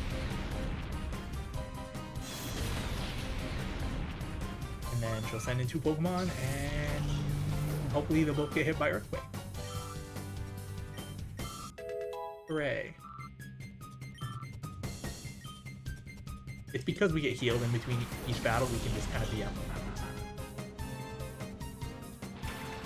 all water types.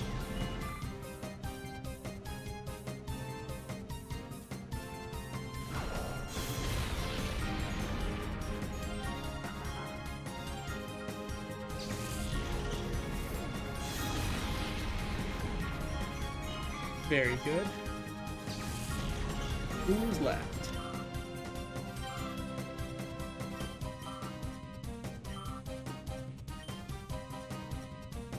Surskit? Okay. Well, Earthquake's not very effective against it, but I mean, it doesn't really matter.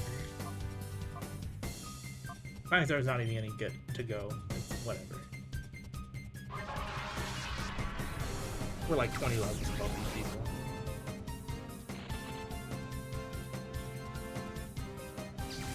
So I did calculate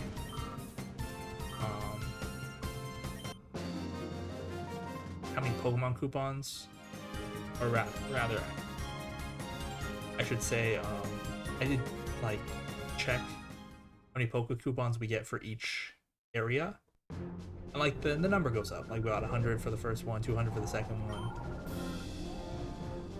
and then we get some amount for this one.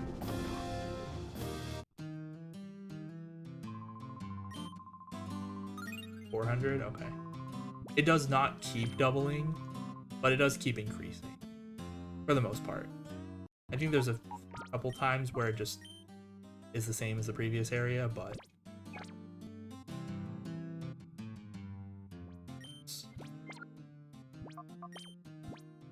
if we just ran straight through from area 1 to however many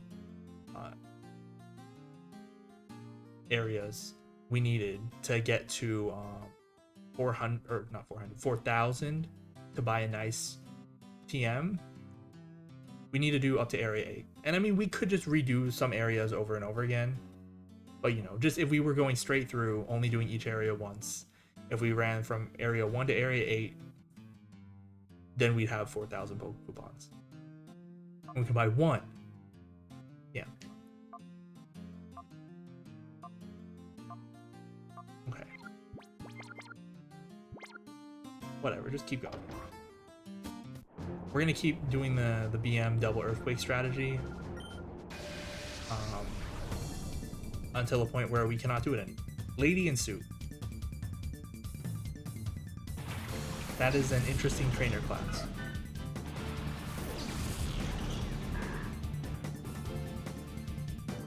How many Pokemon do you have, Lady in Suit?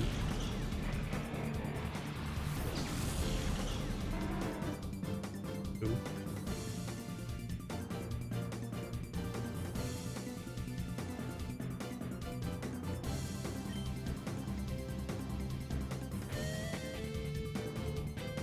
Whatever.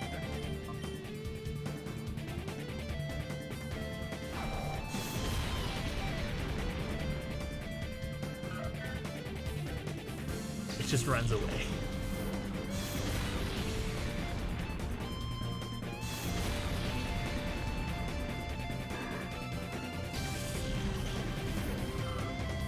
put Typhlosion in the front? It could. Or I could just keep doing this and then switch the EXP share between Typhlosion and Ampharos.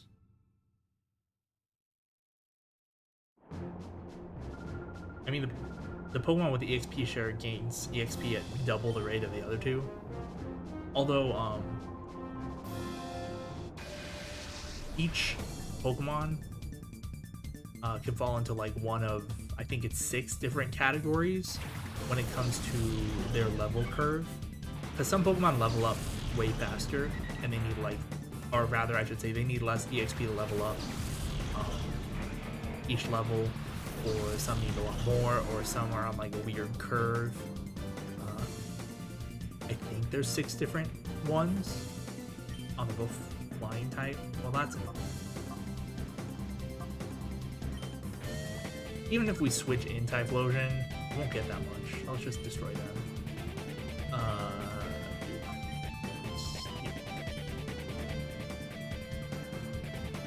I guess I could look it up. I don't need this page on Heracross anymore. We already determined its final moveset.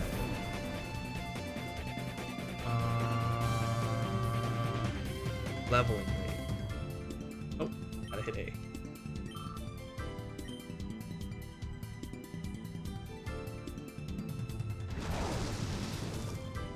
Oh, it's just under.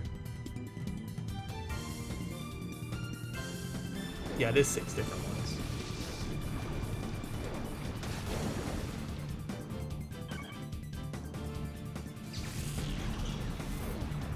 Yes. Erratic, fast, medium, slow, slow, or fluctuating, apparently. And I'm not even gonna bother trying to put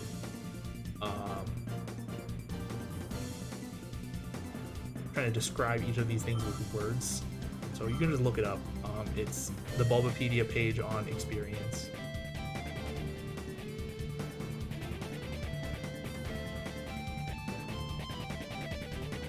Oh, interesting. Apparently Pokemon that are fluctuating need the most EXP to reach level 100. It's interesting that they would do something like this, but I guess it makes sense. They want some Pokemon to be harder to level up because they're stronger. Like all the pseudo legendaries, like the ridiculously strong Pokemon, like Salamence, Tyranitar, Garchomp, stuff like that. I'm sure they have the slower EXP curves. Probably either slow or fluctuating. I don't know, I'm just guessing. But it would make sense.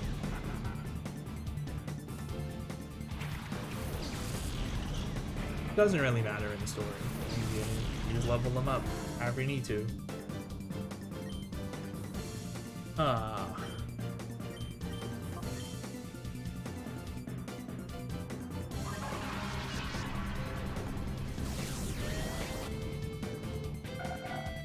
put Typhlosion back in front? Probably.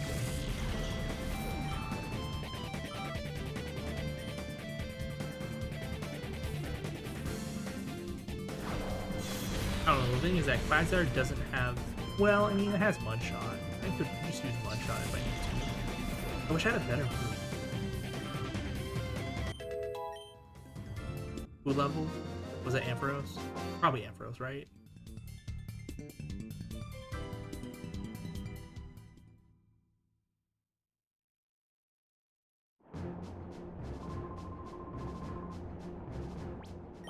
It was Ampharos, okay.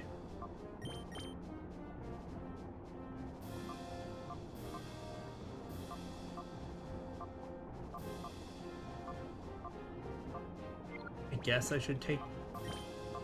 Yeah, here. Oh. I'm not giving it a full restore, no. Give it the EXP share. Thank you.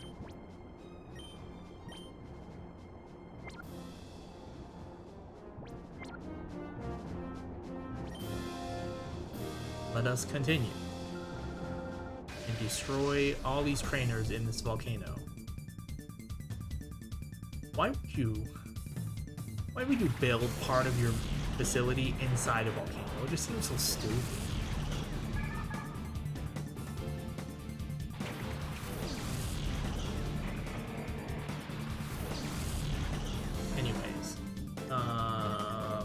blasted.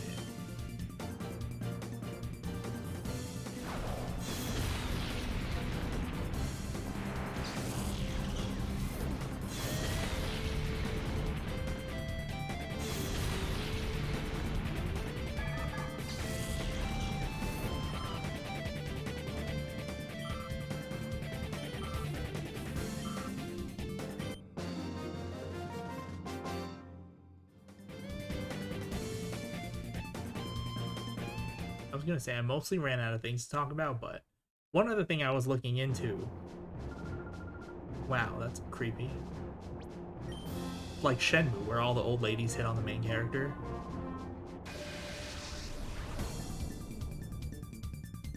But when I was looking into like Return and Frustration, first of all, like we got the TM for Return, TM 27, from Justy in the last stream. And as much as I hate Justy, like I'll use Return if it's useful. Hold on. On a double earthquake. So Return's power increases the friendlier your Pokemon is, or like the happier it is. Like the maximum power is like 100, I think, something like that, around 100, a little over 100. Like it's not an even number; it's like 102 or something like that.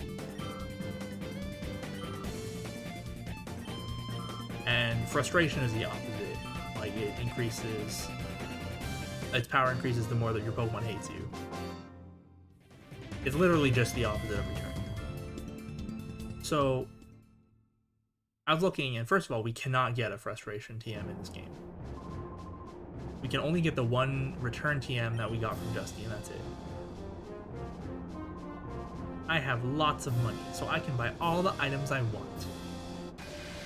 Can you buy me some? I would like some nice TMs. Can you import maybe like a TM13 from the Hoenn region for me? Like I know they're like 80,000 Poké dollars, but you can afford it, right? Oh man, double earthquake. They're both grass, so it won't be very effective, but it's fine. As I was saying, I was checking the page on friendliness or friendship on Bulbapedia, and apparently Pokemon Colosseum is one of the few games where there's no person who checks the friendship of your Pokemon. So I will not know how much my Pokemon likes me. So I won't know if it returns at its maximum power or not. So that hinders my usage of Return a little bit.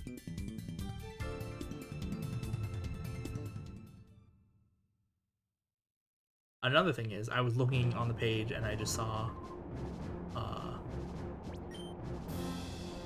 the types of things you can do to increase your Pokemon's friendship, increase or decrease its friendship. And so one of the things is letting it faint in battle. And obviously letting your Pokemon faint in battle would make it not like you as much. So it would decrease its friendship by a little bit. But I also saw they split up that category. So like if your Pokemon faints in battle, its friendship is gonna decrease. But if it faints in battle against a Pokemon that is 30 levels higher than it or more, its friendship will decrease by more. Like it knows, like, you just threw me out here to die, so I hate you. I thought it was funny that they included that. That's like a nice little detail.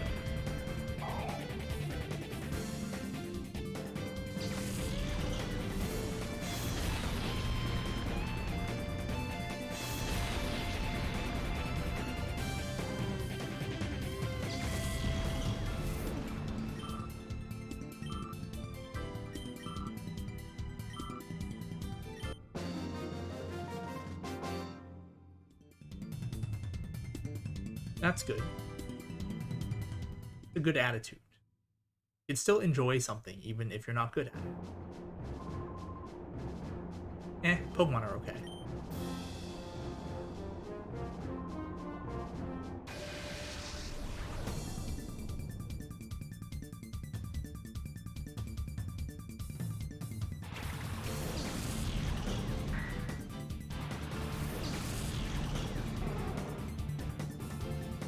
Where do these people keep getting these fossil Pokemon? I would like some fossil Pokemon.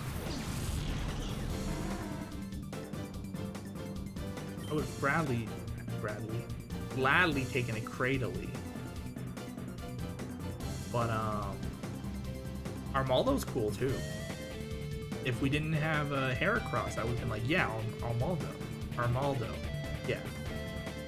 Oh, he has 4 Pokemon? I want a double Earthquake, but I don't think it will kill.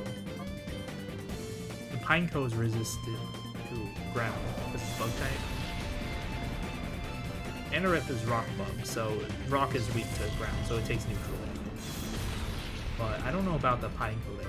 Pineco might be. Yeah, it lived. Oh well.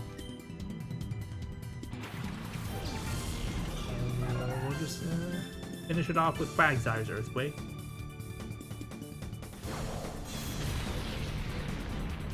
Oh, it knocked out the Volbeat even though it's not very effective. I guess Pineco has higher defense. It evolves into Fortress after all. Okay, well. Man, we have to do another turn? What is this?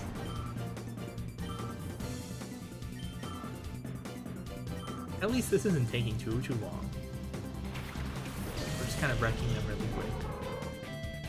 Okay, I don't know, Dragon Breath, Earthquake. It went first. How dare.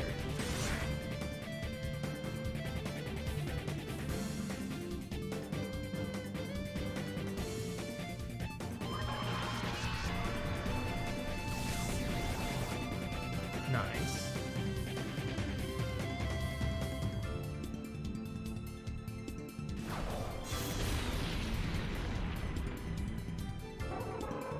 I just realized the Dragon Breath didn't kill. It's kind of sad. Stab Dragon Breath from a Flygon with a Dragon Fang against an Illumise that's 16 levels below. It's kind of bad. Oh well, what can you do?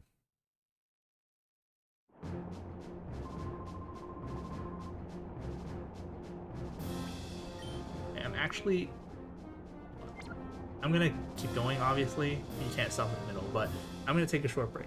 I'll be right back.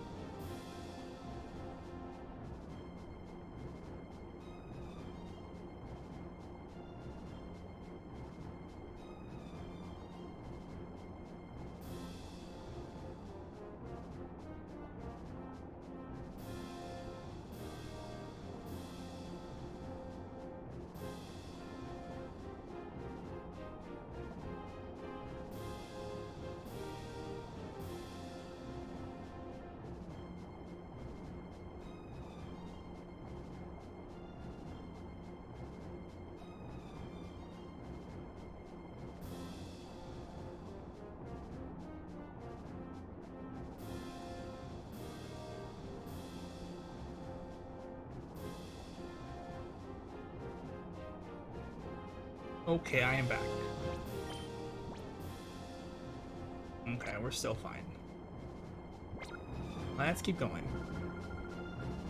Everything that you've ever learned in this one battle, you must not have learned very much. Oh, this looks like a good double earthquake.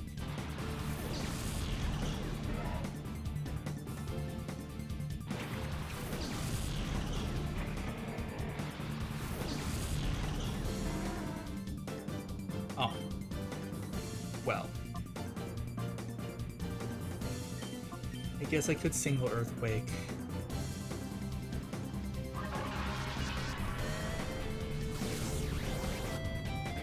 It really doesn't matter. I could have used earthquake. It would have been fine.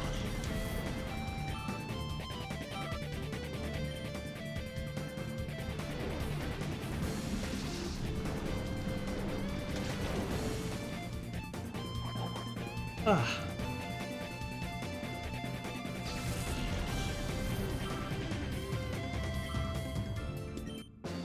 We did it. You haven't? How do they put you here on 39 and then you've never lost before? Okay. Yes, I'm advancing. Can we double earthquake this guy? Probably. Whatever. Trench? Trench? Who came up with the names for these people? What was the developer of this game? Genius Sorority? Is that what it's called?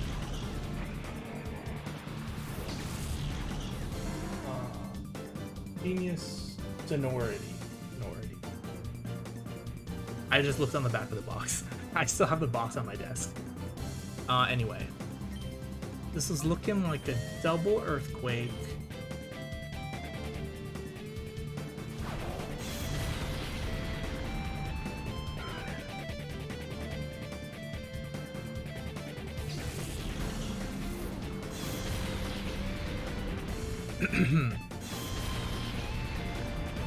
Cool. We're still gonna have to take at least one more turn. Potentially two, we'll see.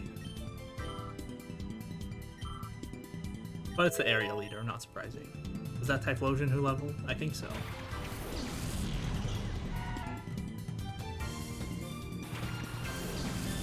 Okay, cool. These will both die to earthquake.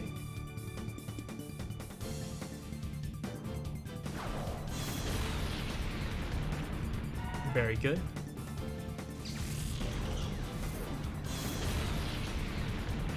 Alright. Yeah. I do have to think of a game I would stream after this. There's probably... Okay, there's definitely at least gonna be one more Pokemon Colosseum stream. Probably two. Or Boach? Okay.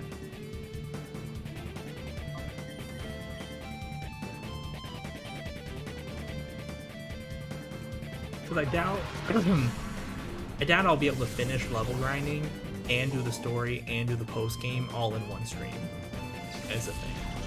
So it'll probably be 2 streams. But then even then, after 2 streams, I'm not sure what I would stream after this. What game I would stream.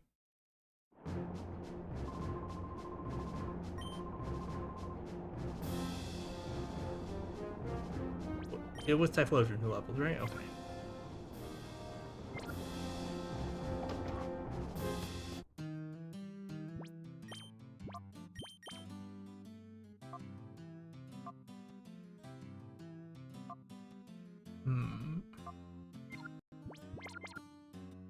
Maybe once we get everyone to 49, then we'll be okay.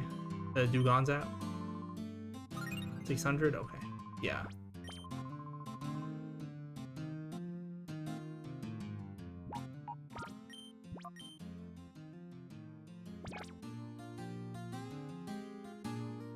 We'll keep going, whatever.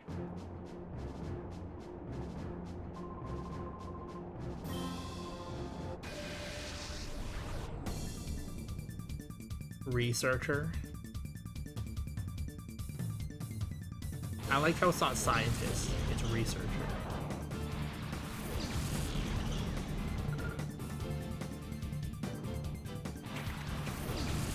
What other games would I want to play?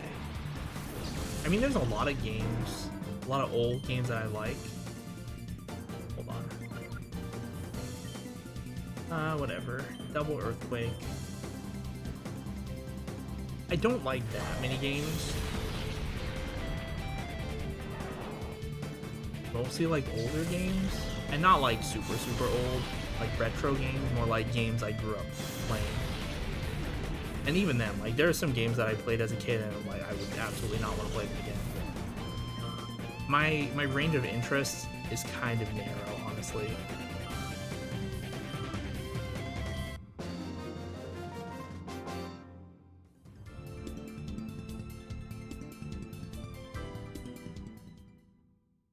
It's off the top of my head, some games I might want to play again.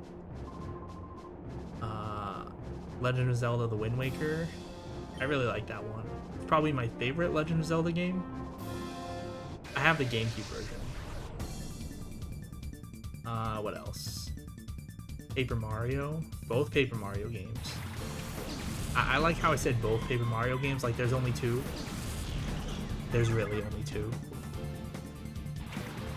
Yeah, the first Paper Mario game and for the N64, and the second one for the GameCube, Thousand Year Door. Those games.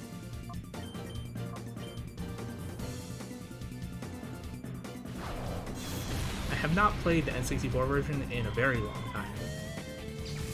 But I used to replay through the GameCube version every so often. The GameCube version was kind of just better. They polished a lot of the game mechanics and everything. Like, it still had some issues, but it was just a lot better in general.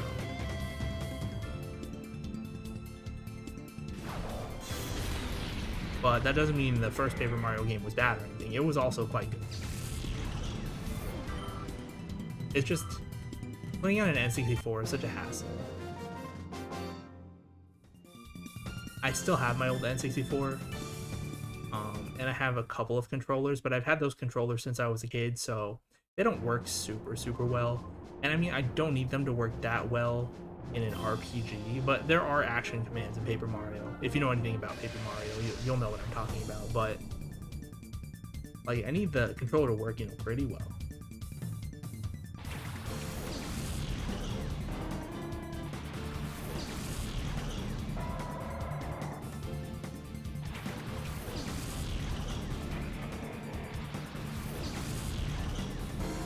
Okay.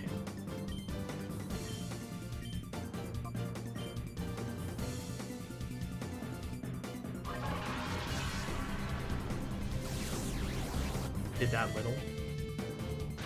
I guess we're at this part of now battle. We're gonna actually have to start doing stuff.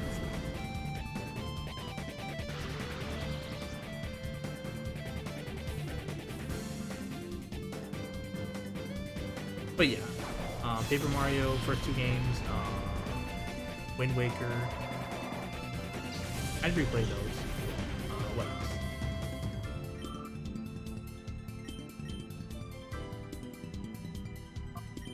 No, Dragon Breath is still stronger.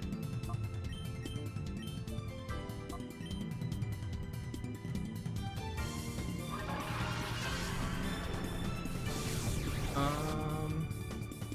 don't know. I like Legend of Zelda 4 Swords Adventures for the GameCube. I never got to play through the whole game with a group of friends. I played like parts of it.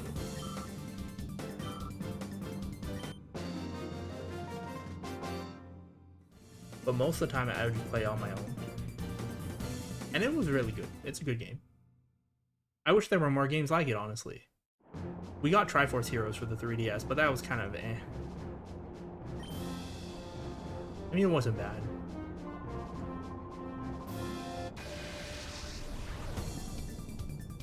Like, I enjoyed it, like, more than enough. Like, it's a game I would probably play again, but I think it'd be way more fun with it, like, in multiplayer. Whereas Four Swords Adventures, they kind of made it with the idea that you'd be on your own most of the time. Because the amount of extra hardware you needed to be able to play multiplayer, kind of unreasonable.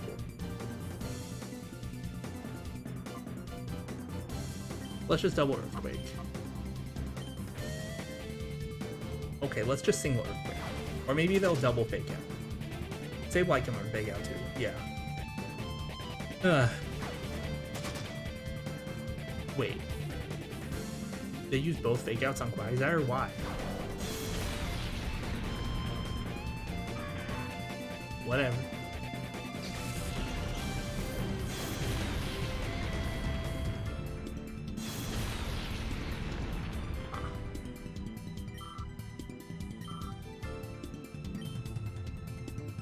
Okay, we'll just blast it, and then I will switch to give Typhlosion. Hold on. We're almost about to level. Yeah, Typhlosion. It's fine.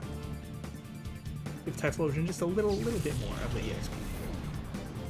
Quagsire and Flygon are getting played.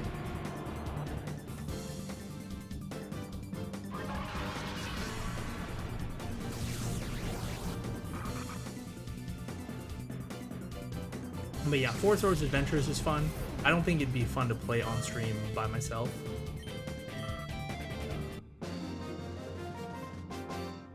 If I could literally get four people together, or 3 other people together, IRL, you know, disregarding the whole pandemic situation, like even if we weren't in a pandemic, we just play Mahjong, so yeah.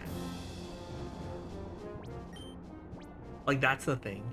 All my friends, my IRL friends, they play Mahjong. So if we ever get together in a group, we're gonna play Mahjong and not do anything else.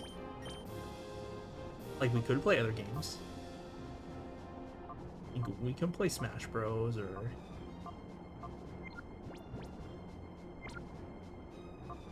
How close are you? Not that. Okay. We could play Smash Bros. Or other fighting games, party games, whatever. Board games, card games. But no, we'll just play Mahjong. It's part of the reason why I never got into Among Us. I'm sure everyone knows what that is, but first of all, I don't like games like that where you pretty much just have to lie to other people the entire time, or figure out who's lying, because I feel bad. I feel like I could lie in a convincing and consistent manner, but it makes me feel really bad, so I don't like to.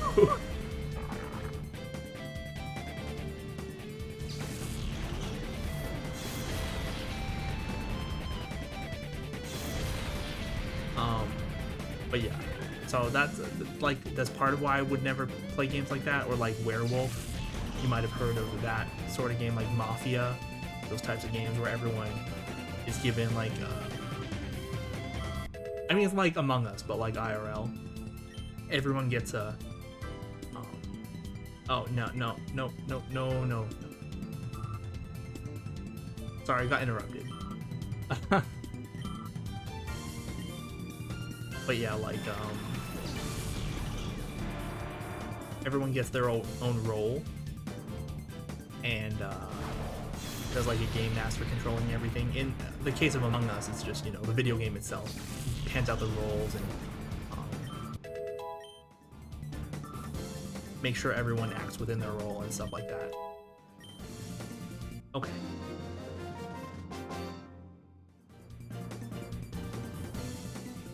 That's probably because you're in a volcano, Magro.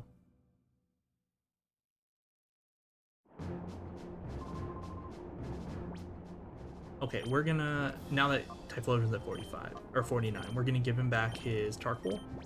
We can have that back. And then we're gonna give Ampharos the EXP share again. So Ampharos can get up to 49.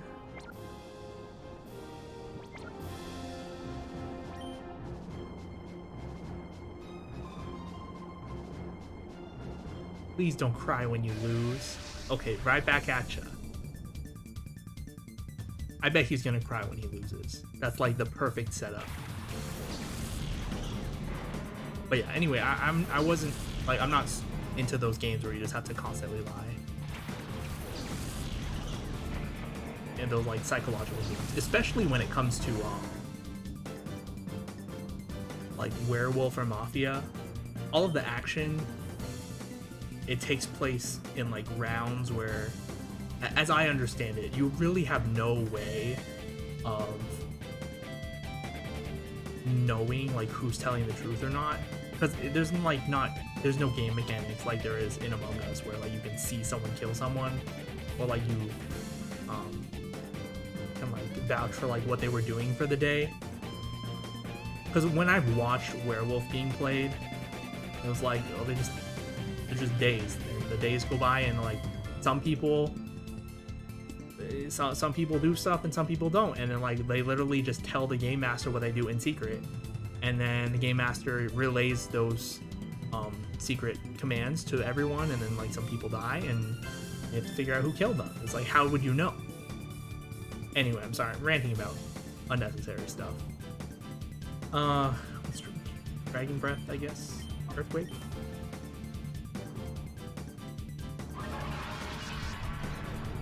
Coughing has levitate, unfortunately.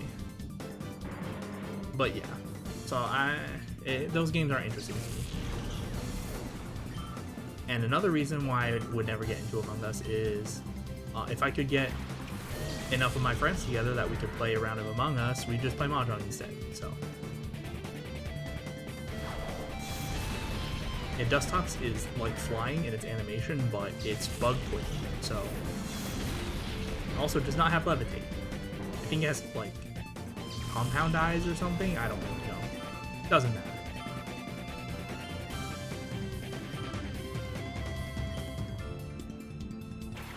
Bloom. Okay. Well, perish, I suppose.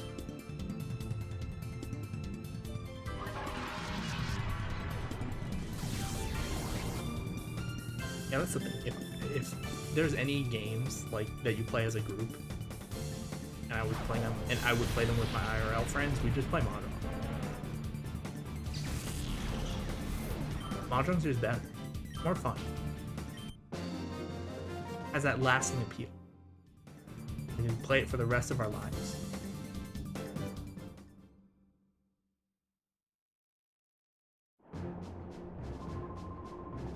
You're a bad guy for picking on a little kid like me. Okay. You're the one who told me not to cry. No light will illuminate your path. What a weird thing to say to someone on your first encounter. No light will illuminate your path. And they'll be like, what? Are you gonna use like haze or mist or smoke screen or something?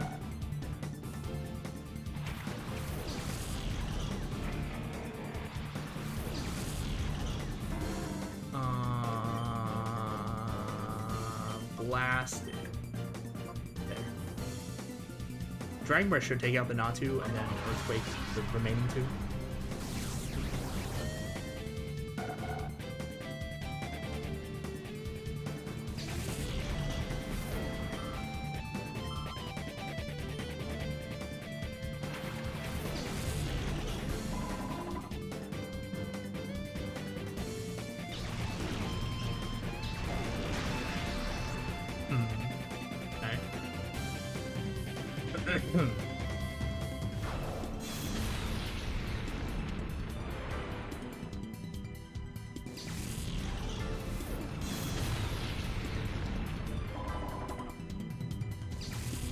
Very good.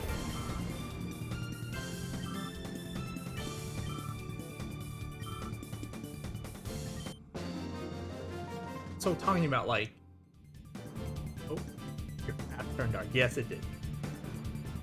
Go towards the light.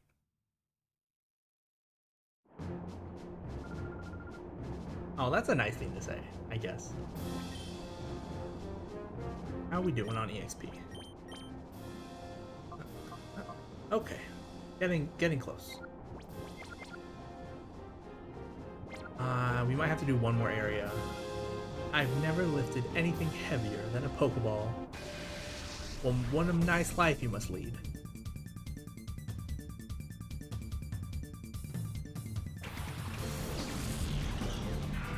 How heavy are Pokeballs?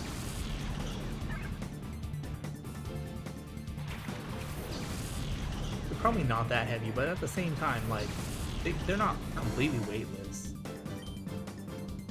Anyway, double Earthquake time.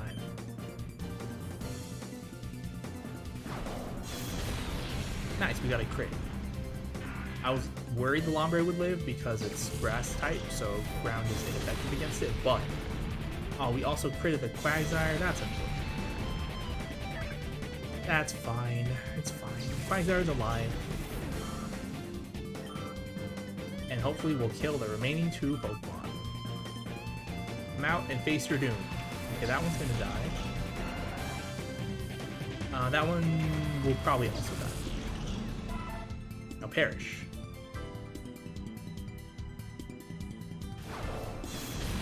The levels are getting up there.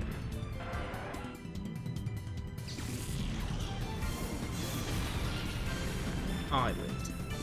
I'm not supposed to live. Okay, well. Just finish it off, and then I'll switch into Ampharos, I guess.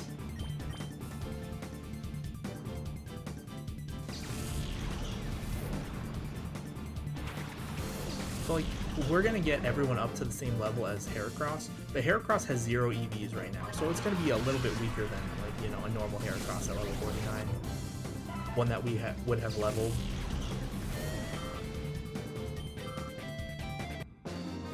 I don't know, I mean, it's probably fine, right? How frightful. Probably fine.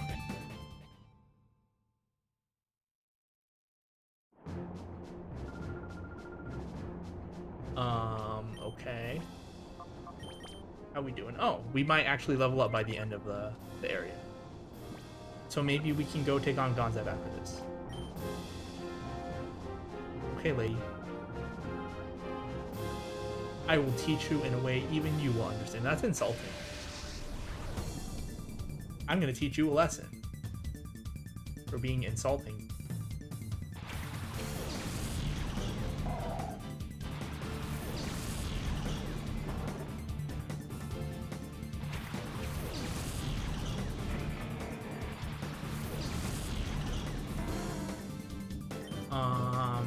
Double Earthquake.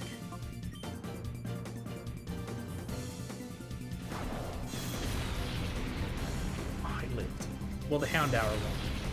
And then Quagsire's Earthquake will finish off the Celio, and then hopefully knock out whatever other Pokemon she sends in. We're just taking full advantage of Gen 3 double battle mechanics. So I mentioned this in pretty much every other stream, but starting in Gen 4, they make it so that new Pokemon don't enter the field until like after each round is done. So like they won't enter in the middle of the round like they did here.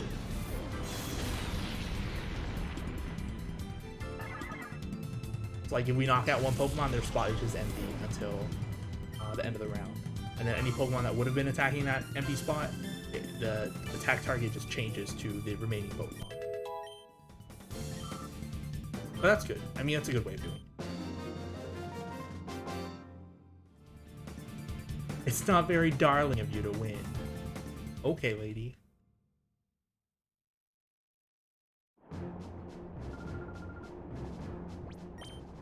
Okay, Ampharos leveled.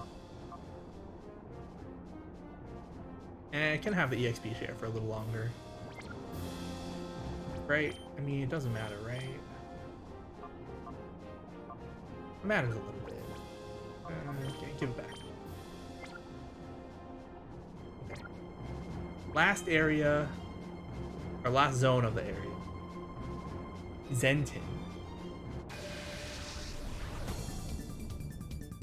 It looks like he's wearing a skirt, but I know it's like supposed to be a cloak. It's just very conical. Has that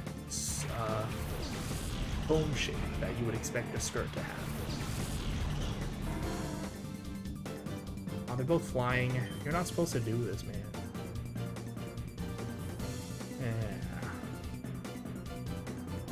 Alright. I'll blast the Beautifly with Fire Blast, and then we'll switch to Ampharos, I guess.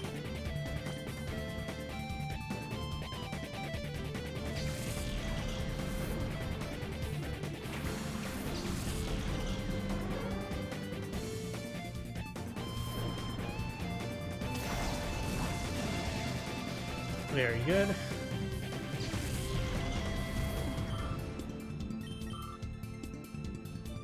Master Rain. Oh my god, they're all flying. Our double Earthquake strat's not going to do anything. Okay. Well, we got intimidated, but like I literally cannot use Flygon's only physical move, so it doesn't matter. All the rest of these moves are special. I guess we'll just Fire Blast the Masquerain, and then I'll Thunderbolt the Swell. I would use Quick Attack. You're already the...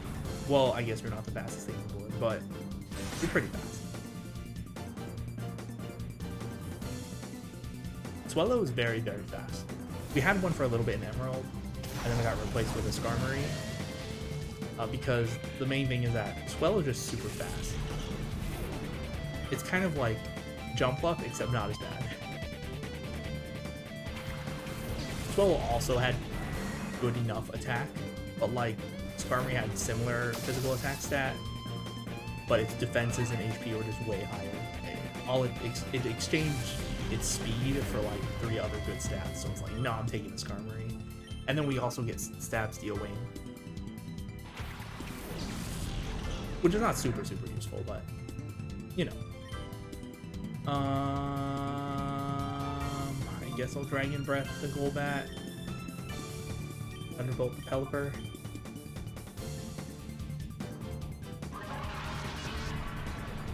This won't kill. Yeah, it didn't even do half. But then again, Fire Blast would not have killed either.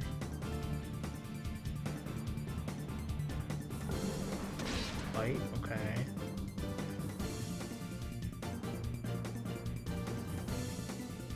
Well, this will all be over next turn when Ampharos uses its Thunderbolt on the Golbat.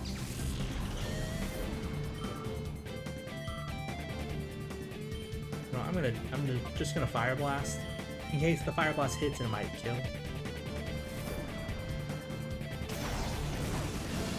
Nope. Okay, well, it's fine. We got him. It doesn't matter. I joke.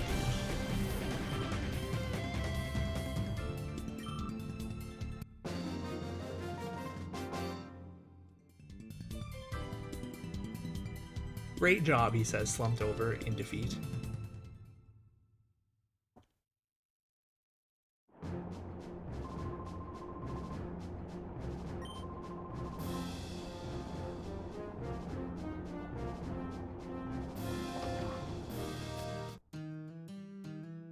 Okay, we're gonna...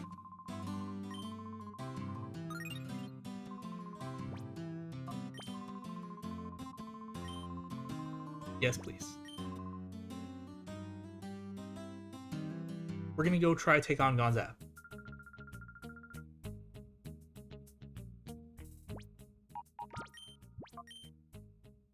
Okay. I've been streaming for 5 hours already, but it's like, whatever. I still feel like we can keep going. And, this will probably be the last thing we do today.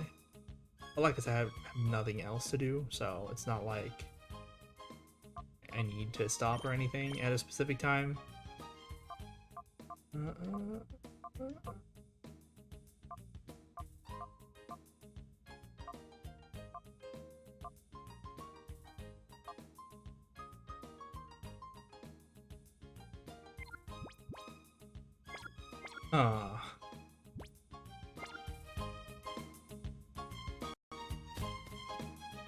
Yeah, we'll go try Gonzap. We might not be high enough level to win, but it doesn't hurt to give it a shot. If we lose, we can just level grind more.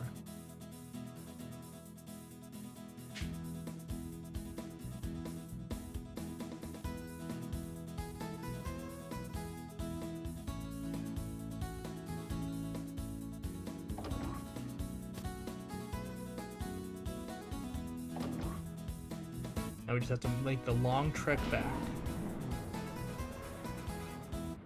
I still don't know who I'm gonna put in front.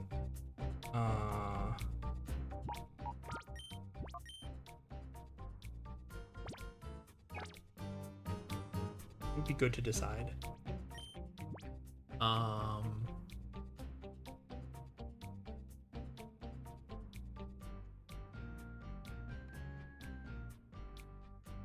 Probably need to keep Ampharos in the back. What Pokemon did he have? He had Pinsir, Hariyama,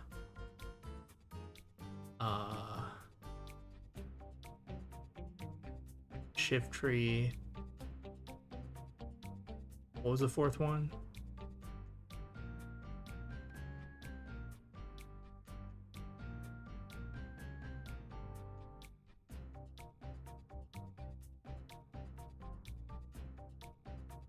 Crawdon. It was a Crawdon.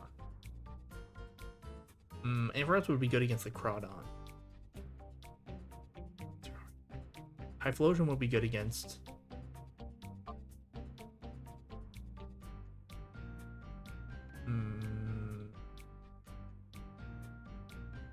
Typhlosion could probably one-shot the Pinsir now.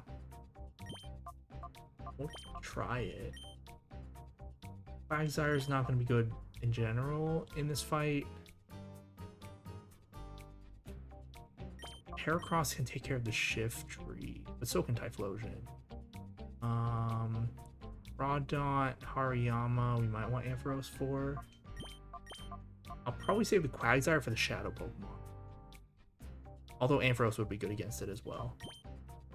The main problem is that Ampharos is kind of slow.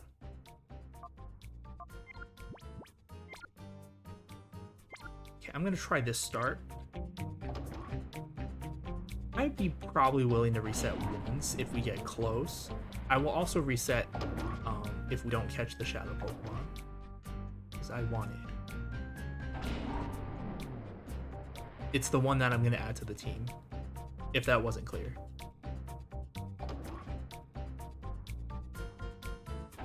I wish we had an item for Ampharos. We just don't have one. Yeah, we got nothing.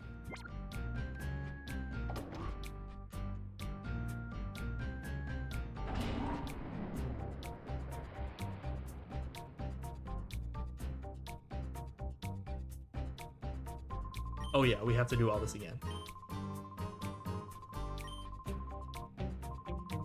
Cypher's boss has the ultimate shadow Pokemon. Oh my gosh. Ah, what?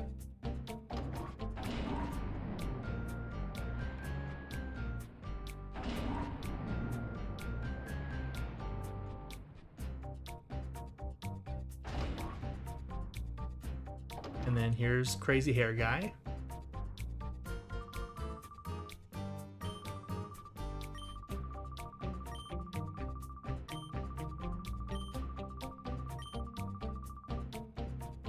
We're gonna keep him waiting a while. We still have a lot of level grinding to do. Yeah, we can't be taking on level 60 Pokemon with level 49s.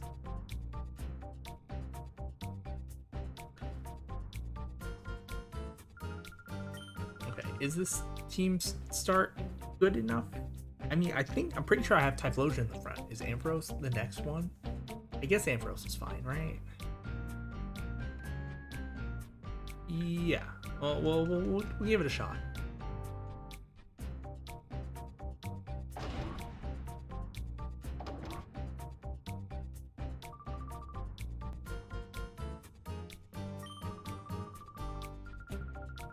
Yeah, Team Snag'em got the Snag Machine from Cypher so they could steal Pokemon from other people, and then Cypher could turn them into Shadow Pokemon. Yeah.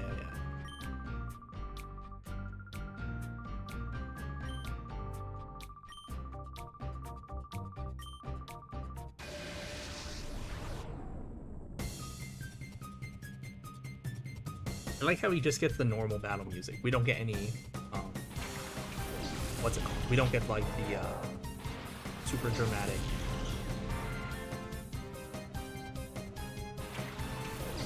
Like admin battle music or anything like that. But the battle music is good, so I'm not complaining. Anyway, destroy the pincer.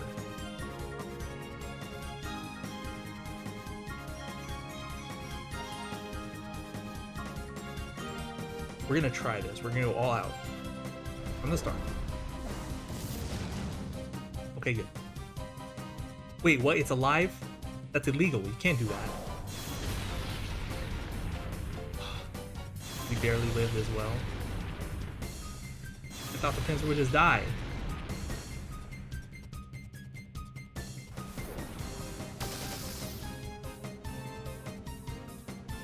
They're both barely alive? This is unacceptable. Either we got a bad damage roll or something, I don't know. If only we were at level 50. At least he'll knock out his pincer. Oh, that's annoying. I would have liked to have Ampharos for the Crawdon, but it's fine, I guess.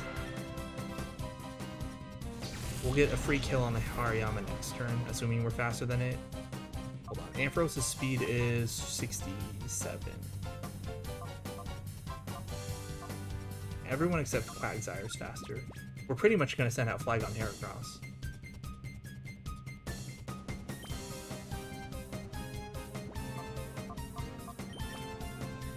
Yeah, we'll save Quagsire and I guess Espeon for the Shadow Pokemon. Yeah, your foe's weak. Get him, Flygon.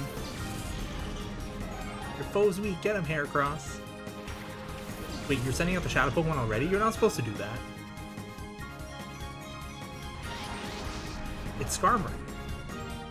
We're gonna add Skarmory to the team, by the way.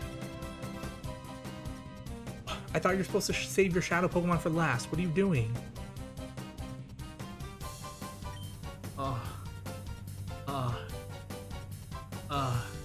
What do I do? Heracross is gonna die to the Skarmory. I can't allow this. Okay, Flygon, use Dragon Breath on Hariyama. Do I protect with Heracross or do I switch?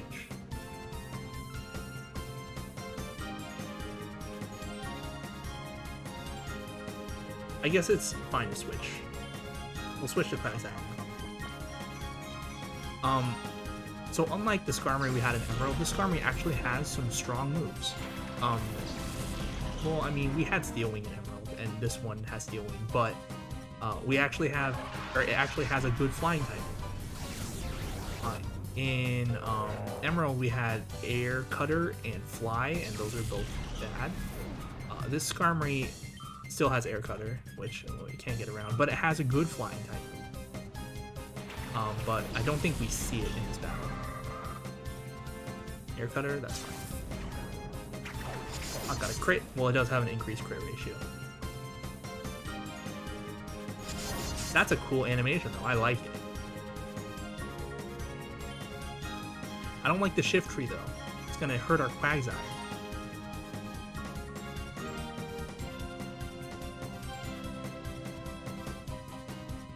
I'm gonna Fire Blast the shift tree. Hopefully it dies. And I'll use Yawn on the Skarmory. Now perish! No, it lived. Steel Wing? Okay. Oh man. This is what I was afraid of. I'm gonna have to revive someone. I said that before the Quagsire even died because I knew it was gonna die. Unavoidable. At least we should be able to kill with Fire Blast. Okay, who's coming in? Okay, Espeon, you are some, yeah. You can be my fodder for now. I'm sorry. Fire Blast, and then revive. The last one is Crawdon, right? So Ampharos is a good idea.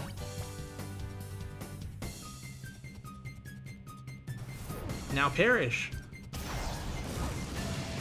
Okay. We're like just barely getting by.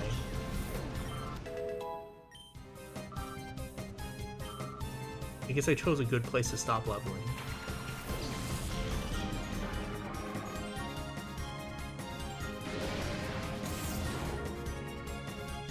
Alright, Espeon, while you're here,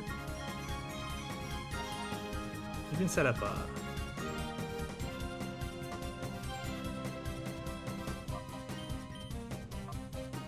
You can set up a Reflect.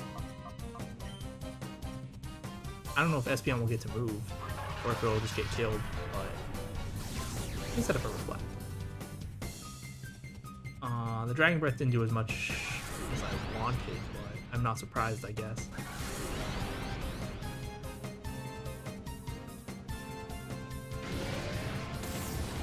Okay. That's absolutely fine. We don't mind if your defense goes up. Sludge Bomb. On whom? Okay. Espeon did his job. Okay, go Ampharos. Unfortunately, Heracross can't do too much against the Shadow Pokemon Skarmory, but what can you do? Dragon Breath, Thunderbolt? I mean, as soon as we can get the Crawdaunt out of the way, we'll be 2-on-1 against the Shadow Pokemon, we'll be good. Good, we got the Paralysis.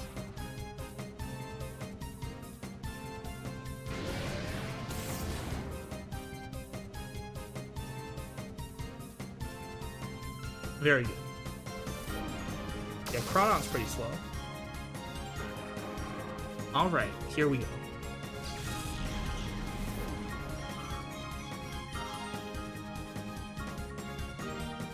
Okay, we're gonna...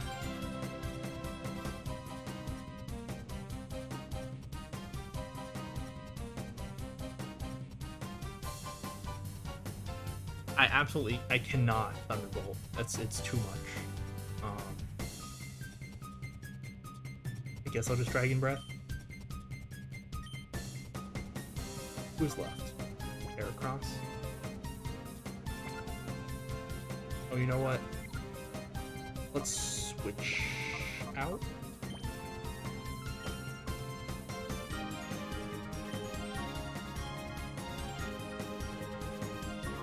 Light Screen will do nothing. Okay, let's let me heal someone. It could just be a little healing item.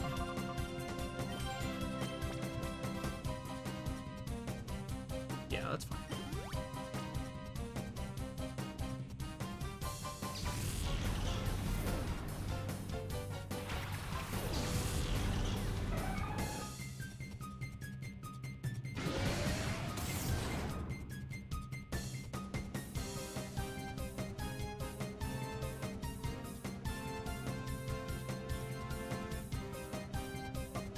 We're gonna just start throwing Pokeballs.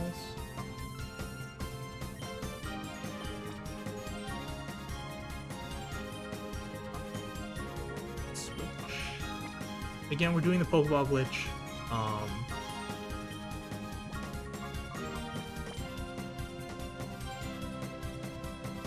So we throw a Pokeball with our first turn, move its item position in our bag on the second turn, so that its item counter doesn't go down, and we just can use it for free. You saw I have the Master Ball. I'm not going to do this with the Master Ball because that would be ridiculous.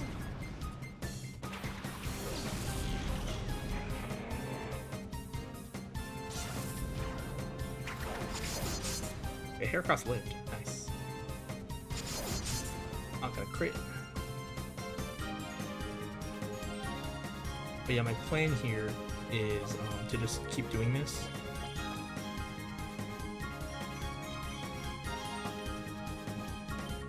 And then on my second turn, I wanted Flygon to get the second turn so I could keep using Dragon Breath to reduce the HP.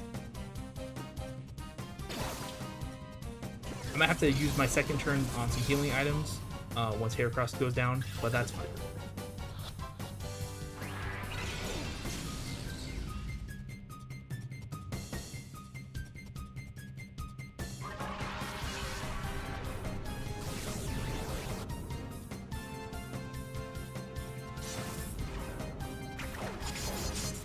Oh, Heracross lived? I guess that's thanks to our Reflect.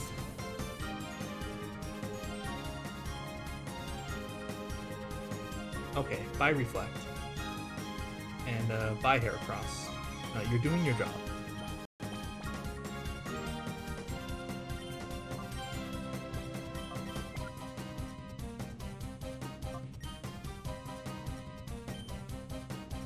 Honestly, I was expecting the Heracross to deal with like the Shift Tree. The Shift Tree's Grass Dark, and I could just break it and it would die, but we didn't get the chance. Because normally the admins, they don't send out their Shadow Pokemon until the very end, which makes them easier to catch. But he just threw it out third, and I was like, wait, what? You have 2 other Pokemon left. Don't send out your Shadow Pokemon. You're not supposed to do that.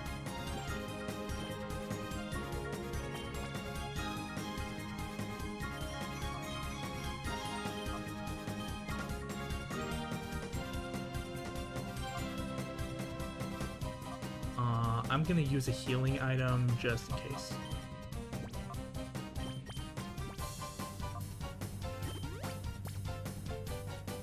So like the Heracross will die as soon as he's able to get another Air Cutter.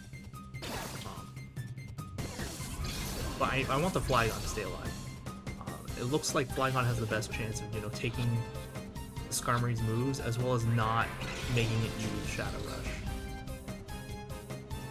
Oh, it used Shadow Rush. Okay, well, it's only gonna take 1 damage from Recoil, so it's fine, I guess. Why wouldn't it use Air Cutter? I don't know. Alright, Ampharos, you're in the front.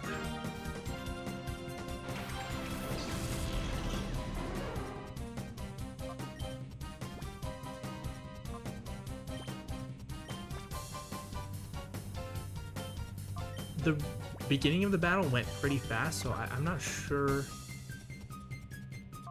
We probably won't be in Timer Ball territory for a little while, honestly.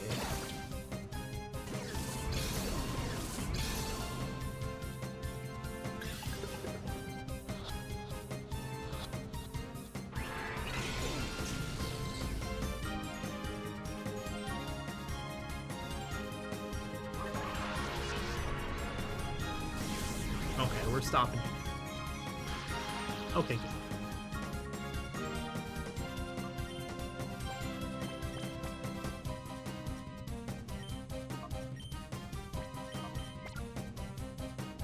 Oh well. Do I just use a healing item?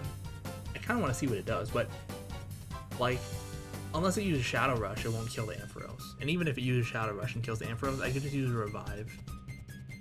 You know what? Just in case, in the slim chance that one of my Pokemon goes down, I revived Espeon so that I could switch Espeon in and set up Reflect again. That's why I'm carrying Espeon still, as opposed to Altaria, because Espeon still has some useful moves for us. Steel Wing, good, good. That's what I want. Good, didn't do that much. Okay.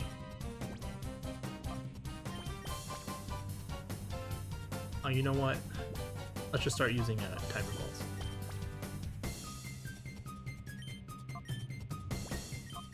And then,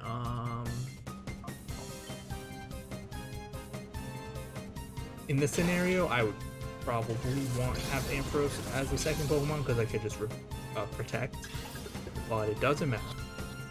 He's attacking the Flygon anyway. Flygon! It's not listening. Okay, now I could use another Super Potion or something, I guess. I don't know.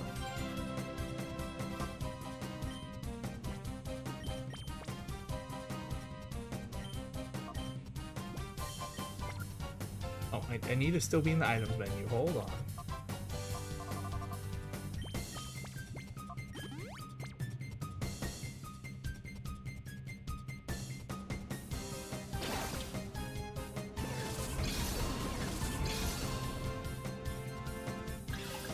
Give me your Skarmory.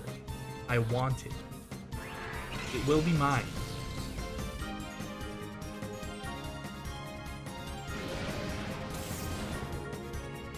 Okay, even with a crit, we'll still be alive, so I think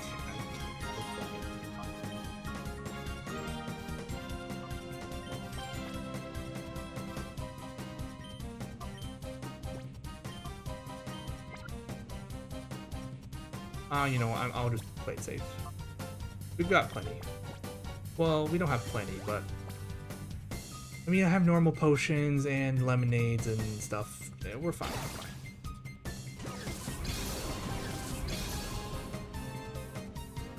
I should probably buy more items.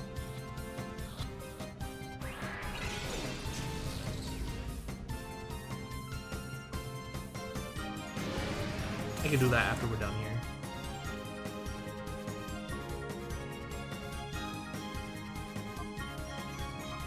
Timer ball. Catch it, please. Thankfully, Steel Wing had like 20 something PP, 25, I think? 25 PP. Oh no, I need to. We're gonna get a normal potion. Normal potion. These things we never used. Here you go, normal potion.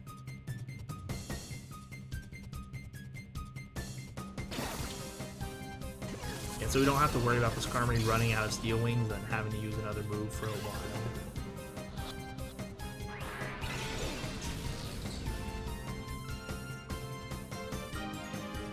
Even if it does it still has Air Cutter, which is not, which it might use if I didn't have Ampharos on the board. I'm not sure.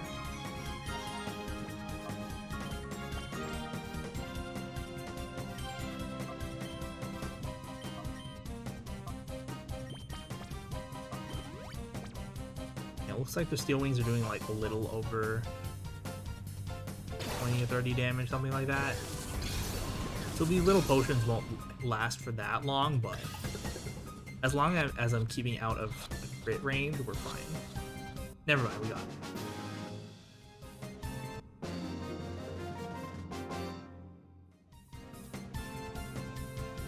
Thanks.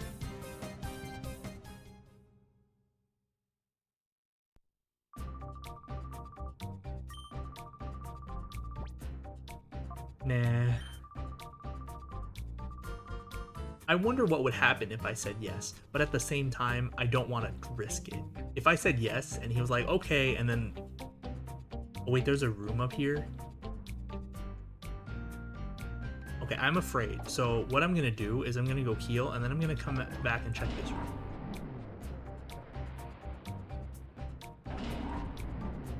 We have to make the long trek back to the healing area. Hey Silva, how you doing?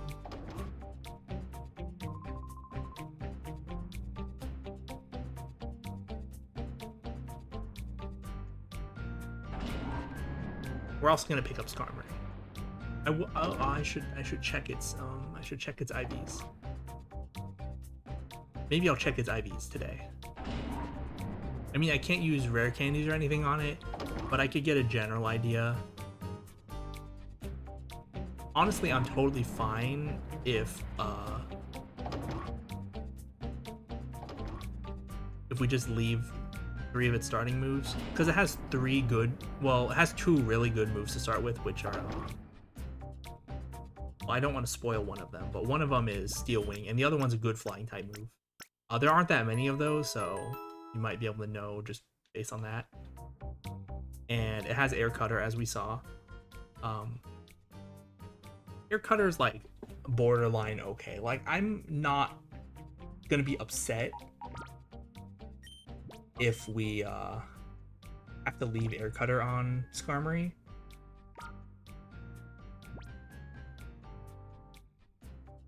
R.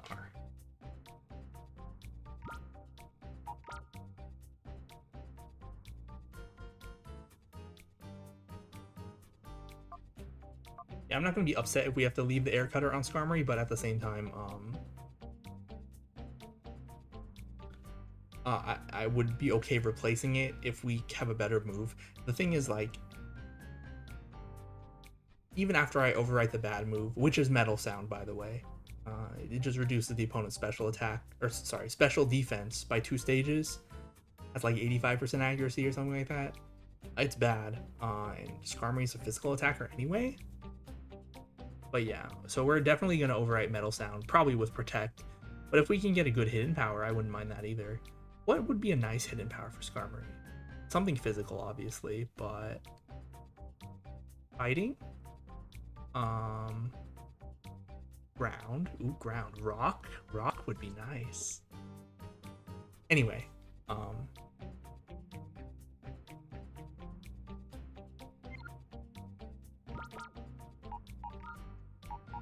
there we go. And there you go, where you belong, in the box. Okay, we're gonna have to catch Skarmory up a little bit, but that's fine. Let's Daijobu. Save again out of an abundance of caution. Okay, let's go look at that room.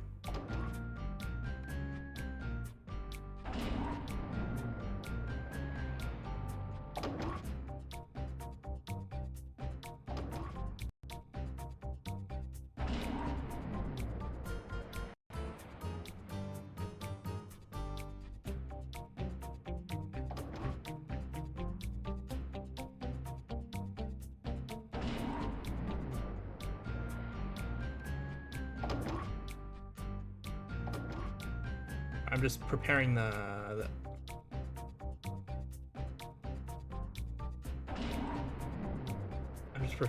IV calculator. Again, it's very unlikely that we get a nice hidden power that Skarmory can use effectively, but since we're at this point in the game where we can afford to check, it doesn't hurt to check. It just takes some time, and I don't mind. Yeah, if we can get a hidden power with a decent base power and a good type, that'd be amazing. All right, what's in this room? Oh good, it's another healing area, except there's a guy using it. I guess I'll save, because I'm assuming he's gonna attack us.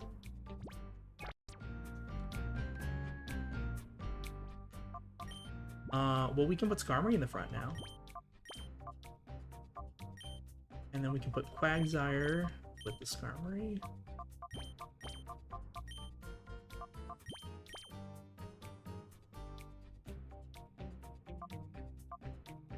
I mean, this is fine, right?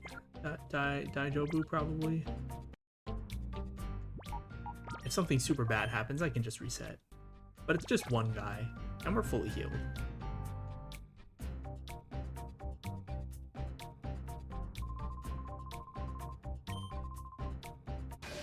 Oh my gosh, I never expected you to attack me. Oh no. 40? Ugh, we won.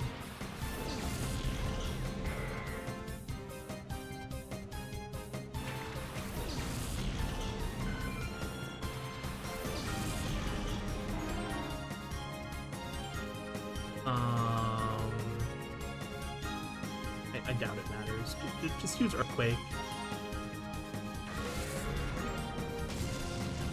Oh, that didn't do that much. I mean, again, like Heracross, Skarmory is a physical attacker, so thankfully its Shadow Rush will actually do something. Because Shadow Rush is always physical.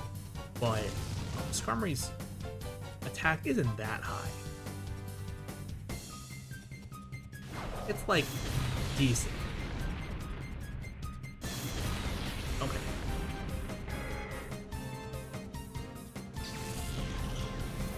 It's not as high as Heracross. Heracross is way, way high. Ouch.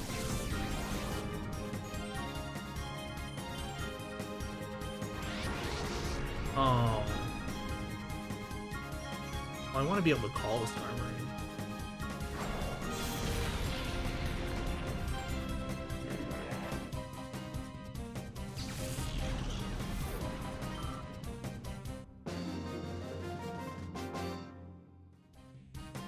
I don't like you.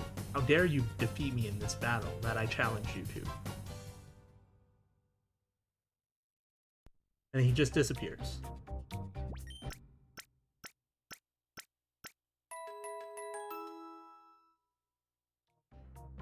Okay. Now, to check Skarmory's IVs, what I'm gonna do is... Well, I mean, I don't have to check it right now, but I kind of want to.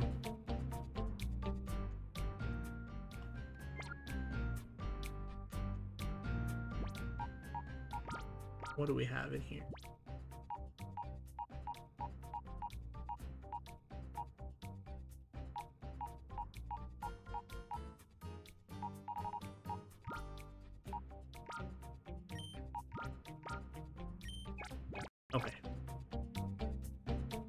Might as well while we're here. Well, not while we're here, but I'm gonna check Skarmory's IVs. Oh, I probably didn't need to withdraw these items here. In fact, I probably should not have. Whatever.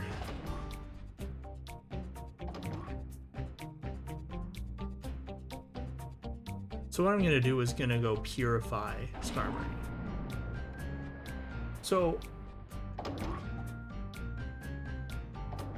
previously with Heracross, I was able to figure out its nature because I tried just dumping the stats in the IV calculator, and it's like, hey, these two stats are invalid. This one's too low and this one's too high. It's like, oh, well, that must be the nature then. But that was just kind of a fluke. So I'm just gonna use the time flute on it. And by doing so, we can just see the nature right away. And it will also spoil the move that it gets, I guess. Which is not a big deal. I already know what it gets. That's why I'm like, this is absolutely going on my team. And I could wait to check the IVs until after, you know? Until after I purify it, but I'm impatient. I'm not actually that impatient, it's just, oops, I went the wrong way. It's just that, like, well, I already checked IVs, I have the IV calculator open. We're ready to go. Also, how much did that battle take off the bar? A little, it took off a significant chunk.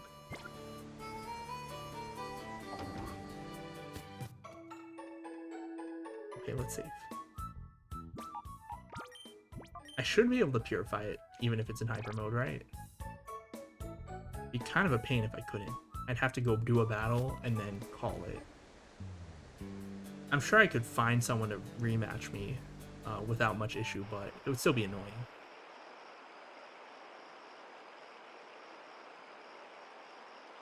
Oh, you know, with our Pokemon at these levels, I could probably do the...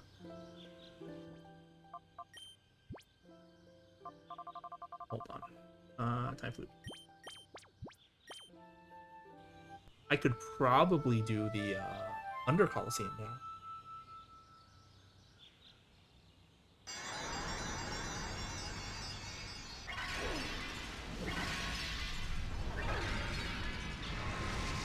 It wouldn't be a bad way to level Skarmory, although Mount Battle would probably be easier.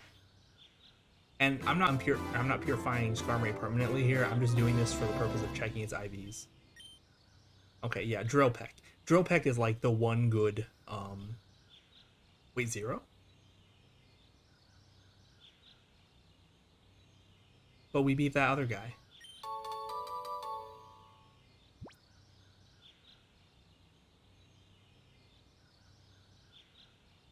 Wait, 0?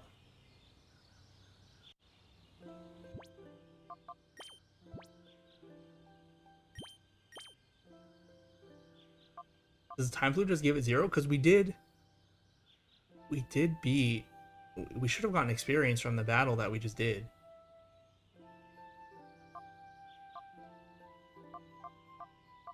Is this correct?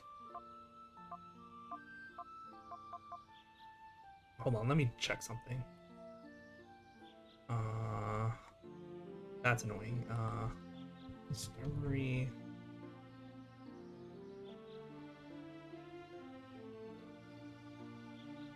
it is slow. Slow.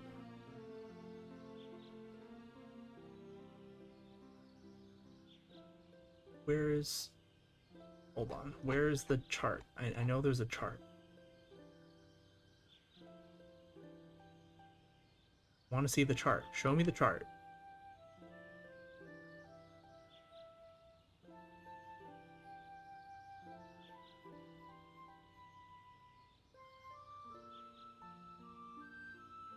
I thought there was a chart. Hold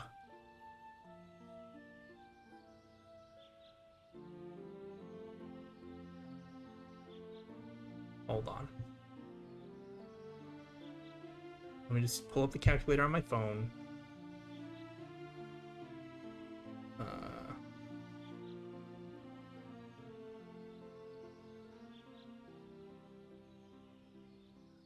47 cubed.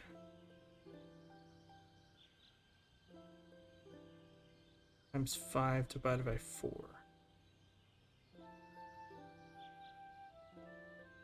That was not...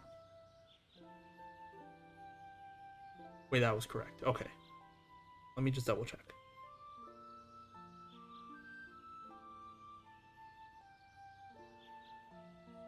Okay, I guess it just has 0 experience, so I'm assuming that it has 0 IVs. Or 0 EVs. Well, I mean, either way, it should have 0 EVs. Anyway, I'm gonna check the IVs now. I'm gonna plug them into the calculator. Here it is. It's naive.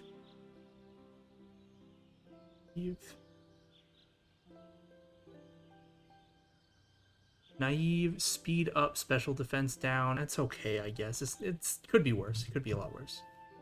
Attack 86, defense 137, special attack 55, special defense 65, speed 93. Okay. Calculate IVs. No way. Its speed is 31. That's so good. Okay, let's do this again.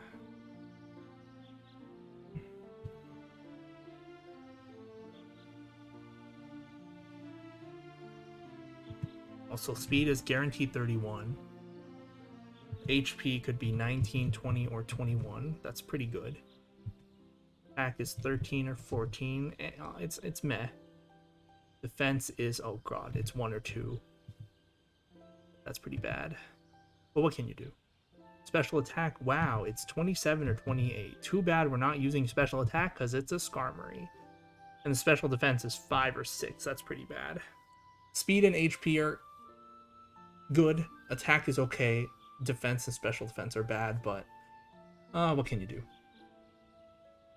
Anyway, time to feed it some rare candies. Items. Rare candy. Here you go. Now check again. 130. 88. 40. 56. 67. 95. V's. Huh? Oh, I forgot to increase the level. Okay. Special defense is 6 for sure. That's good. Defense is 2 for sure. It's good that we know that, but it's bad that that is the case. HP can no longer be 19, so it's either 20 or 21. So we have 3 ranges left. 3 determined, 3 ranges left. Okay. Again. Level 49. HP 32. Attack is 90. Special, or sorry, defense is 143. 7, 68, 96.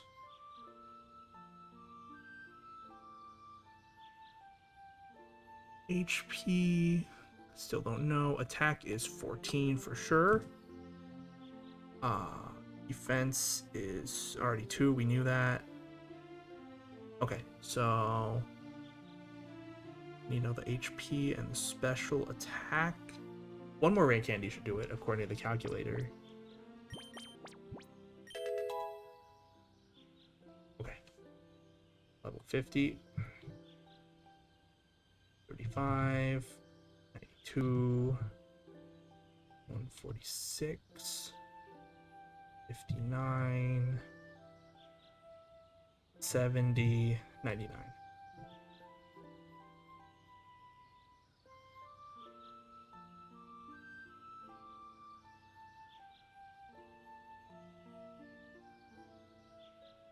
Special attack is 28. Huh. Calculator lied to me. I still don't know the HP. It says I have to level up again or give it 4 HP EVs. Okay, here's what we're gonna do. I'm gonna go buy 2 HP ups.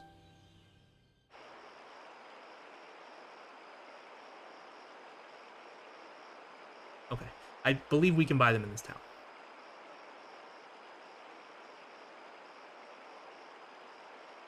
So yeah, this is another method we can use for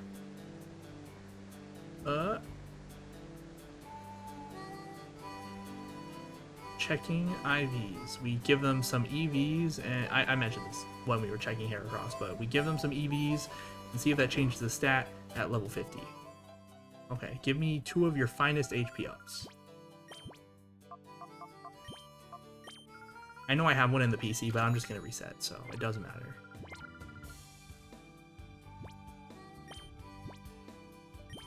Here you go. Here you go. Okay. It's 137 now. So we go back in the calculator, we type in 137, we type it has 28 EVs, and we calculate 20. Okay, HP is 20.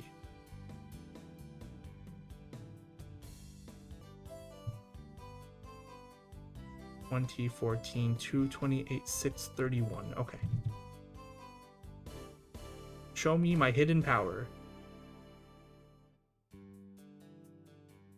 Okay, well, the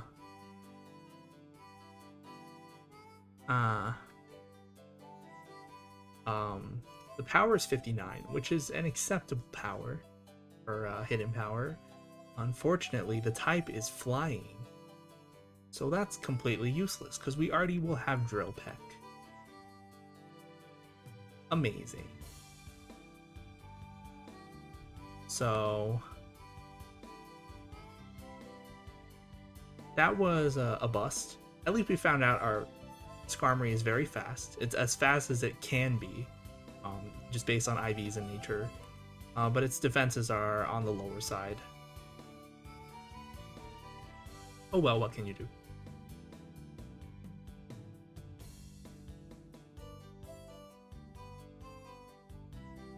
Would have been nice to have a nice hidden power on the Skarmory as well, but we already got super lucky with the Heracross. Honestly, on Heracross, I don't know how much better it could have been. Like ground or rock would have been nice, but Ghost is quite good already. But yeah, that's gonna be it for today. We level ground. We did a lot of level grinding. And we defeated Gonzab and stole his Skarmory, who's going to be the newest member of our team. I'll probably stream again pretty soon. Again, I don't have any M League games to watch for 4 weeks, so I'll have more time to stream. Might even stream tomorrow. If not, maybe Monday or Tuesday. Well, we'll see. I'll see how I feel tomorrow. But yeah, that's it for today. Thanks for watching.